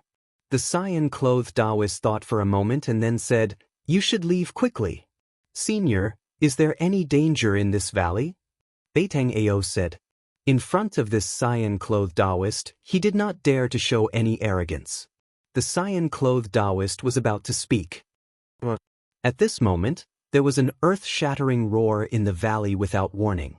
The sound shook the heavens and the earth, and the entire valley shook. Dongfang Chen's cultivation was the lowest. When the sound came, it was as if he was struck by lightning. His body shook violently, and he opened his mouth and spat out a mouthful of blood. His expression suddenly became weary. Dongfang Long and Beiteng Ao had the cultivation of the transcending mortality realm, but they also felt their blood boiling. Their faces became pale in an instant, and their bodies were on the verge of collapse. Rumble. A huge roar spread out in all directions, and there was a strange sound like 10,000 horses galloping nearby. The nearby snow-capped peaks were avalanches. Good heavens! The cyan-clothed Taoist no longer paid attention to Dongfang Chen and the others. He took a step forward and rushed into the valley like a bolt of lightning. Chapter 334. An earth-shattering roar caused the entire valley to boil. The Yin energy surged violently. A terrifying fluctuation that was like a mountain that made people have the urge to look up at it spread out from the valley. Network, outside the valley, the Dongfang brothers and Beiteng Ao immediately turned pale with fright. Beiteng Ao was the first to retreat, while Dongfang Long picked up Dongfang Chen, who was on the verge of collapsing, and retreated as well. They had no choice but to retreat. Just like what the azure-robed Taoist said, if they didn't want to die, they had to leave. Inside the valley, there really was an unimaginable existence lurking. Just a roar was enough to make the 3 of them suffer a great impact. It was easy to imagine how powerful the existence inside the valley was. Boom! Another loud sound came from behind them. A terrifying energy fluctuation, like a monstrous wave, swept out from the valley, and the ground shook violently. Beiteng Ao and the others who were running for their lives felt as if they were standing on a violent wave. They almost fell to the ground. It was too terrifying. This was definitely a sound that could only be caused by a peerless cultivator. Peerless cultivators were fighting inside the valley where Yin energy gathered. After running for dozens of miles, Baiting Ao and Dongfang Long finally stopped. They climbed up a mountain and gazed at the valley from afar. A battle between peerless cultivators was definitely a rare sight. They didn't want to miss it. Waves of muffled noises kept bursting out from the valley. Rays of strong light broke through the layers of Yin energy and rushed out from the valley, illuminating the entire world. Vaguely, there seemed to be countless talismans surging inside the valley, constantly dispersing the surging Yin energy and emitting an extremely powerful energy fluctuation. A huge demonic shadow loomed inside the valley, emitting an unparalleled ferocious aura. It constantly bombarded the countless talismans that emitted endless rays of light. The talismans drew in the energy of heaven and earth and unleashed an unimaginably powerful force, constantly bombarding the demonic shadow. That person is a powerful cultivator from the Shangqing sect. Dongfang Chen exclaimed. Dongfang Long had already put him down. The front of his shirt was stained with blood. The ferocious demon in the valley roared angrily, and the terrifying sound wave directly injured Dongfang Chen. In front of a peerless expert, the Dongfang brothers and Baiting Ao were as weak as ants. After all, Dongfang Chen was a disciple of the Taishan sect, and the Taishan sect was one of the three great Taoist sects. With his knowledge, of course, he recognized that the Taoist in blue who rushed into the valley was using the talisman technique of the Shangqing sect. At this time, a terrifying fluctuation of spiritual power erupted in the valley. Then, Dongfang Chen and the others saw a soul-stirring scene. In the sky above the valley, rays of golden light danced in the air like countless golden snakes. Then, they formed into a giant talisman that covered the entire valley. With enough energy to destroy the heaven and earth, the talisman slammed down. Rumble! It was as if countless thunderbolts were roaring above the 9 heavens. The incomparably huge golden talisman attracted the spiritual energy of the world. The moment the golden talisman was formed, the endless spiritual energy quickly gathered towards the golden talisman that shrouded the sky above the valley. The golden light illuminated the surroundings, covering the snowy region in a layer of gold.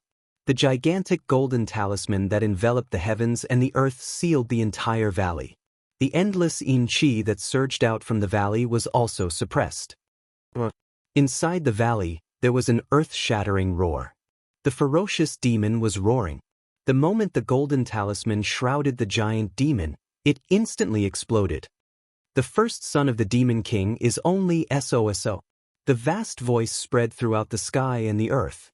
The Taoist in blue stood on top of the golden talisman and used all his strength to activate the golden talisman. The endless Yin Qi was dispersed by the golden light emitted by the golden talisman. The Taoist in blue seemed to have the absolute upper hand. It turned out that he was making a move against Chugu. Chugu, who had caused a ruckus at Bailing Pass and slaughtered all the guards at the pass, had escaped here. It seemed that Chugu had awakened from his state of madness. Otherwise, he would not have found this Yin cave and wanted to use the mysterious Yin Qi to heal himself. Network, damn it! The Yin Qi in the valley surged violently and Chuji's crazed roar could be heard. That day, he had fought against 2 opponents, Dan Qingzi and the peerless expert in Bailing City. In the end, he was defeated and had to escape with injuries. That day on the ancient stone bridge in the abyss of immortals and demons, Dan Qingzi had stabbed him between the eyebrows. His mud pill palace, which he had painstakingly repaired, had been destroyed and he had lost his mind. Chu Ji's demonic body, which had been modified by the blood of the gods and demons, had the ability to automatically recover. It was no weaker than Gu Fei's 5 elements martial body. After the battle with Dan Qingzi and the peerless expert, he had escaped to the snowy region. Chu Ji's mud pill palace had gradually been repaired and he had regained his sanity. The golden talisman shrouded the area and the entire valley shook violently. Boulders rolled down the mountain continuously. The endless heaven and earth spiritual qi in the surrounding area rapidly gathered and turned into rays of golden light that swam around the talisman. The golden talisman formed by the endless spiritual qi showed signs of becoming solid. The Yin Qi in the Yin cave was gradually being pushed away. The Taoist in blue wanted to suppress this place where the yin qi gathered by himself. Bang! At this moment, a ray of blood-red light that exuded an endless evil aura broke through the layers of yin qi. With an unstoppable momentum, it struck the golden talisman fiercely. The golden talisman that enveloped the area immediately shook violently. The golden light that was emitting from the talisman dimmed. The sky demon blade? It is indeed extraordinary. The Taoist in blue from the Shangqing sect stepped on the talisman and continued to descend.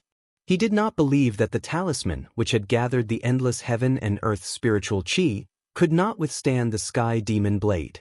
Using the talisman to draw the power of heaven and earth to form a terrifying attack was the specialty of the Shangqing sect.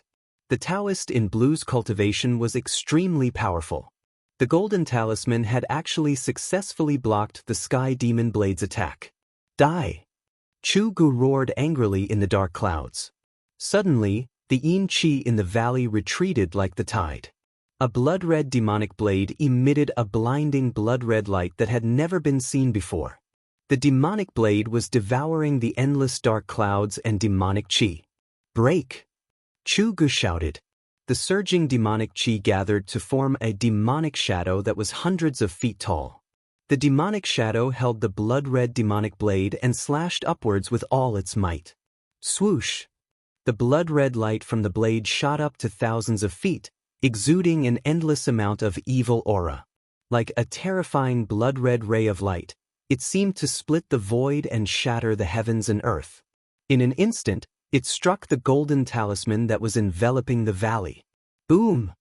With a loud bang, golden rays of light shot out and the sky was dyed red. The blood-red light from the blade cut through the golden talisman that was enveloping the valley and struck out from the valley. The 1,000-foot-long blade of light shot straight up into the sky. This slash had gathered an endless amount of dark clouds and devil qi, pushing the terrifying might of the sky demon saber to an unimaginable level. Even the golden talisman that had gathered an endless amount of heaven and earth spiritual qi was cut by this slash. The golden talisman that was cut did not collapse. Instead, it quickly shrank and entered the body of the Taoist in blue. The Taoist in blue suffered a great impact and spat out a mouthful of blood. Swoosh!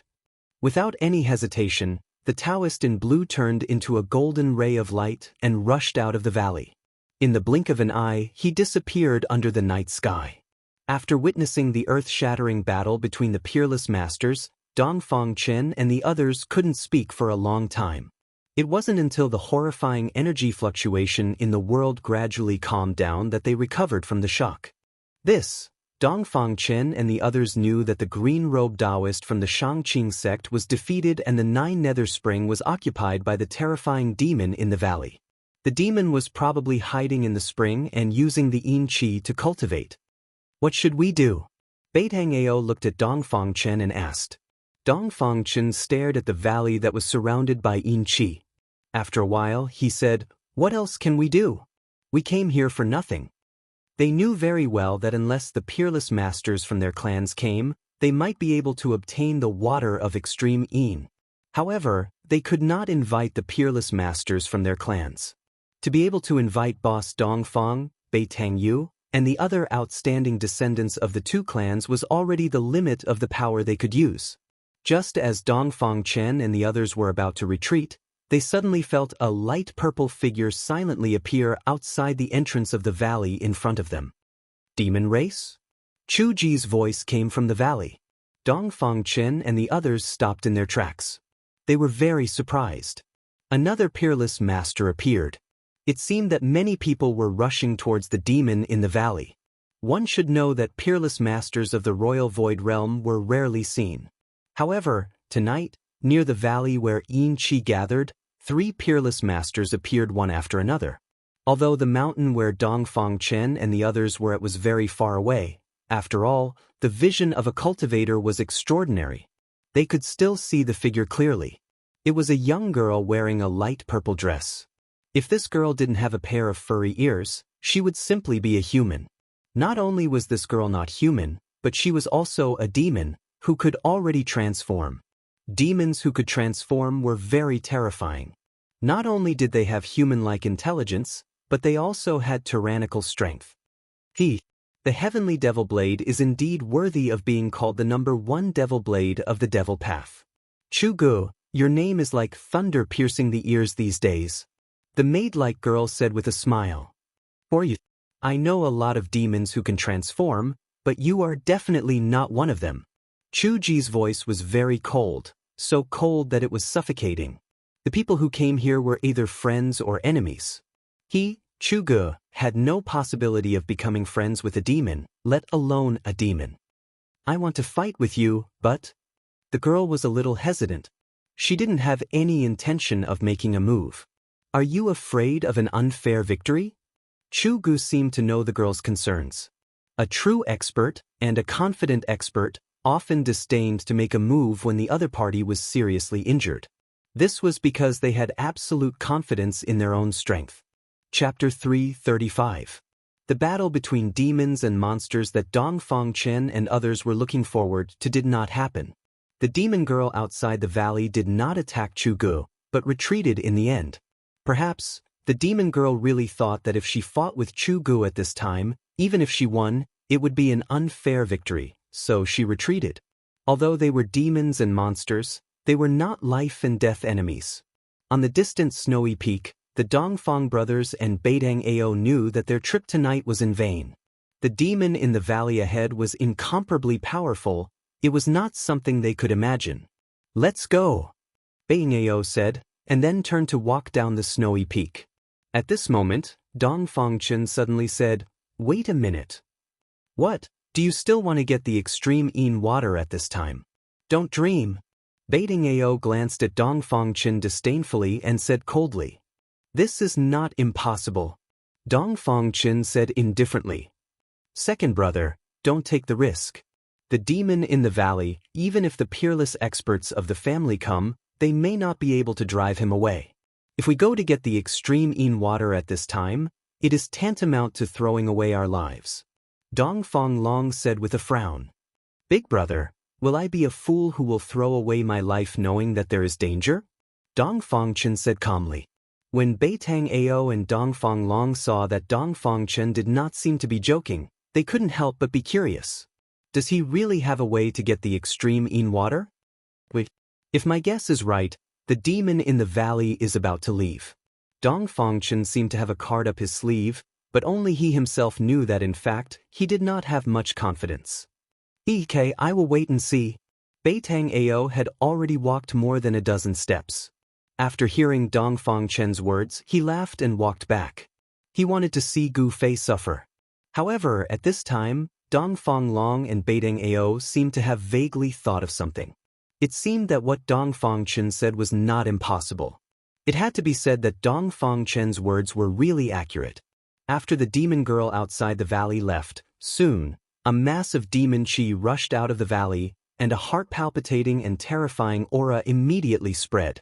The mass of demon chi, like a demon cloud, rushed out of the valley and quickly flew towards the north. In the blink of an eye, it disappeared under the night sky. Beitang Ao and Dongfang Long couldn't help glancing at each other. They couldn't believe that the devil path expert in the valley really left. Second brother, how did you know that the demon in the valley would leave? Dongfang Long asked in shock. Dongfang Chen smiled and said, "Actually, it's nothing. I just found out the identity of the demonic cultivator in the valley." According to the azure-clothed Taoist who was defeated just now, that person seems to be called Chu-gu. Dongfang Long recalled the conversation between the azure-clothed Taoist and the fiendish Tao expert in the valley. Chu-gu, the first son of the devil monarch. I should have thought of it long ago. Really? When Beitang Ao heard this, he immediately came to a realization. The demon in the valley was the madman who had rushed out of the extreme North Devil region and destroyed the northern mountain pass. The northern region of the Northern Wei Empire was a bitterly cold place that was covered in ice and snow all year round. Under normal circumstances, no cultivators would come to such a desolate place. The reason why the northern region became so lively was because two things happened in the northern region that were enough to affect the nerves of the cultivation world. One of them was caused by the first son of the devil monarch. No wonder the demonic cultivator in the valley left. It was because his whereabouts had been discovered. It was believed that other experts would soon find this place. One had to know that many peerless experts had entered the snow region. They only had two purposes: to find the spiritual land and to kill Chugu. Dongfangchen didn't say anything else. He directly rushed down the snowy peak. Dongfang Long and Baiting Ao also followed. After all, the two of them were in the transcending mortality realm, so they quickly surpassed Dongfangchen. Soon, they arrived at the entrance of the valley that was surrounded by Yinqi. This time, without any hesitation, they rushed into the valley together. This was a rare opportunity. As long as they obtained the extreme Yin water from the 9 underworld spring, they would be able to extinguish the Yuan spirit lamp in Minister Dan's hand, so that Minister Dan wouldn't be able to find Gu Fei. It's so cold. After going a few miles deep, Dongfangchen felt that he was about to be frozen by the surrounding Yinqi. The place where Yinqi gathered was terrifyingly cold. Even Dongfang Long and Baiting Ao felt that it was difficult to endure. The surroundings were hazy, and all they could see was a grayish-black fog. Their vision was greatly hindered. In the valley, they couldn't see far. They seemed to have entered another world. The thick Yinqi seemed to isolate the valley from the outside world. The gloomy and terrifying atmosphere filled every inch of the valley. "Second brother, you can go out," Dongfang Long said. The closer they got to the 9 underworld spring, the thicker the Yinqi and the colder the temperature became.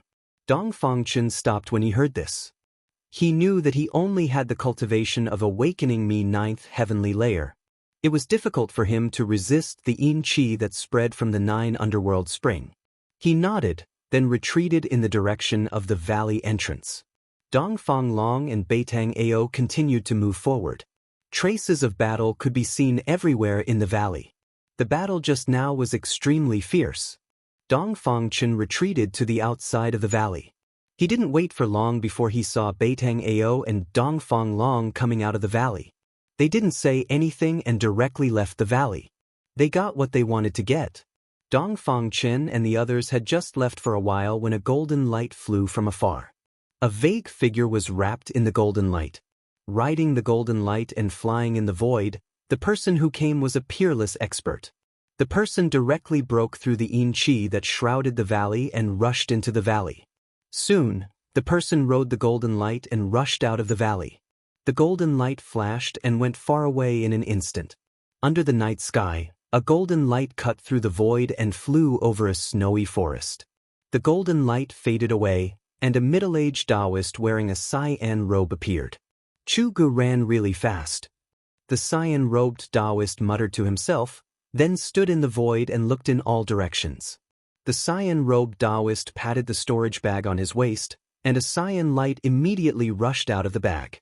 Then, a simple and unadorned ancient bronze lamp appeared in front of the Taoist. On the wick, a soybean-sized cyan light flickered as if it could go out at any time. He should be nearby. Strange. The cyan-robed Taoist held the ancient bronze lamp and tested it in all directions. He seemed to be using the ancient lamp to sense something. What the hell is going on? Where did Gu Fei go? The cyan-robed Taoist stopped. The ancient bronze lamp in his hand didn't show any abnormality. This cyan-robed Taoist was Danqingzi. He found this place by relying on the ancient bronze lamp's guidance. However, what he saw was only an endless snowy forest. There was no trace of Gu Fei. The ancient bronze lamp in Danqingzi's hand was the primordial spirit lamp that Gu Fei ignited on the day the virtual sky world opened. The fact that the lamp didn't go out meant that he was still alive. The primordial spirit lamp was actually a unique treasure of Taishin sect. By igniting the lamp with blood essence, the primordial spirit lamp and the cultivator who ignited it would have some kind of connection. Gu Fei was nearby, but Danqingzi still couldn't find Gu Fei. It was very strange. It seemed that someone had used great magic to conceal Gu Fei's breath, so the primordial spirit lamp couldn't sense Gu Fei's exact location. Danqingzi held the primordial spirit lamp in his hand and flew through the air, searching back and forth within 100 miles. In the vast snowy forest, only the cold night wind blew from time to time. After an hour, Dan Qingzi stopped. He was sure that Gu Fei was within a few hundred miles, but he couldn't find him. This was very strange. He couldn't figure it out. He thought that some great figure had used great magic to conceal Gu Fei's breath, but it didn't seem like it. Gu Fei seemed to have entered another world, and his whereabouts were unpredictable, just like when he was trapped in the virtual sky world. Dan Qingzi was helpless, so he turned into a golden rainbow and left the endless snowy forest. After Minister Dan left, ripples visible to the naked eye suddenly appeared in the air above a certain snowy slope in the forest. Then, a white jade gateway seemed to appear out of thin air, standing tall on the snowy slope. The white jade archway was surrounded by spiritual aura and shrouded in a hazy glow. It was 15 feet high. At this time, a purple figure walked out from behind the archway. This was an extremely beautiful girl who possessed the spiritual wisdom of heaven and earth. She was like a fairy walking in the snow. She looked ethereal and distant. This was a truly otherworldly temperament. This girl in purple was Yen. Yenna looked in the direction where Dan Qingzi disappeared and muttered to herself, "Who was that person? How did he find this place?" She pondered for a while and then withdrew her gaze. Who cares who he is? Even if he was a real immortal, it would be difficult for him to break into the Danding's paradise. I worry too much. As Yen spoke, she walked into the white jade archway. As if passing through a layer of transparent water curtain, Yen-er's figure disappeared in the air as if she had walked into another space. Then, the white jade gateway that stood on the snow slope that was surrounded by rays of light also disappeared. On the snow slope, it was as if nothing had happened at all. There were no traces left behind. 3 days later, Yen-er came to the barren small valley again and climbed the white jade high platform in the depths of the valley. On the high platform, a huge fireball was burning. The terrifying heat emitted by the fireball seemed to distort the surrounding void. There was no sound coming from the fireball. Gu Fei seemed to have been refined in the ancient cauldron. Chapter 336. Above the white jade platform, heat waves billowed. The large fireball suspended in the air was like a sun, emitting a dazzling light. The runes around the high platform were also flashing with a misty light. Countless runes were engraved around the high platform, releasing waves of magical power. A wave of power enveloped the entire high platform, binding the heat emitted from the fireball to the high platform. Yen-er stood in front of the large fireball, and the surrounding heat waves did not seem to affect her at all. Vaguely, within the fireball, a large red cauldron could be seen looming. There seemed to be fire dragons lingering around the large cauldron, and the high temperature caused the void to distort. The alchemy fire array above the primordial chaos pill cauldron gathered spiritual energy from all directions, transforming it into alchemy fire. It was not an ordinary fire, but a Taoist alchemy true fire. Although it was the lowest level of alchemy fire, not even the 3 true fire, the high temperature it emitted was enough to melt ordinary iron. Old Gu, are you dead? If you're not dead, answer me. Yen-er stared at the large fireball suspended in the air and said with a dignified expression. Gu Fei had been refined by the alchemy fire for 3 days and 3 nights in the primordial chaos pill cauldron. Even Yen-er was not sure if Gu Fei could survive it. This method could be said to have a slim chance of survival. Gu Fei was likely to be refined to death by the alchemy fire, but in order to expel the Xian-yin ghost qi from Gu Fei's body, it seemed that only this extreme method could be used. Although Yen-er's voice was not very loud, it was mighty on the high platform. Her voice had a special penetrating power, and the person in the cauldron could definitely hear her voice. No one responded. There were no fluctuations coming from the giant cauldron wrapped in the fireball. Besides the raging fire, the ancient cauldron was silent. Gu Fei in the cauldron seemed to have been refined to death by the endless fire. He can't really be dead, right? Yen-er could not help but change her expression. She could no longer maintain her calm. Yen-er hurriedly formed a spiritual art and released magic power, stopping the alchemy fire array above the primordial chaos pill cauldron. The fire gradually sank into the red body of the cauldron, and the flames around the ancient cauldron began to dissipate. The spirit qi that gathered from all directions also dissipated in the void. The primordial chaos pill cauldron gradually stopped spinning and then slowly descended from the sky. With a bang, it landed in the center of the white jade platform. On the white jade platform, there was a huge Dharma array, and the primordial chaos pill cauldron landed right in the middle of it. The great flame on the cauldron had already been extinguished. The bright red cauldron began to return to its original color, and the runes faded into the cauldron. Whoo! The lid of the cauldron flew up. Then, a fiery red thing flew out from the cauldron and fell on the white jade floor beside the ancient cauldron. Pang! The cauldron lid fell back down and covered the ancient cauldron again. It was a man who was hugging his knees and curled up into a ball. His entire body was red like a giant roasted prawn.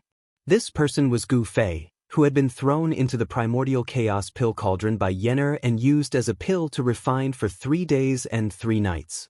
The clothes on his body had already turned to ash, and his long hair had already fallen off.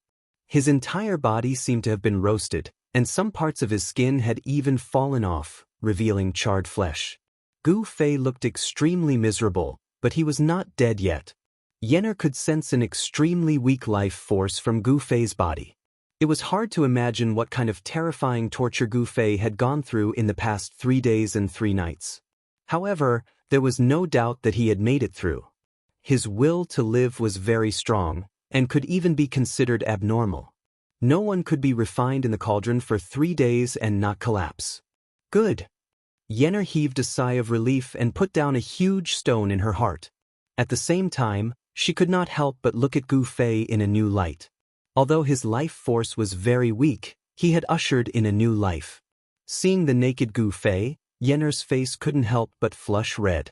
She took out a set of clothes from her storage pouch and a jade bottle. She uncorked the bottle and poured out a green pill the size of a pigeon egg. A refreshing fragrance of plants immediately filled the air. Yenner held the elixir in her palm and used her magic power to turn it into a dark green mist. Then she controlled the mist to wrap around Gu Fei, who was on the ground. The mist from the green pill contained a huge amount of life energy. It was a huge amount of vitality refined from the spiritual energy of the plants. This vitality constantly seeped into Gu Fei's body.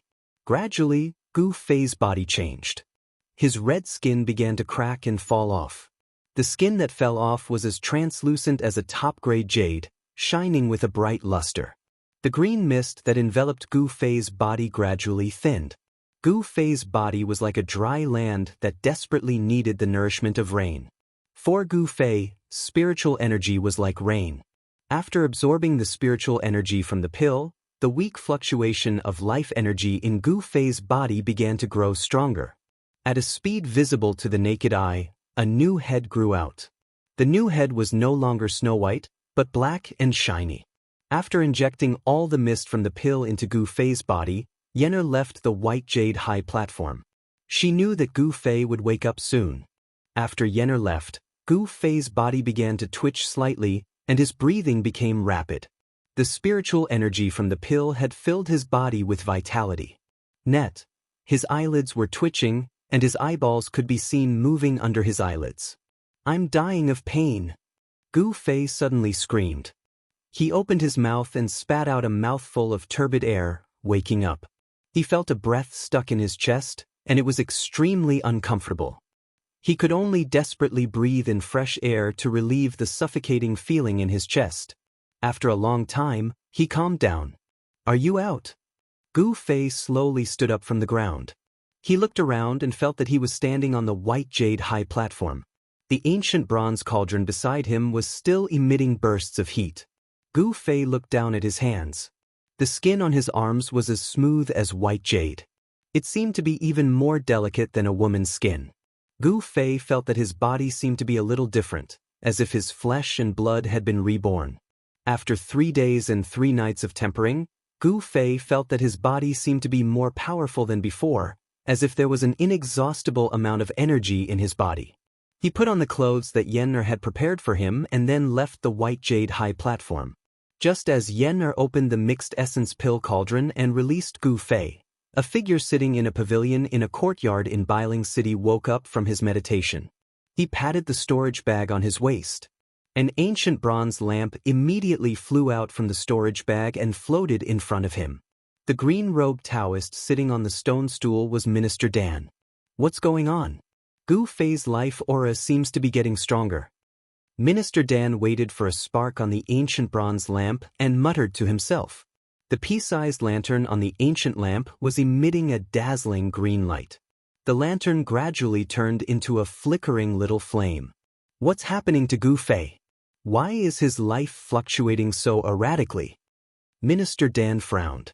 From the strength of the green lantern, he knew that Gu Fei was in a situation where he was about to die. Minister Dan's heart was burning with anxiety. However, he could not find traces of Gu Fei. Gu Fei seemed to be in a strange place and it was difficult to pinpoint his exact location. However, Gu Fei's life aura flourished once again. This meant that his life was no longer in danger. He had taken a trip to the gates of hell and finally walked out. Minister Dan put away the green lantern, stood up from the stone stool, and walked out of the pavilion.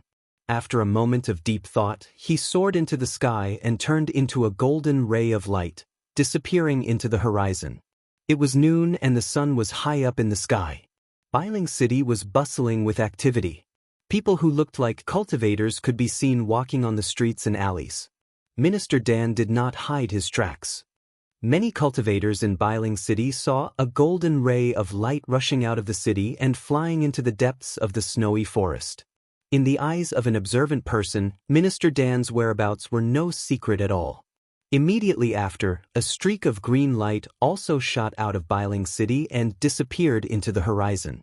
On a spirit mountain peak in Pill Cauldron Paradise, Gu Fei relaxed his body and sat cross-legged on a large boulder. His mind sank into an ethereal state. Soon, Gu Fei's consciousness gradually became illusory, as if he had merged with nature. He seemed to have become one with the boulder beneath him, his surroundings, and even the spirit mountain peak. Spiritual energy swirled around the spirit mountain peak, causing the flowers, grass, and trees in the surroundings to constantly tremble. Large amounts of wood power seeped out, as if there were rays of green light drifting about. The spiritual energy in Pill Cauldron Paradise was plentiful. The Spirit Mountain Peak was filled with thriving vegetation, filled with endless wood power. Tiny rays of green light were guided by Gu Fei into his body. The wood power contained an enormous aura of life.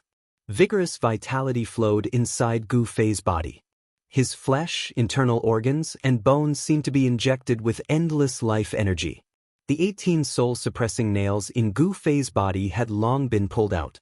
After being refined by the alchemic fire for 3 days and 3 nights in the origin pill cauldron, his flesh and blood had been cleansed countless times by the endless fire element spirit energy.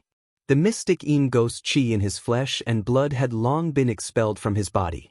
Countless evil souls were also completely refined by the alchemic fire along with the dissipation of the mystic Yin ghost chi. However, the mystic Yin ghost chi in Gu Fei's body had long penetrated deep into his bones. Even with such extreme methods, he still could not expel the mystic Yin ghost chi from his bones.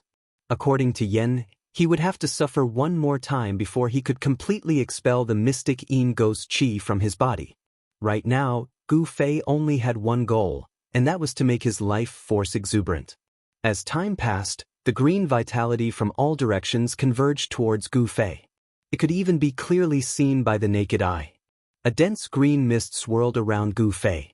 Before he knew it, 2 days had passed. The injuries caused by the alchemic fire had completely healed. His body seemed to have been infused with endless vitality. Energy surged violently in his body, but he still continued to cultivate. As for Minister Dan, he held the Origin Soul Green Lamp and searched the endless sea of trees for 2 days. During these 2 days, the flame from the Origin Soul Green Lamp in his hand grew even more resplendent. Minister Dan had searched almost every inch of land within several hundred miles, but he still could not find a trace of Gu Fei. Minister Dan could not help but feel a sense of helplessness. Gu Fei was in this forest, but he could not find Gu Fei. It was very strange. There seemed to be an unfathomable power that separated him and Gu Fei into 2 different spaces. Minister Dan felt as if he could not grasp or touch Gu Fei. That night, the moonlight was hazy. Beasts roared in the distance. In the endless forest, a speck of green light moved like a will-o'-the-wisp. Unknowingly, a faint mist began to rise in the forest. The mist drifted with the wind, causing the entire forest to become blurry. It gave off an ethereal feeling. The mist could not obstruct the radiance of the green light. Suddenly, without any warning, the moving green light in the mist was extinguished. Then, an angry roar resounded from within the mist. The rolling sound waves shook the forest, causing the mist in the forest to surge violently. "Who is it? Come out!" Minister Dan stood in the void. His eyes emitted two sharp rays of light that were as sharp as the edge of a blade. He angrily scanned the surroundings. In his hand, he held an ancient bronze lamp that had already been extinguished. He had just been ambushed.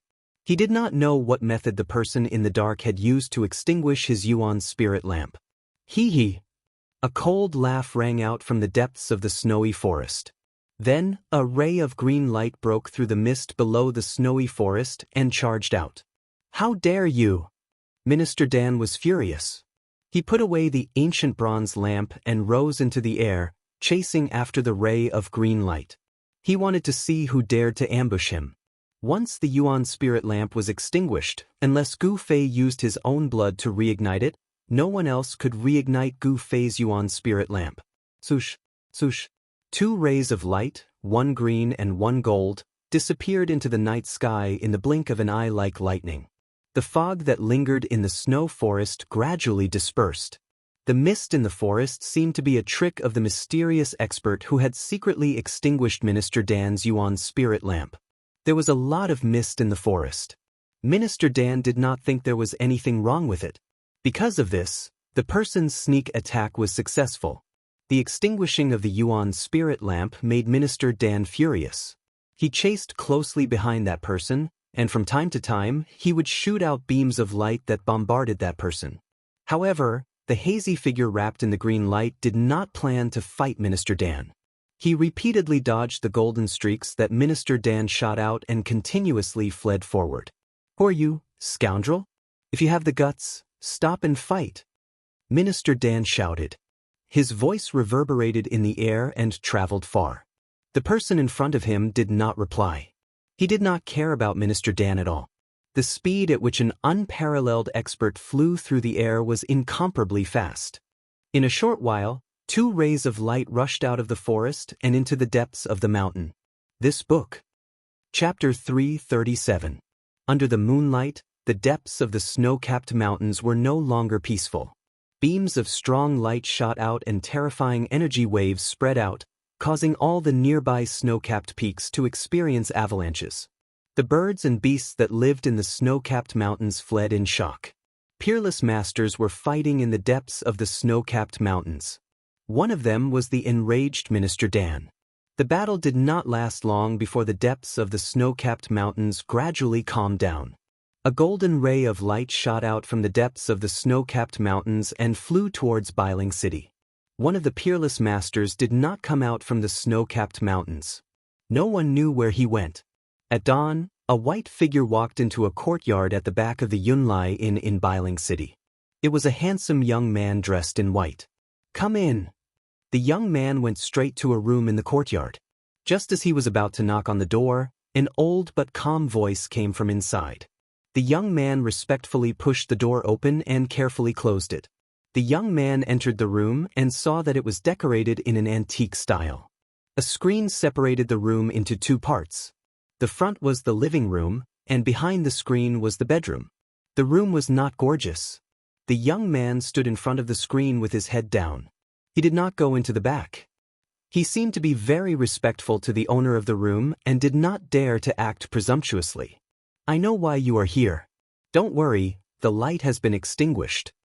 The old voice came from behind the screen. When the young man heard this, he could not help but reveal a smile on his face. "You can leave." The person in the room seemed to be a little annoyed. "Yes." The white-clothed young man didn't say much. After he heard the man's words, he bowed towards the screen and left the room. "Second brother, what did the ancestor say?" After the young man left the courtyard, a young man with a simple long sword on his waist walked towards him. This person was Dongfang Long, and the person Dongfang Long called second brother was none other than Dongfang Chen. It's rare that the ancestor is willing to help. The matter has been resolved. Dongfang Chen seemed to be very happy. Dongfang Long nodded and said, "Very good, this has bought us a lot of time. The entire north is filled with our Dongfang clan and Beiding clan's eyes. As soon as Gu Fei appears, kill him. This time, don't fail again," Dongfang Chen said with a gloomy face. Dongfang Long nodded and the two of them quickly left. In the Pill Cauldron Paradise, on the peak of a spiritual mountain, Gu Fei faced the rising sun and sat cross-legged on a large rock. For the past 2 days, it was as if he could not feel the passage of time. He seemed to have merged with nature, his body and mind condensed together with this spiritual peak, blending with heaven and earth. This was a miraculous state. He seemed to be able to hear the thoughts of the trees and flowers, understand the words of birds and beasts, and sense the pulse of the earth. He seemed to have truly blended into this vibrant world, as if he had become a part of it. The breeze gently blew, and the fragrance of all kinds of plants and flowers slowly rippled in the forest. The rising sun was not dazzling. Like water ripples, it shrouded the entire spiritual peak with a faint layer of golden gauze. Gu Fei stood up from the large rock. Looking at the rising sun, at this moment he felt incomparably calm. He also felt the vitality between heaven and earth. Gu Fei seemed to have a feeling of enlightenment in his heart. A touch of the morning glow cut through the dawn, and rays of golden light sprinkled on the mountain forest that was surrounded by spiritual energy. Infinite vitality rippled, apes cried, tigers roared, birds chirped, and insects chirped. Gu Fei took a deep breath, and his whole body felt comfortable. As Gu Fei circulated his profound cultivation technique, his body became like a vast ocean that sucked in all the spiritual energy from the surroundings. The essence of the sun, the moon, the wood, and all the other energies that floated in the air were all gathered towards him. Streams of light, which were almost invisible to the naked eye, circulated inside Gu Fei's body, nourishing his body like sweet dew, covering his internal organs, bones, flesh, and blood with a layer of precious light. Sitting on the mountaintop for 2 days and 2 nights was not completely fruitless. His state of mind had been improved, and his body seemed to be filled with endless vitality. The essence of heaven and earth was like cold water, washing his flesh and blood over and over again. He tried to activate the pure essence of the sun that was released when the sun rose. He wanted to use the essence of the sun, the pure yang energy, to dispel the remaining ghost qi in his bone marrow. However, he seemed to have failed. The essence of the sun was not that easy to absorb, and the timing was very important. Obviously, Gu Fei did not grasp this fleeting opportunity. Standing on the top of the spiritual peak, Gu Fei breathed in and out the spiritual energy from all directions, pouring endless spiritual energy into his exhausted body. It wasn't until noon that the gathered spiritual qi drifted away. He stopped and sensed the surging energy in his body. He had to admit that the spiritual energy in the Pill Cauldron Paradise was really abundant. This place was indeed a treasure land for cultivation.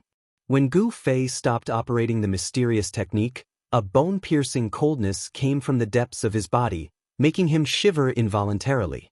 It seemed that the ghost qi that had penetrated deep into his bone marrow was really hard to dispel with his own power. However, this was already good enough. After all, his body had regained its vitality, and the 18 soul-suppressing nails had been pulled out. His soul sense was no longer suppressed. Not only could the 18 soul-suppressing nails suppress the ghost qi in his body, but they also completely suppressed Gu Fei's soul sense inside his body, which made it impossible for him to open the space inside his body. Standing on the top of the mountain, Gu Fei carefully used his soul sense to communicate with the space inside his mud pill palace. The purple vertical scar that had disappeared between his eyebrows began to appear on his skin. Gradually, the vertical scar emitted a misty purple light. Gu Fei's soul sense had successfully communicated with the space inside his body. His real body did not enter the space, but a wisp of his soul sense had descended into the space inside. He was very worried that because of his body, the space that he had opened up would be destroyed, and even turn into a piece of chaos. However, he seemed to have worried too much. A giant cauldron that emitted an endless aura, as if it had existed since the beginning of the world, was suppressing the center of the space. Traces of chaotic energy that were visible to the naked eye were guided by the mountain and river cauldron. Gu Fei found that not only did his space not collapse because of the decay of his body, but it was also gradually expanding. The mountain and river cauldron refined the chaotic energy and suppressed the space. At the same time, it was also continuously pouring energy into Gu Fei's space, causing the space to gradually expand. Of course, the growth of the space inside was very slow. It had been a long time since Gu Fei moved the mountain and river cauldron from the chaotic zone into the space inside his space, but Gu Fei found that his space had only expanded to about 60 meters in radius. When he was in the virtual sky world, the old turtle once said that the inner world was closely related to a cultivator's body. As one's strength increased, the inner world would also grow. The stronger one was, the bigger the inner world would be. However, if one's cultivation level regressed, the inner world would also collapse and shrink. According to Gu Fei's situation, when his body deteriorated to the extreme, his inner world would have collapsed long ago. Gu Fei's luck was really good. There was a unique mountain and river cauldron suppressing the void in all directions in his inner world. Even though Gu Fei was seriously injured and on the verge of death, his inner world still showed no signs of collapsing. The mountain and river cauldron could suppress the earth veins in all directions. It was definitely a treasure. Gu Fei found that the 5 or 6 spiritual plants planted in his inner world emitted a floral fragrance. Their branches and leaves were shrouded in a faint misty glow. The spiritual plants didn't show any signs of withering. Instead, they were growing very well. The surroundings of the spiritual plants were green and green grass grew on the ground. Gu Fei's inner world was no longer lonely and lifeless. After his divine comprehension retreated from the inner world, Gu Fei jumped down from the boulder and walked down the mountain. He wanted to find out what method Yen planned to use to dispel the mysterious ghost aura that had already penetrated into his bones. Minister Dan was very angry and also very depressed. Someone destroyed Gu Fei's green lamp, which made him furious and flustered. Because without the guidance of the green lamp, it would be very difficult for him to find Gu Fei. The hopes of the elders of the sect were all on Gu Fei. Minister Dan was actually shouldering a heavy responsibility. After the trip to the virtual sky world, the elders of the 3 great Taoist sects didn't find any trace of the 9-colored longevity grass on the other disciples. In the virtual sky world, everyone saw that it was Gu Fei who took the 3 9-colored longevity grass. Because of this, the head of the Taishan sect and a group of elders used their great magical power and used the green lamp as a guide to keep an eye on Gu Fei's life and whereabouts. When the green lamp sensed that Gu Fei had left the virtual sky world, the higher-ups of the 3 great Taoist sects were alarmed. The Taishan sect immediately sent Minister Dan down the mountain to search for Gu Fei's whereabouts. Gu Fei became the disciple that the 3 great Taoist sects paid the most attention to. Of course, what attracted the higher-ups of the 3 great Taoist sects wasn't Gu Fei himself, but the things he had. In the evening in Bailing City, a person came to the courtyard where Minister Dan was staying. Minister Dan respectfully invited this person to a side room, then stood to the side and waited on him carefully. Although he was already a peerless expert in the void-controlling realm, he still didn't dare to show the slightest disrespect in front of this person. "How did it go?" Taoist Chao Yang, who was sitting high in the hall, asked calmly. He wore a purple jade Taoist crown, 9 suns shining in the sky, and the golden crow-burning sky robe. "Martial uncle, Gu Fei is missing, and the green lamp of the 9-colored primordial spirit has also been extinguished." Although Minister Dan was a little hesitant, he didn't dare to hide anything in front of Taoist Chao Yang. "What happened?" When Taoist Chao Yang heard this, he couldn't help but raise his eyebrows, and an invisible momentum immediately spread in the room. Minister Dan suddenly felt as if his chest was suddenly pressed down by a 1,000-kilogram boulder. He felt like he was suffocating, and his breathing became a little rapid. His forehead was also covered in cold sweat. This book was first published. Chapter 338. As night fell, a bright moon appeared in the sky, sprinkling down cold moonlight that shrouded the icy and snowy northern land in a layer of light gauze. Networked swoosh. A figure suddenly appeared in the sky above an endless snowy forest in the northern land as if it had teleported. This person wore a purple jade crown on his head and a golden crow sky-burning robe of the 9 suns' brilliant sky. There seemed to be flames flowing all over his body. He was Taoist Xiaoyang of the Xiaoyang Peak of the Taishin sect. Swoosh. A golden rainbow suddenly appeared in the distant sky, like a golden bolt of lightning, cutting through the void and flying quickly toward Taoist Xiaoyang. Gu Fei is nearby?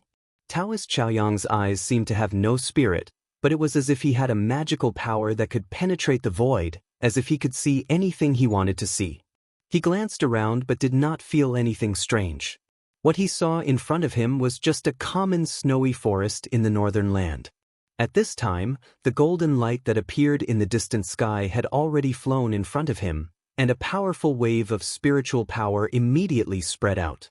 The golden light dissipated, and a figure appeared next to Taoist Xiaoyang. "Is it here?" Taoist Xiaoyang asked. The person who came in the golden rainbow was Dan Qingzi. When he heard the question, he immediately replied, "Yes, but even with the spirit lamp in hand, I can't find Gu Fei." Before the spirit lamp was extinguished, Dan Qingzi had tracked Gu Fei more than once, but it was difficult to find any trace of Gu Fei. Although they were both cultivators in the royal void realm, Taoist Xiaoyang's strength and seniority were not comparable to Dan Qingzi, who had just broken through to the royal void realm.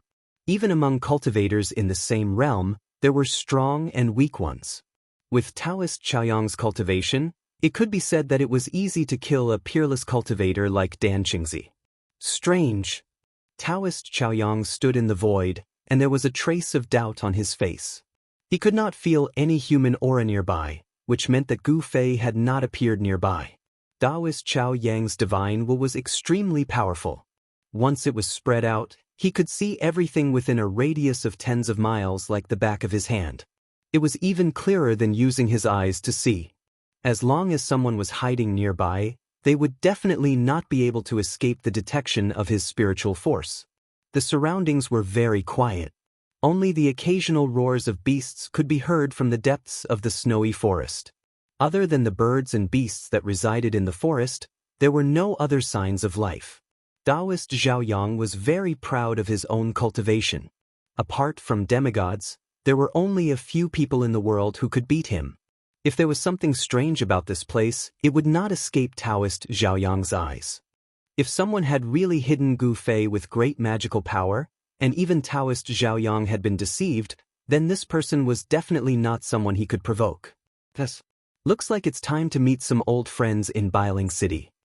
Taoist Xiaoyang said calmly, "Let's go back." After saying that, Taoist Xiaoyang's figure disappeared in the air. Taoist Xiaoyang's speed was too fast. Even Minister Dan, who was standing next to him, could not tell how he left. Minister Dan could not help but be shocked. Taoist Xiaoyang's cultivation was much stronger than his. Taoist Xiaoyang's speed seemed to be comparable to teleportation. Of course, the legendary magical power of teleportation could only be performed by a peerless demigod. Minister Dan did not dare to delay. He rose into the air and turned into a dazzling golden rainbow. He flew in the direction of Biling City and disappeared into the night in the blink of an eye. Of course, Taoist Xiaoyang's arrival did not go unnoticed by the old monsters in Biling City. The situation in Biling City became even more delicate. There were many undercurrents, and a storm was brewing. Compared to Biling City, the Pill Cauldron's grotto was quiet. There was no ice or snow here, and the temperature was warm. Several mountain peaks were filled with green.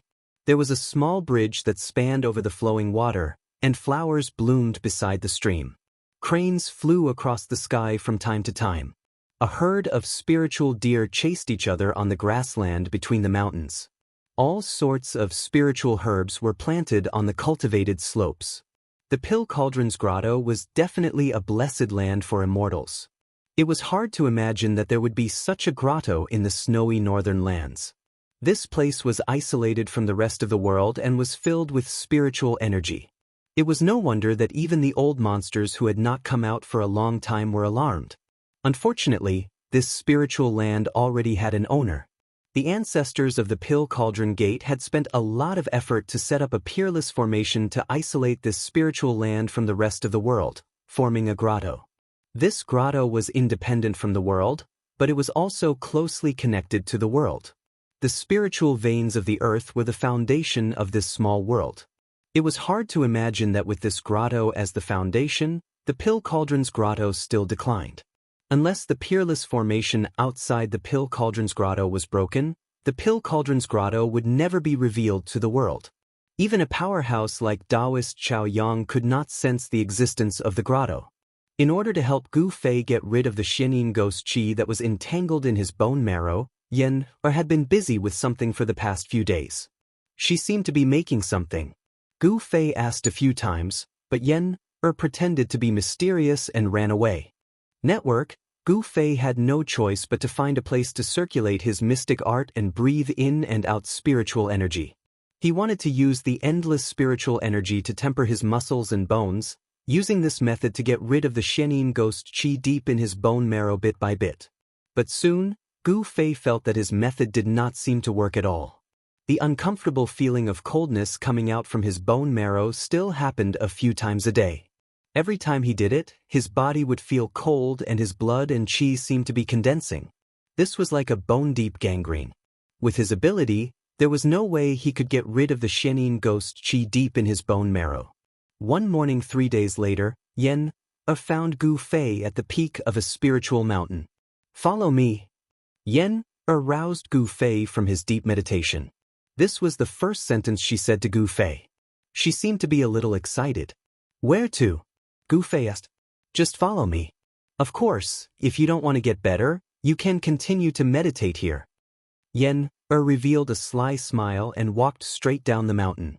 "Wait for me." Gu Fei hurriedly chased after her. Although he had vaguely guessed why Yen came to find him, he still could not keep calm. One had to know that the Xianin ghost qi deep in his bone marrow would come out several times a day. That kind of feeling was not pleasant. Yen brought Gu Fei to an ancient altar in the Pill Cauldron Grotto and walked up. Gu Fei felt that this altar seemed to be made of purple jade. Every purple jade brick was engraved with ancient runes. The altar was 15 feet wide and emitted a misty purple glow. After walking up the altar, Gu Fei discovered that the ground of the altar was also engraved with countless runes. The countless runes seemed to form a huge formation. Gu Fei did not set foot in the formation. He could not figure out the function of the formation on the altar. Apart from the runes engraved on the purple jade ground, there was nothing else on the altar. Gu Fei was a little surprised. Why did Yen bring him here? He was about to ask, but at that moment, Yen signaled Gu Fei to stand in the center of the altar. Yen came to Gu Fei's side and took out a jade talisman from her storage bag. She handed it to Gu Fei and said, "Take it. It will be useful when we return." Gu Fei took the jade talisman and saw that both sides of the jade talisman were also engraved with runes. Moreover, Gu Fei felt that the runes on the jade talisman in his hand and the runes on the altar seemed to come from the same source. Yen's hands formed hand seals. Then, the ancient purple jade altar immediately emitted a strong energy fluctuation. The runes engraved on the entire altar gradually lit up. The ancient altar obviously contained an incomparably strong energy. Yen's hands continuously formed hand seals to guide this originally dormant power out. Rumble! The entire altar began to shake. Then, thousands of runes rushed out from the altar as if they had come to life. They formed a mysterious formation that enveloped Gu Fei and Yen, who stood in the center of the altar. Gu Fei was shocked. This altar seemed to be a teleportation formation. Swoosh! There was a tremor in the void as ripples spread out from the center of the altar. Thousands of light talismans formed an array. The instant Yen and Gu Fei were enveloped, the two of them disappeared from the altar. Thousands of light runes dissipated on the altar. The runes engraved on the altar also gradually dimmed. The energy contained in the altar also quieted down. The space was twisting. Gu Fei felt as if he had stepped into a void tunnel. A strange feeling welled up in his heart. This feeling was not unfamiliar to him. There was no sky, no earth. It was as if he was walking in an endless void. He had no idea where he was going. Rays of light became the only thing in Gu Fei's eyes. After an unknown period of time, Gu Fei felt as if he was riding on the clouds, as if he was traveling at an extremely high speed. When the surrounding rays of light gradually disappeared, a gloomy void appeared in front of Gu Fei. He did not know when it started, but the surrounding space began to twist and ripples of energy spread out. Rumble. After a loud noise, a dazzling light suddenly burst out from the front. Gu Fei had to close his eyes. When he opened his eyes again, the dark sky flashed with strong lights from time to time. Boom! A thunderclap sounded in Gu Fei's ears. Silver snakes danced in the sky and lightning lit up the heaven and earth. Gu Fei could not help but be shocked by the scene in front of him. He looked around and saw that he and Yen were standing on a small hill. Under their feet was a formation engraved on a rock with a circumference of 5 zhang. The runes on the formation were very similar to the runes on the purple jade altar in the Pill Cauldron Wonderland. What is this place? Gu Fei asked. He felt that the heaven and earth were gloomy. Thunder rumbled and lightning flashed, illuminating the gloomy void from time to time. Apart from the small hill where he and Yen were standing, there were lush weeds everywhere. Between the weeds, there were water droplets. This place seemed to be a swamp. This is the lightning lake, Yenner said. Rumble. At this time, another earth-shattering thunder came from the sky. Although the sky was gloomy, it was strange that there was only thunder but no rain. Lightning Lake? Gu Fei couldn't help being startled. He knew of this place. It was a dangerous place, a place where the lightning energy of heaven and earth gathered. The Lightning Lake could be said to be one of the most dangerous places in the Tunglong continent. Gu Fei had seen descriptions of the Lightning Lake in his sex records. We've been teleported to the Lightning Lake thousands of miles away? Gu Fei exclaimed. One must know that the Lightning Lake was not in the northern lands. Although it was within the borders of Northern Wei, it was at least 3,000 miles away from the northern mountain city. Hee, that's right. You will be staying here for a few days. Yenner smiled. When she smiled, she looked like a little fox who had succeeded in her evil plan. Gu Fei couldn't help being stunned for a moment before he asked, "What exactly do you want?" Yenner's smile made his hair stand on end. "Let's go. Let's find a place with dense lightning." Yen didn't answer Gu Fei. Instead, she walked out of the formation and looked at the sky from the small hill. She saw thick thunderclouds surging in the east and south. The lightning in the thunderclouds was denser and more frequent than the lightning in the other two directions. Most of the thunder came from these two directions, shaking the heaven and earth. Let's go to the east. There's a grassland under the thunderclouds. It's just the right place, Yenner said and rushed down the small hill. Like a purple smoke, she headed east. Gu Fei had no choice but to follow her. The swamp here was different from the deathly swamp inside the virtual sky world. This place was full of the aura of thunder and lightning, and there seemed to be a burning smell in the air. The death swamp in the virtual sky world, on the other hand, was lifeless and a paradise for the undead. Roar! Just as Yenner rushed to the grassland under the thunderclouds, an unforeseen event occurred. A low and deep roar seemed to come from the depths of the earth.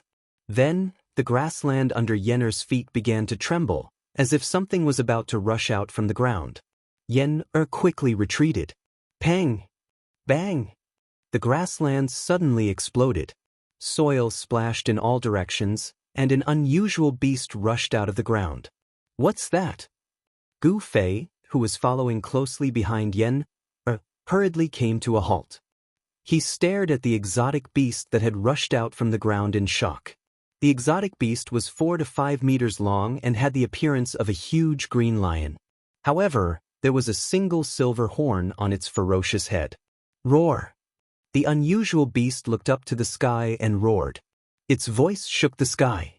A burst of crackling lightning came out of its body. At the same time, a fierce murderous aura surged out of its body. Chapter 339. The lightning lion beast was a ferocious beast in the Thunder Lake that could control the power of thunder and lightning. It had a violent temperament and was fond of fighting. Once it sensed any beast or human cultivator intruding into its territory, it would immediately attack. 1. It was obvious that Yen and Gu Fei had intruded into the territory of a lightning lion. Roar! The lightning lion charged out from the swamp and let out a series of roars. Its body was surrounded by lightning, and a violent aura filled every inch of the sky. Gu Fei sensed that this lightning lion seemed to possess a powerful strength. He could feel the power of thunder and lightning in the surroundings converging toward the lightning lion floating in the sky. Swoosh! A pair of azure-colored wings extended from the lightning lion's ribs. Arcs of azure-colored lightning blossomed on the wings, crackling chaotically. Yen was still standing on the grass, staring calmly at the lightning lion in the sky. Even though she knew that the lightning lion was gathering its power, she did not make a move. The lightning lion was infuriated by the fact that there was someone who didn't know life from death trespassing into its territory. The consequences were terrifying. Lightning began to strike down from the thunderclouds, striking the silver horn on the lightning lion's head. This lightning lion was extraordinary, as it was able to control the powerful force of thunder and lightning accumulated in the thunderclouds. The horn on the head of the lightning lion continued to absorb the power of thunder and lightning from all directions. The silver horn began to emit a brilliant glow, and a powerful energy wave was emitted from the horn. Roar! The lightning lion let out a furious roar. Swoosh! Then a green lightning bolt as thick as a child's arm shot out from the horn and struck towards Yen below. The blue lightning bolt tore through the sky and emitted a blinding light that lit up the heavens and earth. Gu Fei stood aside and watched the scene quietly. Although he knew that Yen had a high cultivation, he had never seen her make a move before. Yen simply reached out her right hand and pressed forward. Bang! With a bang, the lightning bolt that was bombarding towards Yen seemed to have collided with an invisible wall. It was stopped less than 10 feet in front of Yen by a mysterious force. Yen easily nullified the attack of the lightning lion. After that, Yen waved her right hand lightly. Bang! The lightning lion was directly blasted flying by a powerful force. Roar! The lightning lion roared again and again as it was blasted flying 30 to 40 meters away. Only then did it stop retreating. After that, it flapped its wings that were coiled with lightning and transformed into an azure bolt of lightning as it charged towards Yen. Outrageous! Since you want to die, I'll grant your wish. Yen-er's expression turned extremely cold.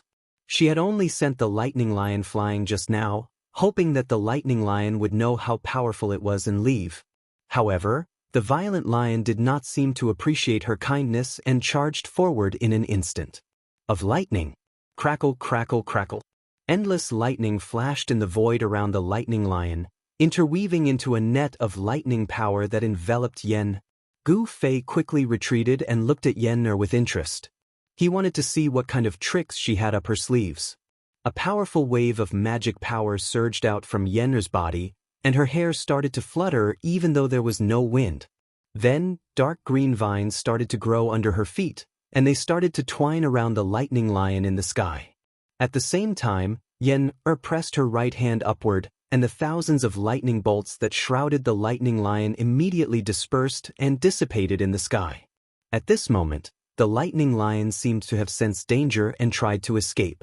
However, it was too late. Countless vines, like green dragons, instantly entangled the lightning lion in the sky.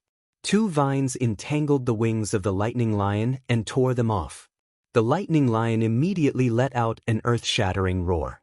A large amount of blood sprayed from the sky. The lightning lion that had lost its wings fell from the sky. Before it hit the ground, a bone-chilling sound of bones breaking could be heard. Bang! Muddy water splashed everywhere as the huge body of the lightning lion smashed heavily onto the turf. Then, it slowly sank into the mud beneath the turf.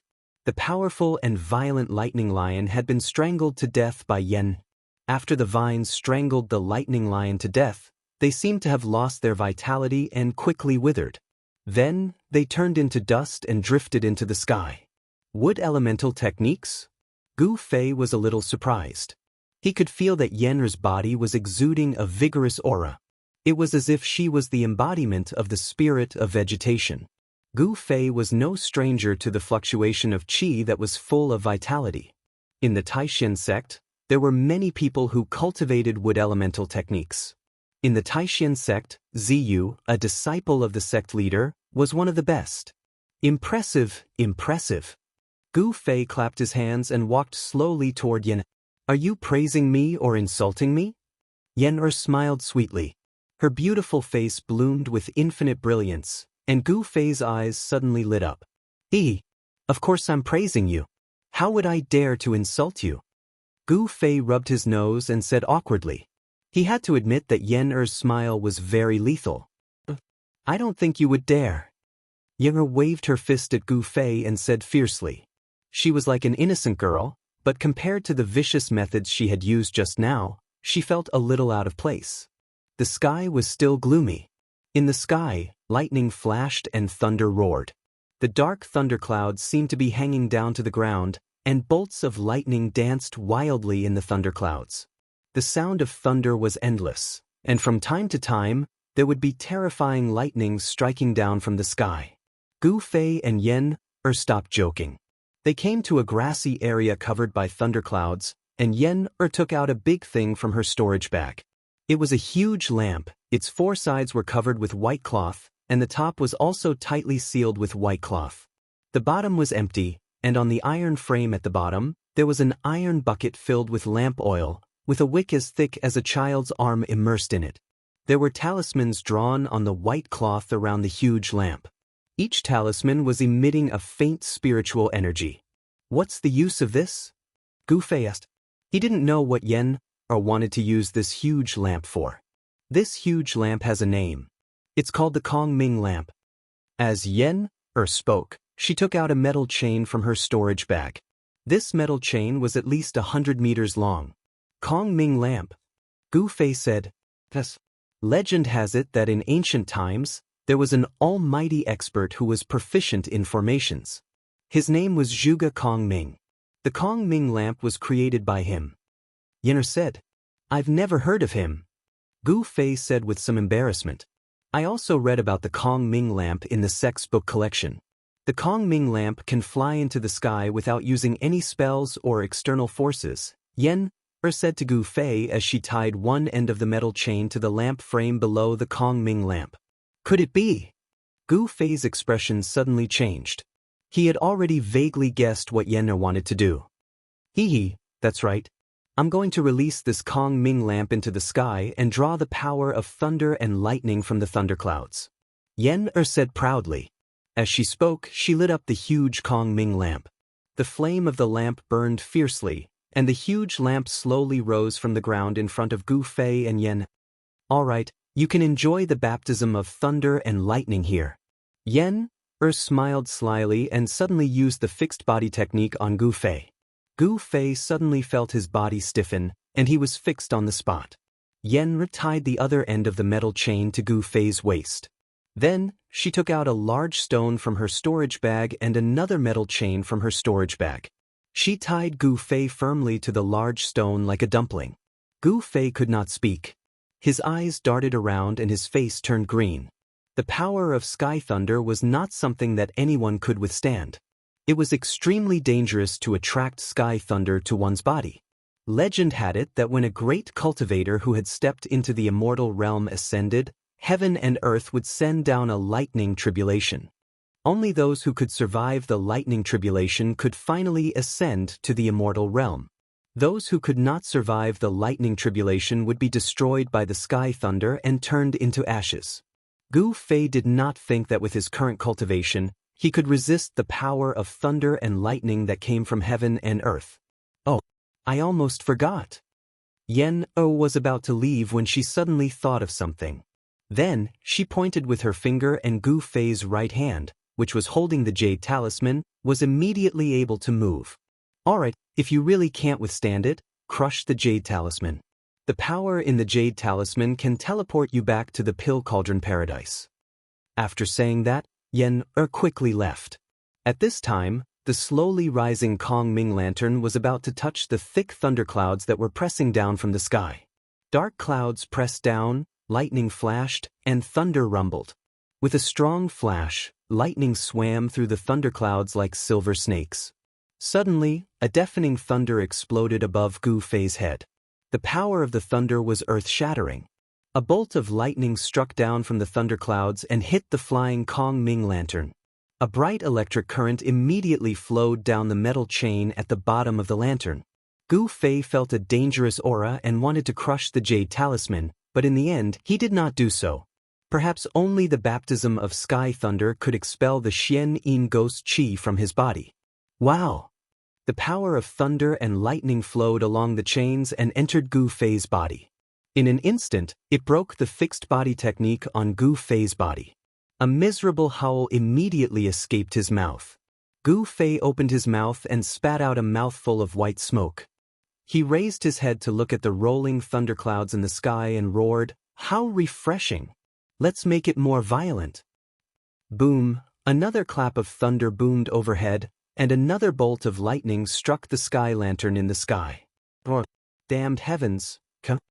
Gu Fei endured it and shouted crazily. Bolts of lightning kept striking the Kongming lantern, and Gu Fei's roars rang out continuously, spreading far and wide.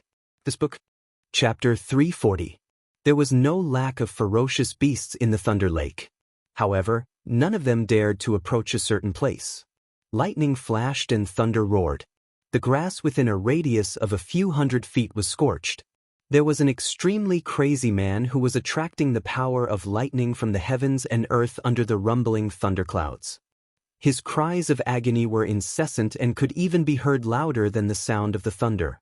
On a grassy slope in the distance, a graceful figure in purple calmly watched the shocking scene unfold before her. There was no expression on her extremely delicate face. Thunderclouds loomed in front of them as tens of thousands of lightning bolts swam in the clouds. A violent aura that could shock all living beings in the heavens and earth was emitted from the thunderclouds. The Thunder Lake was a strange place in the Tenglong continent. Here, the power of thunder and lightning gathered. Dark thunder clouds hung down from the sky. Terrifying lightning struck from the thunder clouds, connecting the sky and the earth. Some of the lightning even struck the ground. There was no wind or rain. There was only thunder here, and it rarely rained. However, the water in the Thunder Lake was sufficient because it was a swamp. It was difficult to see the sun in the Thunder Lake. However, terrifying lightning bolts would strike down from the sky and strike the ground. The powerful lightning bolts would often strike the soft grass and create huge pits, forming the unique landform of the Thunder Lake. Large and small round ponds were scattered across the entire Thunder Lake like pearls embedded in a piece of jade. Yen and Gu Fei were only at the periphery of the Thunder Lake. They did not venture deep into the Thunder Lake because there were unpredictable dangers in the depths of the Thunder Lake. The power of lightning there was stronger and the ferocious beasts there were stronger. Only cultivators with a high cultivation base could venture deep into the Thunder Lake. The reason why Gu Fei and Yen came to the Thunder Lake was to borrow the power of lightning to expel the Xian Yin ghost qi from Gu Fei's body. They were not here for an adventure. One should know that the Thunder Lake was one of the most dangerous places in the soaring dragon continent. The power of lightning in the depths of the Thunder Lake was enough to scare even a void-controlling realm expert. The lightning energy outside the Thunder Lake was within the range that Gu Fei could withstand. Of course, if he had not been thrown into the primordial pill cauldron by Yenner and refined with hundreds of spirit medicines for 3 days and 3 nights, allowing his body to regain its vitality, his deteriorating body would definitely not have been able to withstand the power of thunder and lightning here. It's already the 98th time. Old Gu seems to be stronger than I imagined. Yenner mumbled to herself on a grassy slope in the distance. She stared calmly at the scene before her without any expression on her face. Gu Fei had already been struck 198 times by the power of lightning guided by the Kongming lantern, but his voice was still loud and clear, full of energy. Hey, I want to see how long you can hold on before you crush the jade talisman in your hand. Yen watched with interest. In the distance, Gu Fei, who was tied to a huge rock, was charred on the outside and tender on the inside by the power of lightning. The clothes on his upper body had long been burnt to ashes, and only a piece of rag was left on his lower body, which barely covered his important parts. Even the huge rock behind him had cracks on it, as though it could be smashed by the next bolt of lightning at any time. It had to be said that Yen was very thoughtful and well prepared. The Kongming lantern, the 100-foot-long metal chain, and the huge rock that weighed thousands of kilograms were all for the sake of letting Gu Fei enjoy the baptism of lightning. The fixed body technique that Yen had cast on him had already been broken when the first bolt of lightning struck him. There was no spell that could remain unbroken under the bombardment of the power of lightning. As long as the power of lightning in the world was strong enough, it could break any spell. This was because the power of lightning represented the power of the world. The legendary god of thunder wielded the power to punish on behalf of the heavens. Of course, no one knew if the god of thunder existed in the world. However, what in the world could go against the heavens? Gu Fei did not know, but he knew very well that even a powerful immortal was just an ant in the face of the heavens. Powerful bolts of lightning were constantly guided down by the Kongming lantern in the sky and mercilessly struck into his body. Countless bolts of lightning passed through his flesh and bones before entering the ground beneath Gu Fei's feet. This was an inhumane torture. Even though Gu Fei's body had been tempered 100 times, he still felt extreme pain, as though his skin was being fried and his bones were being torn apart. Every time he was struck by lightning, it was as though there were countless sharp swords slicing his body. It made him feel a terrible pain, as though his flesh and bones were being separated and torn apart. An ordinary person would definitely not be able to withstand such terrible torture. However, Gu Fei's willpower was incomparably firm. He would not easily succumb to any power, even if it was the power of the world. Every time a bolt of lightning struck down from the sky, Gu Fei could not wait to crush the jade talisman in his hand. However, in the end, he gritted his teeth and endured it. He gritted his teeth and endured the inhumane pain. Traces of blood seeped out from the corner of his mouth. The power of lightning in the world could repel all evils. It was the nemesis of the evil Yin Qi in his body. Moreover, with the power of heavenly lightning, although it was dangerous, it was very likely that an incomparably powerful heavenly lightning would descend and strike Gu Fei into charcoal. However, in the midst of danger, there were also opportunities. For Gu Fei, using the power of lightning to temper his body was not entirely a bad thing. The mysterious Yin ghost Qi that had invaded his bone marrow was gradually dispersed by the power of lightning that passed through his body. Gu Fei's miserable howls were earth-shattering. Endless vitality constantly healed his body that had been burned by the power of lightning. All the muscles in his body involuntarily twitched violently, releasing waves of vitality to nourish his injured body. The strong physique of a martial artist allowed Gu Fei to recover very quickly after being struck by lightning. Yen watched from the grassy slope for a long time. She thought that Gu Fei would not be able to endure the pain of being struck by lightning for long. He would crush the jade talisman and start all over again. However, she seemed to be wrong. 2 hours passed. 4 hours passed. Gu Fei's miserable howls were still coming from afar. His voice did not weaken at all. It was obvious that he could continue to endure it. In the Thunder Lake, black thunderclouds covered the land. It seemed as though they would never dissipate. There was no sunlight or stars in this place. There was thunder, but there was no rain. This was a strange place. It was a paradise for cultivators who cultivated lightning-based Dao techniques. However, even so, not many cultivators dared to go deep into the Thunder Lake. They could only walk around the periphery of the Thunder Lake like Gu Fei and Yen. Forget it, let's return to the Pill Cauldron Paradise first.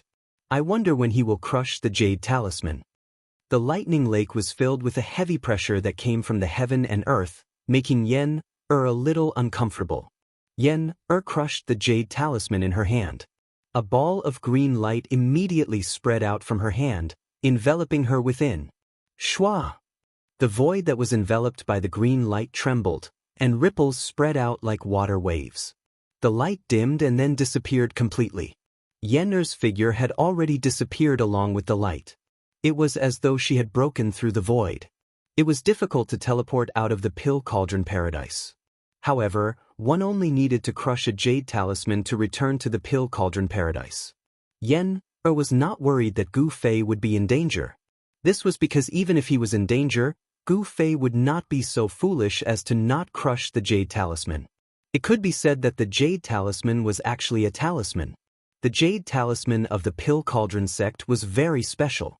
It was more convenient than the void-shifting scrolls that were sealed with spatial Dao techniques. The Dao technique scroll had to be unfolded to release the sealed Dao technique power. As for the jade talisman of the pill cauldron sect, one only needed to hold it in one's hand and crush it. The Dao technique power would explode in an instant and teleport the person to the pill cauldron paradise. It had to be said that Gu Fei's willpower was perversely strong. It seemed like there was no pain that he could not endure. He did not know how many times he had been struck by the power of lightning from the Kongming lantern. Gu Fei felt as if he had become numb. The lightning energy washed over his body again, and the bone-chilling cold that would flare up several times a day gradually weakened. Under the baptism of lightning, his physical body and nerves were tempered to become stronger and more resilient. A day and a night passed. The place where Gu Fei was had become a huge, charred pit that was steaming. It was as if a meteorite had fallen there, producing an incomparably strong heat that burned everything. The boulder had long been shattered.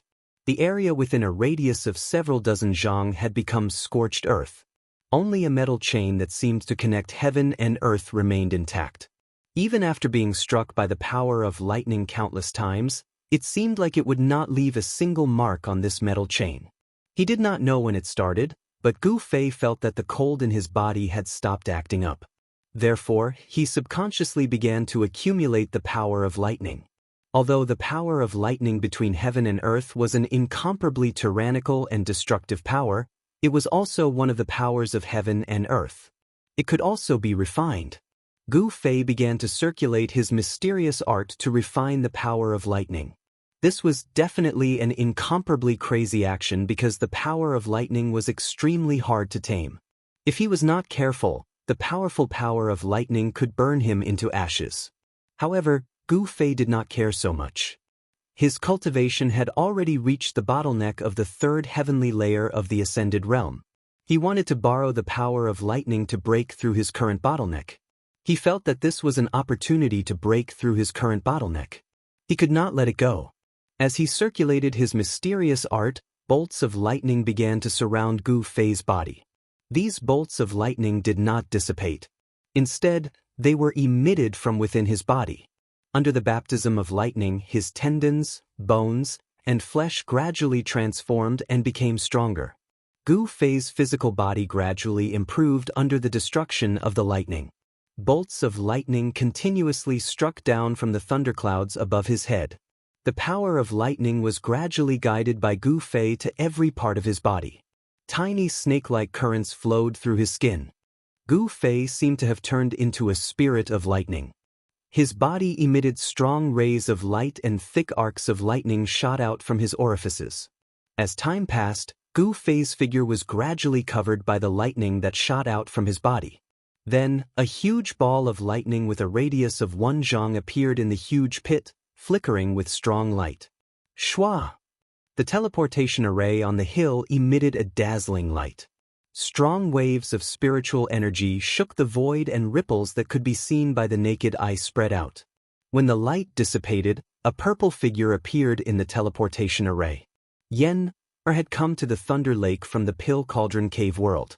She walked out of the teleportation array and headed towards the direction of Gu Fei. She waited in the Pill Cauldron Cave world for a day and night but did not see Gu Fei return. Feeling worried, she came to the Thunder Lake again. The place where Gu Fei was struck by lightning was easy to find because the power of lightning gathered there. The power of heaven and earth was very strong and could be sensed from far away. When Yen came closer, she was stunned by the scene in front of her. The Kongming lantern had already fallen into the swamp, and the lightning in the sky was still striking down from the thunderclouds. The sound of thunder and lightning was earth-shattering. In a huge pit, a huge ball of lightning formed by lightning had burnt the soil within a radius of tens of feet. The ground was scorched black. The lightning ball had a diameter of 2 to 3 feet and emitted a blinding light. What happened? Yen was shocked. She could feel that the ball of lightning was nurturing a strong force. A heart-palpitating aura was emitted from the ball of lightning. This fella. Yen was speechless for a long time. After she calmed herself down, she could vaguely guess what had happened. Gu Fei was actually using the power of lightning to cultivate. This made Yen's jaw drop. Gu Fei's actions were undoubtedly audacious. Yen did not leave. She stood guard nearby and paid close attention to the changes in the ball of lightning. Time passed quickly. In the blink of an eye, 7 days had passed. During this period of time, a few strong beasts were alarmed and rushed over from other areas of the Thunder Lake. However, they were all chased away by Yen. The power nurturing in the ball of lightning was gradually increasing. The mighty aura emitted from the ball of lightning made the nearby beasts very uneasy.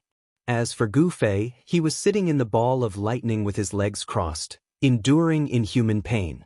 Endless power of lightning was flowing in his body. It was as if thousands of swords were constantly penetrating through his flesh and bones, tempering his body over and over again. It was as if they were trying to forge his body into a treasure. Yen didn't know when Gu Fei would stop cultivating. She sat with her legs crossed on a nearby grassy slope and quietly waited for Gu Fei. She knew that not only had the evil qi in Gu Fei's body been completely expelled, his cultivation base would also increase greatly after being tempered by the heavenly lightning. Bailing City, which stood in the north of Northern Wei and was close to the abyss of immortals and demons, was definitely an ancient city.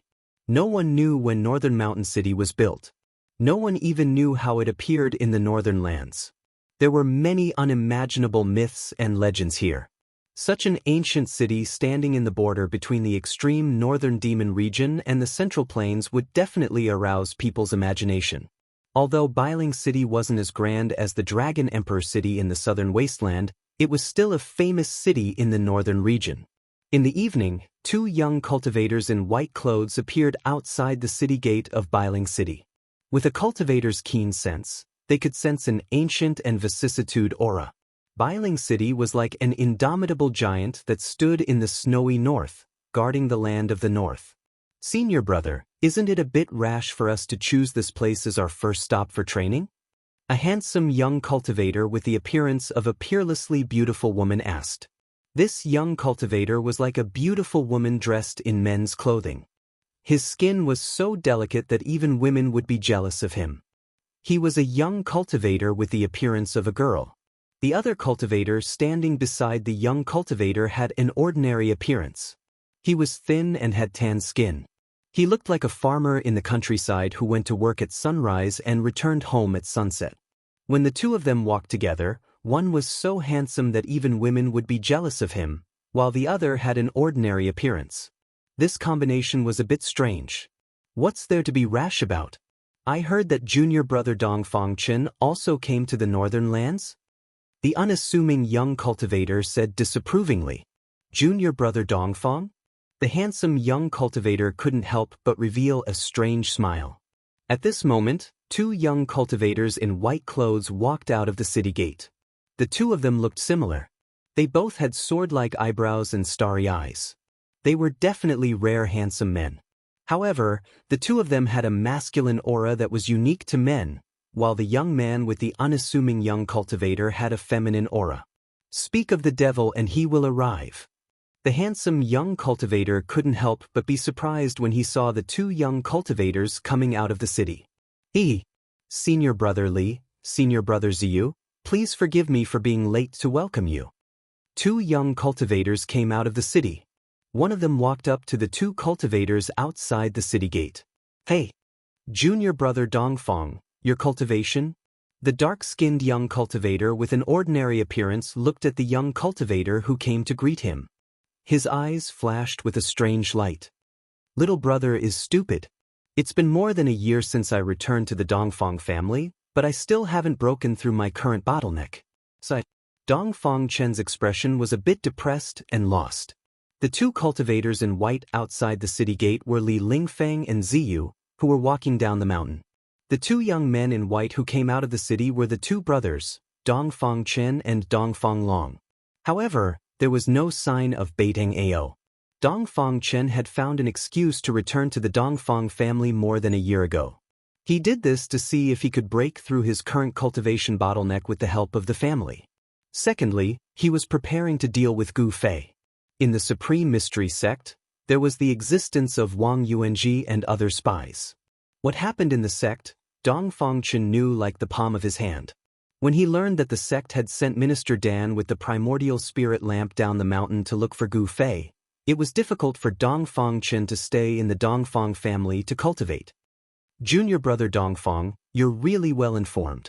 There don't seem to be many people who know that senior brother Li and I have come to the north. Ziyu looked at Dongfang Chen meaningfully and said indifferently. First publication of this book? Chapter 341. The people of the three great Taoist sects began to appear in the north. Not only the three great Taoist sects, but other cultivation forces also had disciples enter the north. 1. Some of the old monsters were also alarmed. The first son of the demon lord, Chu Gu, was wreaking havoc in the north. In the world of cultivation, there was probably no force that would not be nervous. Moreover, there was the new spiritual land. The true experts of the Tenglong continent attached great importance to the new spiritual land. Even the old monsters who had not been involved in the affairs of the world for a long time came out. The demons were the enemies of all the cultivators in the world, and a spiritual land was even more attractive. With these two factors, it would be strange if the northern lands didn't attract the attention of others. The people of the Supreme Mystery sect did not have a fixed place to stay in Bailing City. The Dongfang family booked the entire Yunlai Inn.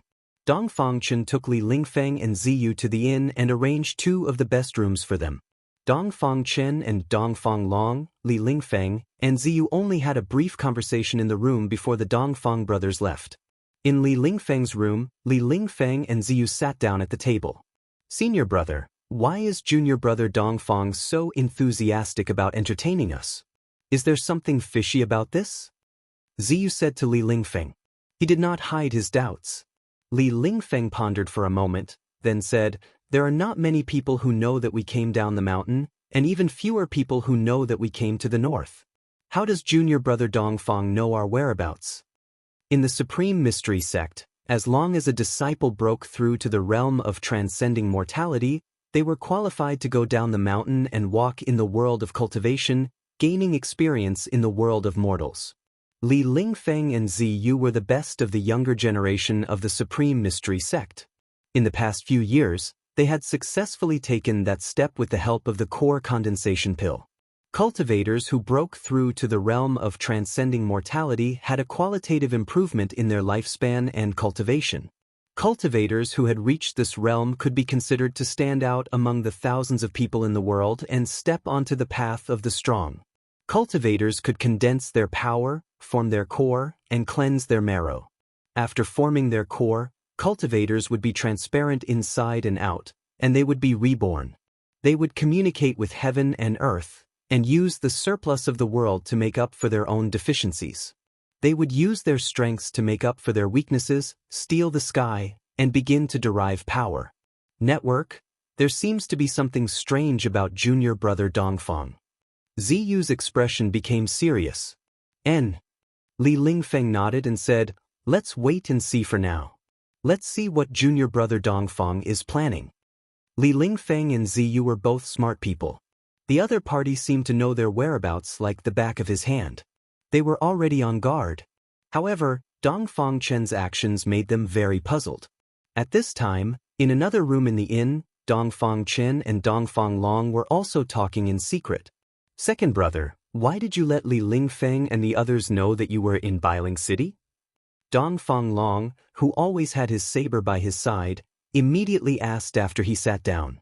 Dongfang Chen smiled and said, I want them to know that I'm not only in Bailing City, but I also revealed something to them.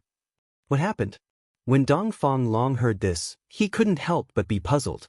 He had been with Dongfang Chen all this time, but he didn't see his second brother reveal anything to Li Lingfeng.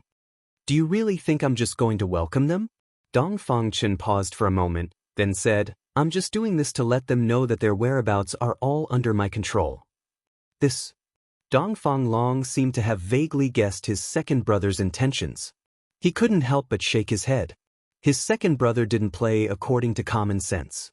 In this way, even if Li Lingfeng and Ziyu originally had any plans, it would have been disrupted by Dongfang Chen's sudden move. Time passed quickly. 7 days had passed. In the Thunder Lake, dark clouds still hung over the sky, lightning flashed, and thunder rumbled. Roar! Suddenly, somewhere in the outskirts of the Thunder Lake, an earth-shattering roar rang out. The sound was so loud that even the thunder in the sky was overshadowed in an instant. The rolling sound waves echoed between the heavens and the earth. Then, countless dazzling lightning burst out from the place where the roar came from. Endless lightning shrouded this part of the world. Network, rumble, silver snakes danced chaotically between the heavens and the earth. Thunder exploded, causing the sky and the void to tremble. The grass within a radius of several hundred zhang was all scorched by the exploding lightning. That roar was still echoing between the heavens and the earth. The sudden explosion of lightning that covered several hundred zhang of the void suddenly shrank back. Thousands of lightning bolts all sank into a figure. Dazzling electric currents flowed up and down this person's body. In the next moment, this person seemed to have turned into a huge bolt of lightning and shot into the sky. I've finally broken through. That person directly leaped into the sky and laughed wildly. As he waved his hand, bolts of lightning as thick as a child's arm immediately rushed out, tearing through the void and shooting out dozens of zhang before dissipating in the void. 5-element sword domain, open. That person separated his hands. Hum! A crisp sound of a sword soared into the 9 heavens. A powerful sword chi seeped out from his body and rushed straight into the sky. Amidst the 5-colored light, 5 different colored sword shadows appeared. Each sword shadow exuded a frightening wave of sword chi, forming 5 different colored void worlds. Metal, wood, water, fire, earth. It was as if 5 hazy worlds of swords were revolving around that person. This was not a single sword domain, but 5 sword domains. Each domain enveloped an area of the void, and this person was in the center of the 5 voids. It was as if he controlled the 5 worlds of swords.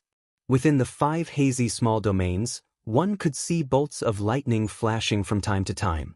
The power of the 5 elements carried a trace of the power of thunder and lightning. His figure slowly descended. When he landed on the ground, 5 unparalleled sword chi shot out from the 5 void worlds. They stretched for hundreds of zhang and left 5 terrifying sword marks on the grass. Clap, clap. A series of claps came from afar. A beautiful girl dressed in purple slowly walked over from afar. It looked like she was taking a leisurely stroll, but in just a few steps, the fairy-like, otherworldly girl had already arrived in front of that person. Old Gu, congratulations. The girl in purple's voice was crisp and sweet. Thank you. That person only said this one sentence, and with a crack, the sound of something suddenly breaking came from that person's hand.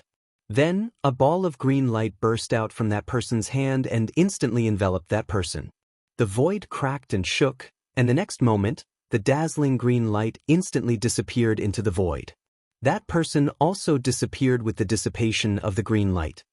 This guy runs really fast. The girl in purple couldn't help but be stunned. Then, she seemed to have thought of something and her face flushed red. She then crushed a jade talisman in her hand and a ball of green light enveloped her. Then, the green light disappeared with a flash and the girl in purple's figure also disappeared into thin air. In the Pill Cauldron Grotto heaven, the sun was setting in the west. Gu Fei sat cross-legged on the peak of the spiritual mountain. After cultivating in the lightning lake for more than 10 days, not only did the Xian Yin ghost chi in Gu Fei's body dissipate, it also allowed Gu Fei's cultivation to reach a new level. Not only did the baptism of lightning strengthen his body, it was also a form of training for his state of mind.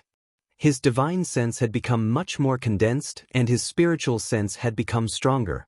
He had successfully broken through the barrier of cultivation and his cultivation had broken through from the 3rd heavenly stage to the 4th heavenly stage of the ascended realm.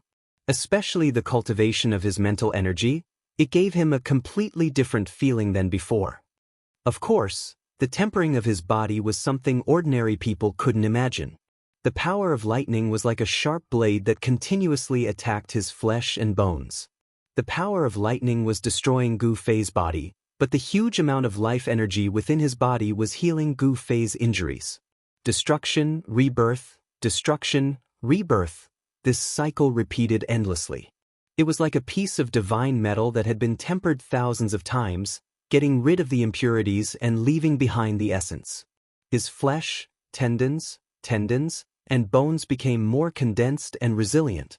It was as though his body had truly undergone a rebirth. Gu Fei's fleshly body was advancing towards the imperishable realm. If he could continue cultivating like this, Gu Fei's body would become a true physical treasure.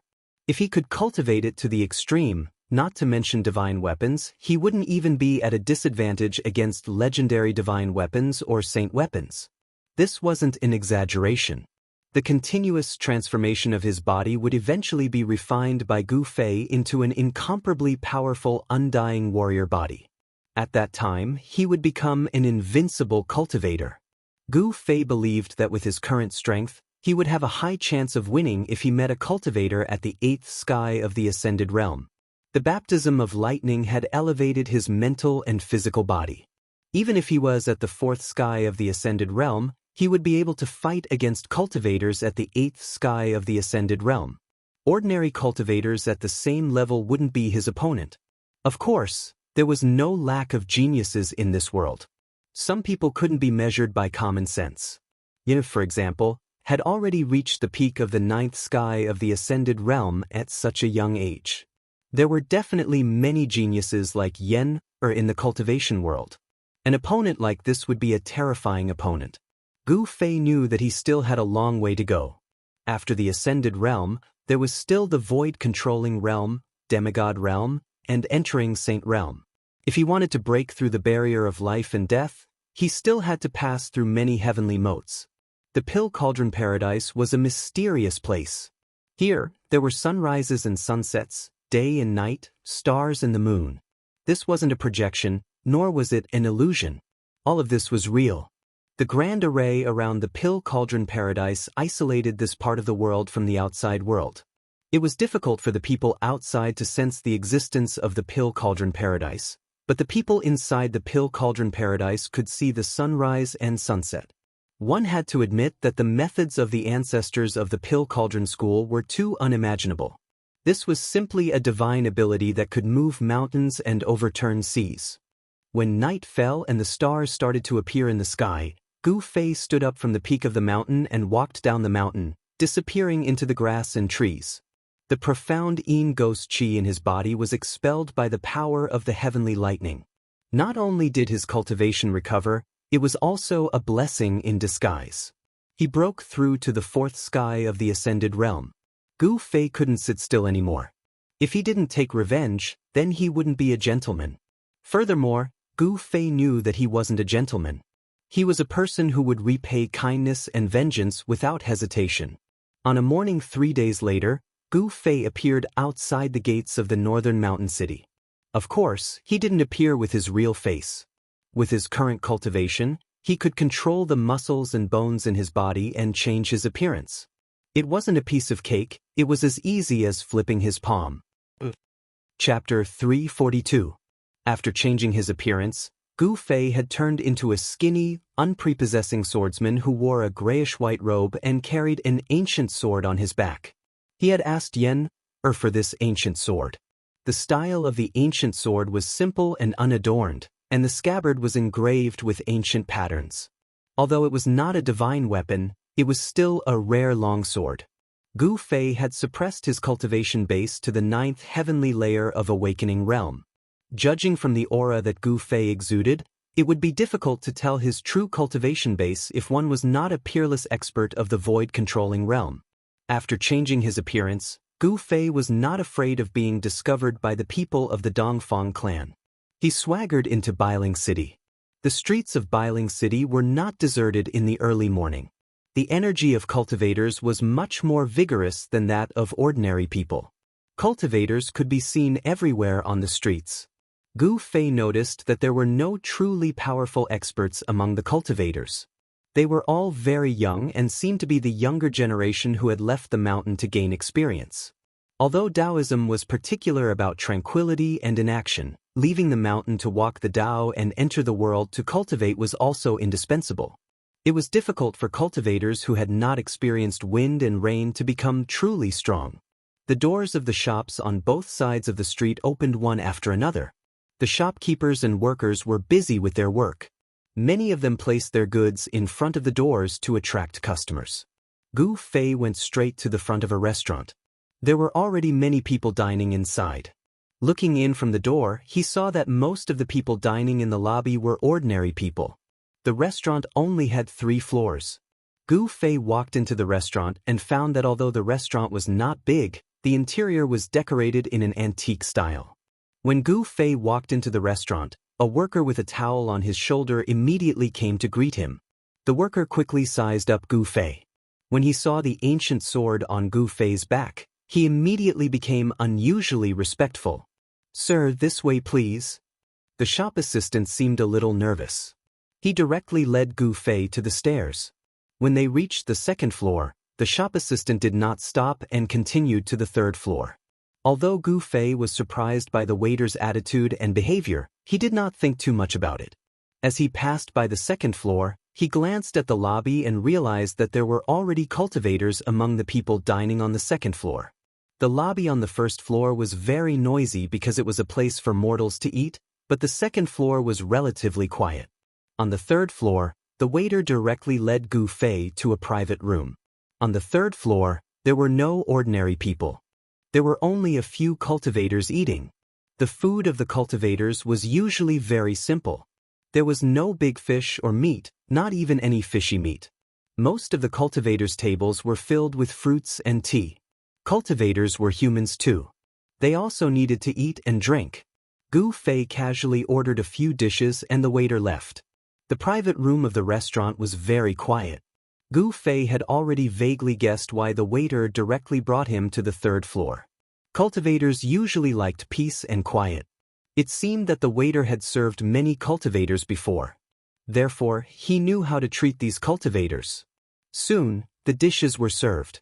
Gu Fei began to drink by himself in the private room. His master, Wan Xianqing, liked to drink a few cups when he was alive. Like master, like disciple. This saying was true. Whenever Gu Fei went to a place like a restaurant, he also liked to drink by himself. Although he was in the private room, he noticed that other than the cultivators in the lobby, there were also a few subtle waves of energy coming from the other private rooms. Ever since Gu Fei's cultivation broke through to the 4th layer of the ascended mortality realm, his vision, hearing, smell, and perception had all greatly improved. He felt that among the cultivators on the 3rd floor, there were no experts that could truly threaten him. It was no wonder that such a big shot would appear in such a small restaurant. "Brother Qin, do you know why the people from the 3 great Taoist sects came to the northern lands?" Suddenly, a sentence from the private room next door caught Gu Fei's attention. "I don't know. I just came to the northern lands to have some fun. Does Brother Song know the reason?" Another voice came from the private room next door. "Hee, of course I know." The cultivator with the surname Chen said with some pride. "Hurry up and tell me." The cultivator with the surname Song hurriedly asked. Although the 2 cultivators in the private room next door spoke in low voices, every word they said fell clearly into Gu Fei's ears. From the sound of their voices, the 2 cultivators in the private room next door shouldn't be too old. From the aura they emitted, their cultivation seemed to be between the 8th and 9th layer of the awakening self-realm. Yes. A few days ago, I met a distant cousin of mine that I haven't seen for many years. My cousin is a disciple of the Shangqing sect. The cultivator with the surname Chen said, "I didn't expect you to have a relative in the Shangqing sect. It's not that easy to enter the 3 great Taoist sects." The cultivator with the surname Song said enviously. The people from the 3 great Taoist sects didn't come to the northern lands for the rumored spiritual land or the great demon Chugu. The cultivator with the surname Chen said mysteriously. "No way. Then why did they come?" The cultivator with the surname Song said in shock. "After all, The news of the demon lord's son wreaking havoc in the northern lands and the rumor that the northern lands had discovered a spiritual land had already spread like wildfire in northern Mountain City. Umph. The cultivator with the surname Chen chuckled. He seemed to want to whet the appetite of the cultivator with the surname Song. Hurry up and tell me. The cultivator with the surname Song said anxiously. The cultivator with the surname Chen said, "You wouldn't believe me even if I told you. The reason the people from the 3 great Taoist sects came to the northern lands is to find someone." Find someone? Who is it that the 3 great Taoist sects sent out experts to look for them? I heard that someone saw Taoist Chaoyang of the Supreme Mystery Sect in the city. The cultivator with the surname Song seemed to be very surprised. It wasn't just the cultivator with the surname Song. Gu Fei, who had been quietly listening to the conversation in the room next door, was also shocked. He had already vaguely guessed who the 3 great Taoist sects were looking for. Who would have thought? The people from the 3 great Taoist sects were all here for me. After hearing this, Gu Fei was no longer in the mood to listen. The words of the cultivator with the surname Qin shocked him. Taoist Chaoyang was the head of the Shaoyang Peak and one of the most powerful people in the Supreme Mystery Sect. Gu Fei was very confused. It made sense that the Supreme Mystery Sect would come looking for him. After all, he was a disciple of the Supreme Mystery Sect and the only successor of the Ling Chui Peak. If he died, the Ling Chui Peak would be lost. The sect leader, Taoist Xiantian, would definitely not want to see the Ling Chui Peak go extinct. Taoist Xiantian wanted to maintain the legacy of the 9 great branches of the Supreme Mystery Sect. But why did the Shangqing sect and the Guangqing Celestial sect come to the northern lands to find him? Gu Fei couldn't figure it out, and there was no one to answer his questions. However, the words of these 2 people couldn't be trusted. This kind of rumor was full of uncertainty. Perhaps it was just groundless rumors. I have to find a way to verify it. Gu Fei thought to himself. He was not an impulsive person. He had to plan before he acted. Only then could he minimize the danger he was in. As Gu Fei thought of this, he walked out of the room, paid the bill, and left the small restaurant. He didn't have any currency in the secular world, but that didn't mean he was going to dine and dash. The way he paid the bill was actually very simple. He threw a gem to the restaurant manager. When Gu Fei came out of the Pill Cauldron Grotto Heaven, he conveniently picked up a few gems and carried them with him. With those gems, not to mention a meal, they could even buy the entire small restaurant. Encountering such a forthright customer, the innkeeper of the restaurant was overjoyed. As long as he encountered a few more generous customers like Gu Fei, he would be able to enjoy his old age in advance. After leaving the restaurant, Gu Fei realized that he was being watched. Gu Fei sneered, then quietly wandered the streets, looking here and there. It was like this was the first time he had traveled far away, and he didn't know anything about the outside world. He realized that behind him, there really were 2 people following him. There were 2 people far behind him. Gu Fei couldn't help but feel a little strange. Logically speaking, the people from the Dongfang and Beitang families shouldn't have noticed his traces. He had already changed his appearance. Even if Dongfang Chen and Beitang Ao stood in front of him, they probably wouldn't be able to recognize him. Who are they? Gu Fei couldn't help but be a little curious. He pretended not to notice anything and slowly walked in the direction of the city gate. At this time, it was already late in the morning. The streets of the city were crowded with people, shouting and hawking incessantly. There were even cultivators in 2s and 3s appearing on the streets. The secular world was so fresh to those cultivators who cultivated in the mountains or sects all year round. Of course, the novelty of the secular world for Gu Fei had long since disappeared. Gu Fei walked out of Bailing City without batting an eyelid. The 2 men were still following him from a distance. After leaving Bailing City, Gu Fei gradually went further and further away. Then he turned into a small path next to the main road and walked into the snow forest. In the snow forest, all that could be seen was snow. The leaves of the trees had long fallen off, and on the bare branches, one could see crystalline icicles hanging down. The 2 people following behind Gu Fei were 2 young men in gray robes. They followed Gu Fei into the snow forest and continued to follow Gu Fei for a while. Suddenly, one of the two young men rushed into the snow forest next to the small path, while the other continued to follow behind Gu Fei. Soon, the person who rushed into the snow forest took a shortcut and ran in front of Gu Fei. Then he suddenly rushed out of the snow forest and blocked Gu Fei's path. Gu Fei stopped. He couldn't help feeling a little amused. He was well aware of the actions of these two fellows. Could it be that these two fellows wanted to rob him? Kid, if you know what's good for you, then leave that treasured sword on you. Perhaps we can spare your life. The young man who blocked Gu Fei's path approached Gu Fei step by step. He was tall and thin, and his face was sallow. He looked like a patient who had been ill for a long time. However, Gu Fei sensed a powerful wave of magic power from this patient that did not match the patient's appearance. When Gu Fei heard this, he realized that these two people had their eyes on the ancient sword on his back. Chapter 343.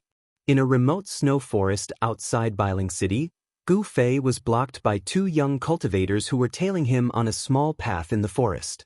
"Brother, we don't want to take your life. Put down that sword and you can go," said a dark-skinned, sturdy young man from behind Gu Fei. The man was not tall, but he was extremely strong. The aura he exuded was like that of a ferocious tiger. His skin was visible, and his muscles were as strong as a horned dragon's. "Hee, you want my sword? Come and take it if you can," Gu Fei said with a smile. The cultivation of these two fellows was not high. They seemed to be in the 8th or 9th heaven of the awakening state. Perhaps it was because these two fellows thought that Gu Fei's cultivation was on par with theirs, and there were two of them. They dared to block the path and ask for Gu Fei's sword. "Boss, don't talk to this kid. Since he wants to die, let's fulfill his wish."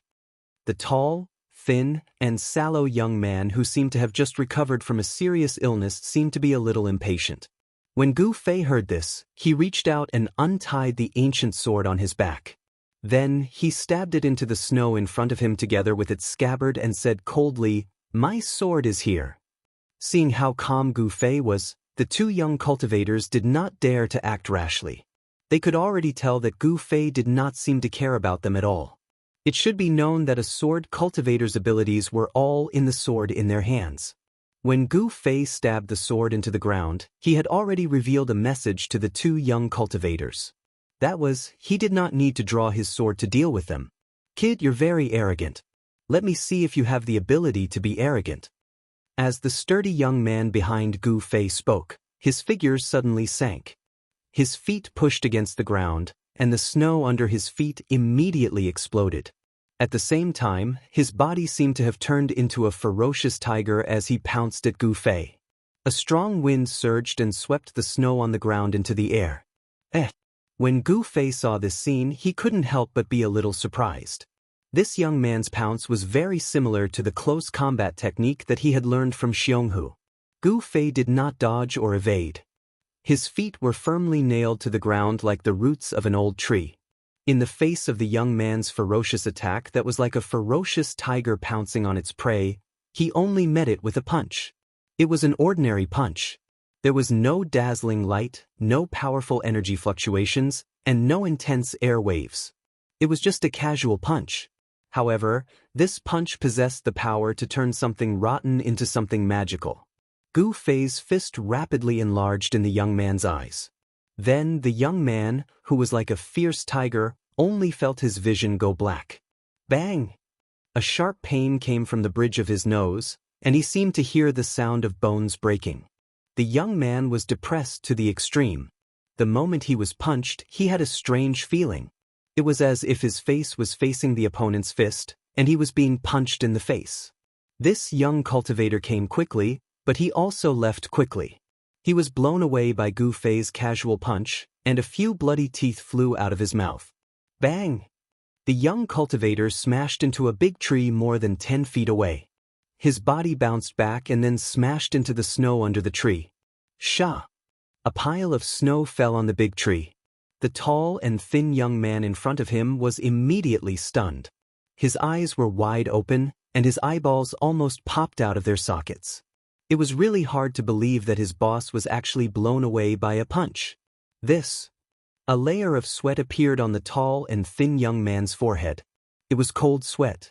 Although he was in a world of ice and snow, the tall and thin young man could feel that his underwear was already soaked in cold sweat. Impossible, my eyes are playing tricks on me. The tall and thin young man rubbed his eyes hard. His boss was blown away inexplicably. The scene that just happened was really hard for him to accept. Why, do you still want my sword? Gu Fei crossed his arms in front of his chest and looked at the tall and thin young man in front of him with a faint smile. He said as if nothing had happened. How did you do it just now? The tall and thin young man's sallow face became even more yellow. This guy in front of him didn't seem to be simple. The sturdy young man was blown away by Gu Fei's punch and smashed into the snow. There was no more sound from him. It was unknown if he was knocked out by Gu Fei's punch or if he was killed. Gu Fei smiled and then said, "What you see with your eyes is not necessarily true. What you sense with your spiritual sense may also be fake. Do you think that my cultivation is only at this level? That is really a big mistake."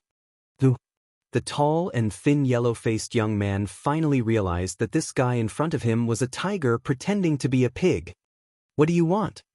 The yellow-faced young man said with a trembling voice.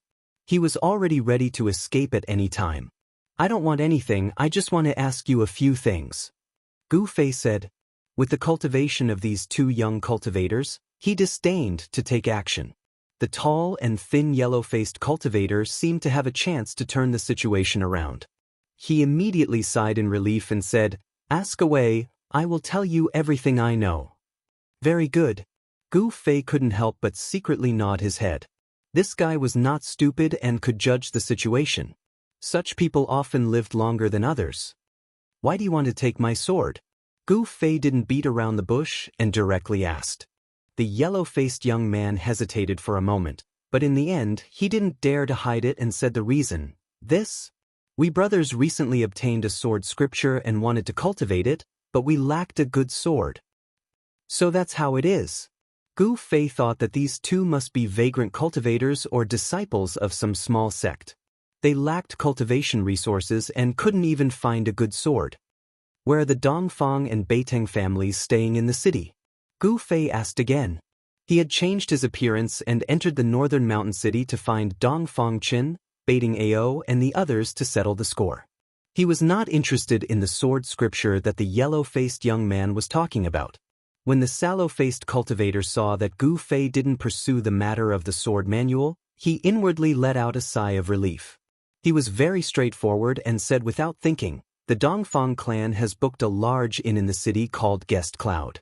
As for the Beiteng clan, they seem to be staying at the City Lord's mansion." Guest Cloud, City Lord's mansion? Gu Fei couldn't help but frown, then he continued to ask, "How many of them came?" "I don't know how many of them came," the yellow-faced young man said.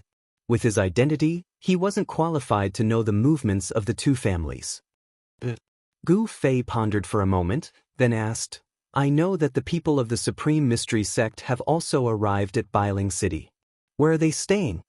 The yellow-faced young cultivator heard this, and his face immediately showed a look of embarrassment. He said, "The people of the three great Tao sects are very secretive. I don't know where the people of the Supreme Mystery Sect are." This guy didn't know anything, which made Gu Fei a little unhappy. However, with this guy's cultivation level, how much could he know? It was already rare for him to know where the people of the Dongfang and Beiteng families were staying. "Okay, you can go." Gu Fei waved his hand. He didn't want to ask anymore. The things this guy knew were very limited. The yellow-faced young cultivator was immediately overjoyed. He ran to his boss, who had been sent flying by Gu Fei, and smashed into a pile of snow. He hurriedly carried his boss out of the snow and quickly left. The people of the Dongfang family are at the inn, but the people of the Beiteng family are at the City Lord's mansion. The City Lord of Bailing City is definitely not a simple person, Gu Fei muttered to himself. After thinking for a moment, he pulled out the ancient sword that was stuck in the snow in front of him and walked out of the snow forest. He decided to meet the people of the Dongfang family first. After returning to Bailing City, Gu Fei didn't know where the inn called Guest Cloud was located, so he asked the passers-by. There was no resident in the city who didn't know the Guest Cloud Inn because it was one of the largest, best, and most luxurious inns in Bailing City. After asking the passers-by, Gu Fei found out where the Guest Cloud Inn was. The Guest Cloud Inn was located in the prosperous area south of Bailing City. Very soon, Gu Fei arrived at the south of the city and found the Guest Cloud Inn. He was not in a hurry. After looking around, he found that there was a tea house opposite the Guest Cloud Arrival Inn. He walked into the tea house and found a seat facing the street to sit down. He ordered a pot of fragrant tea and sipped it while paying attention to the movements in the inn opposite.